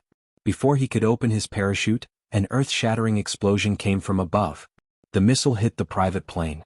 With a whoosh, in the blink of an eye, huge sparks rose in midair, and the military plane instantly burned into a huge fireball. Shrapnel flew everywhere, and the high-temperature flames were burning fiercely as they attacked Hua Xiaoheng's back. He did not open his parachute. Instead, he endured the pain and relied on his own weight to fall rapidly. Because if he opened his parachute at this time, the high-temperature flames would definitely destroy his parachute immediately. Then he would be waiting to fall to his death. The plane above his head was almost blown to pieces by the missile. When it fell, it let out a whistling scream. Like a burning meteor shower, it chased after Hua Xiaoheng's head and fell. Hua Xiaoheng saw that the water was getting closer and closer, and the scorching temperature behind him was getting farther and farther away. Only then did he open his parachute just before he fell to the ground. With a soft whooshing sound, the dark blue umbrella opened up, as if another blue flower had bloomed in the air. However, the debris of the plane above his head fell like rain, and there were flames of all sizes. Soon a few holes were smashed in his parachute. Air passed through the holes, and the umbrella could no longer support his weight. Hua Xiaoheng's fall only slowed down for a moment before he found that the parachute had broken. He couldn't control the speed of his fall at all. Fortunately, there was a river below. He had originally wanted to crash land on this river. Hua Xiaoheng pulled the parachute rope tightly and calmly adjusted the direction and speed of his descent in the air. Finally, at the last moment before a large piece of burning wing smashed towards his head, he fell into the river with a plop. The wreckage of the private plane also fell into the water. The flames were drowned by the river, and with a sizzle, they turned into thick black smoke and drifted over the river. Not far away, countless cars were speeding over with their headlights on. The headlights pulled out a long line illuminating the road by the river. This is today's second update, Chapter 1425, Stars Falling Like Rain. I heard that the double monthly votes have begun. Dear friends, you can vote for your monthly votes now.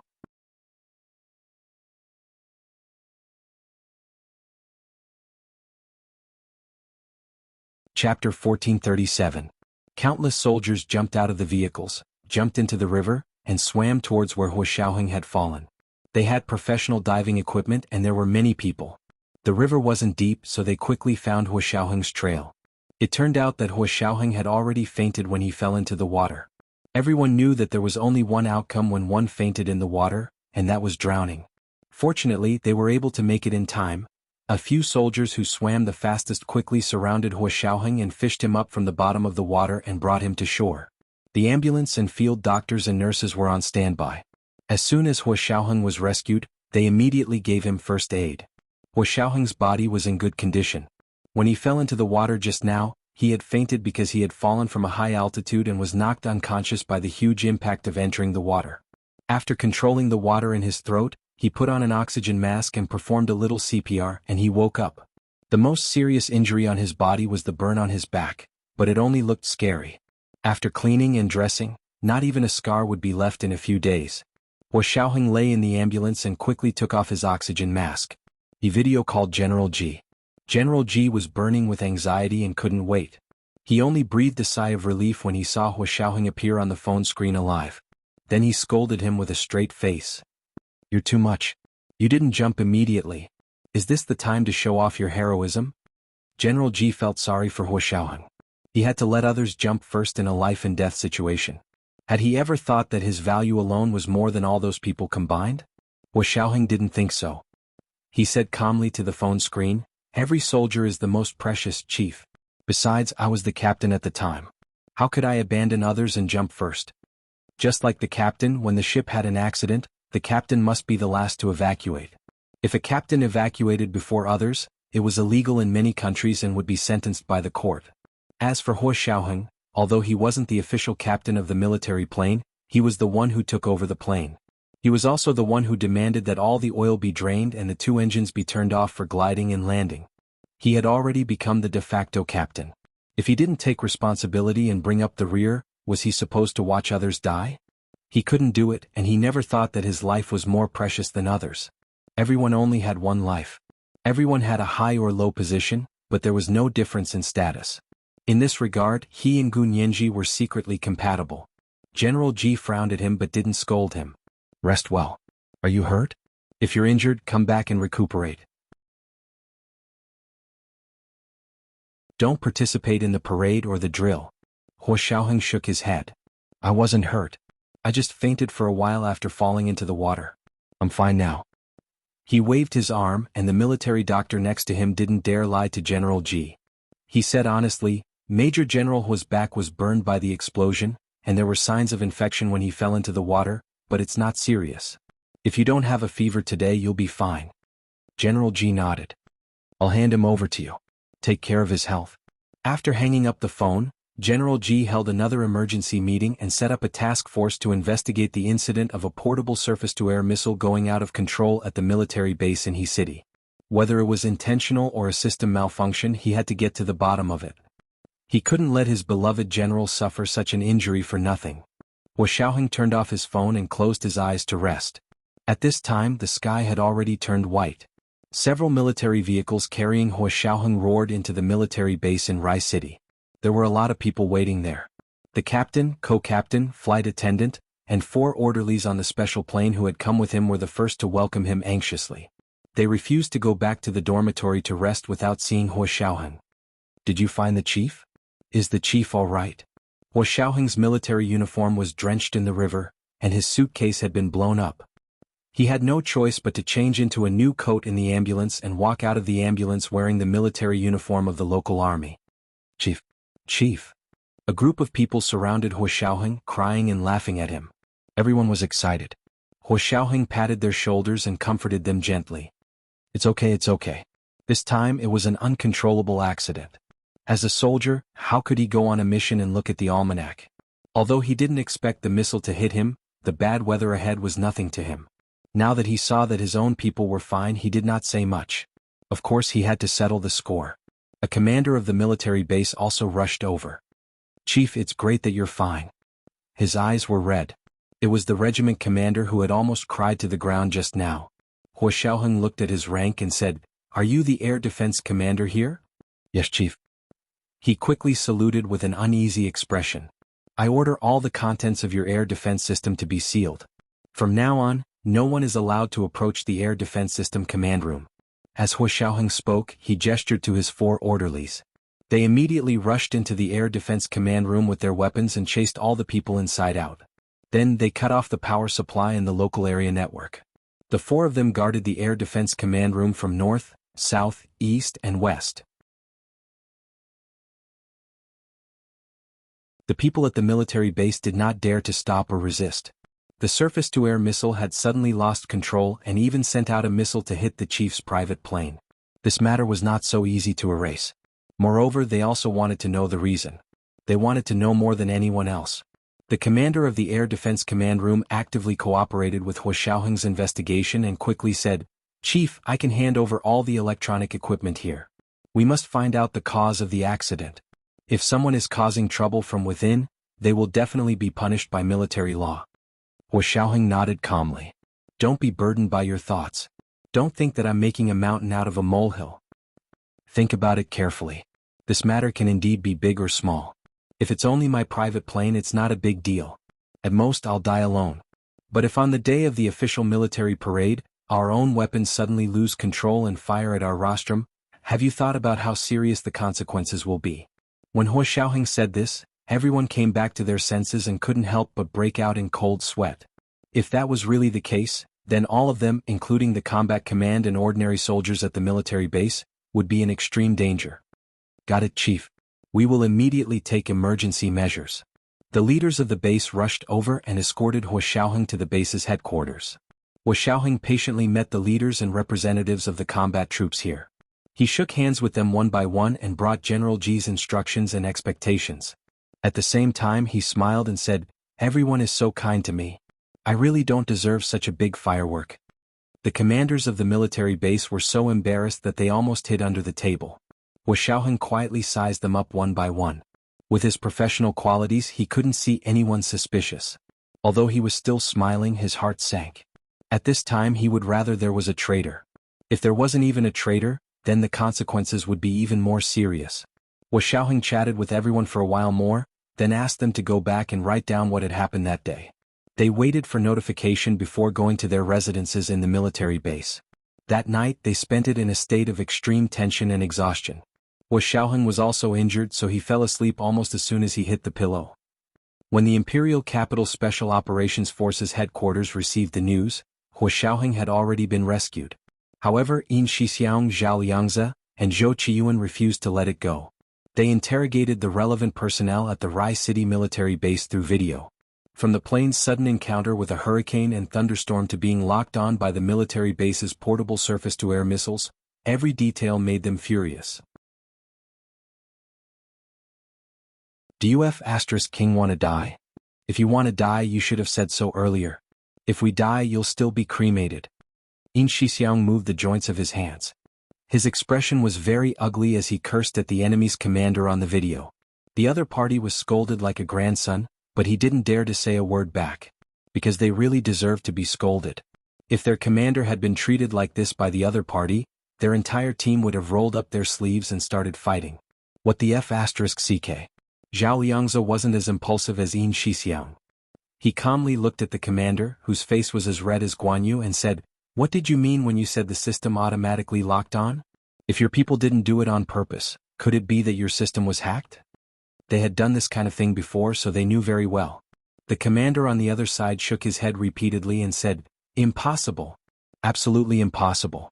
Our system isn't connected to the outside world. How could hackers hack in? If it's not connected to the outside world, then there must be an internal problem." Zhao Liangze stood up. "I have to go to your place. This won't do." The Rai City military base was indeed disconnected from the outside world. They had their own local area network and were not connected to the outside world's internet. In theory, if the network was completely disconnected from the outside world, hackers could not attack from the outside.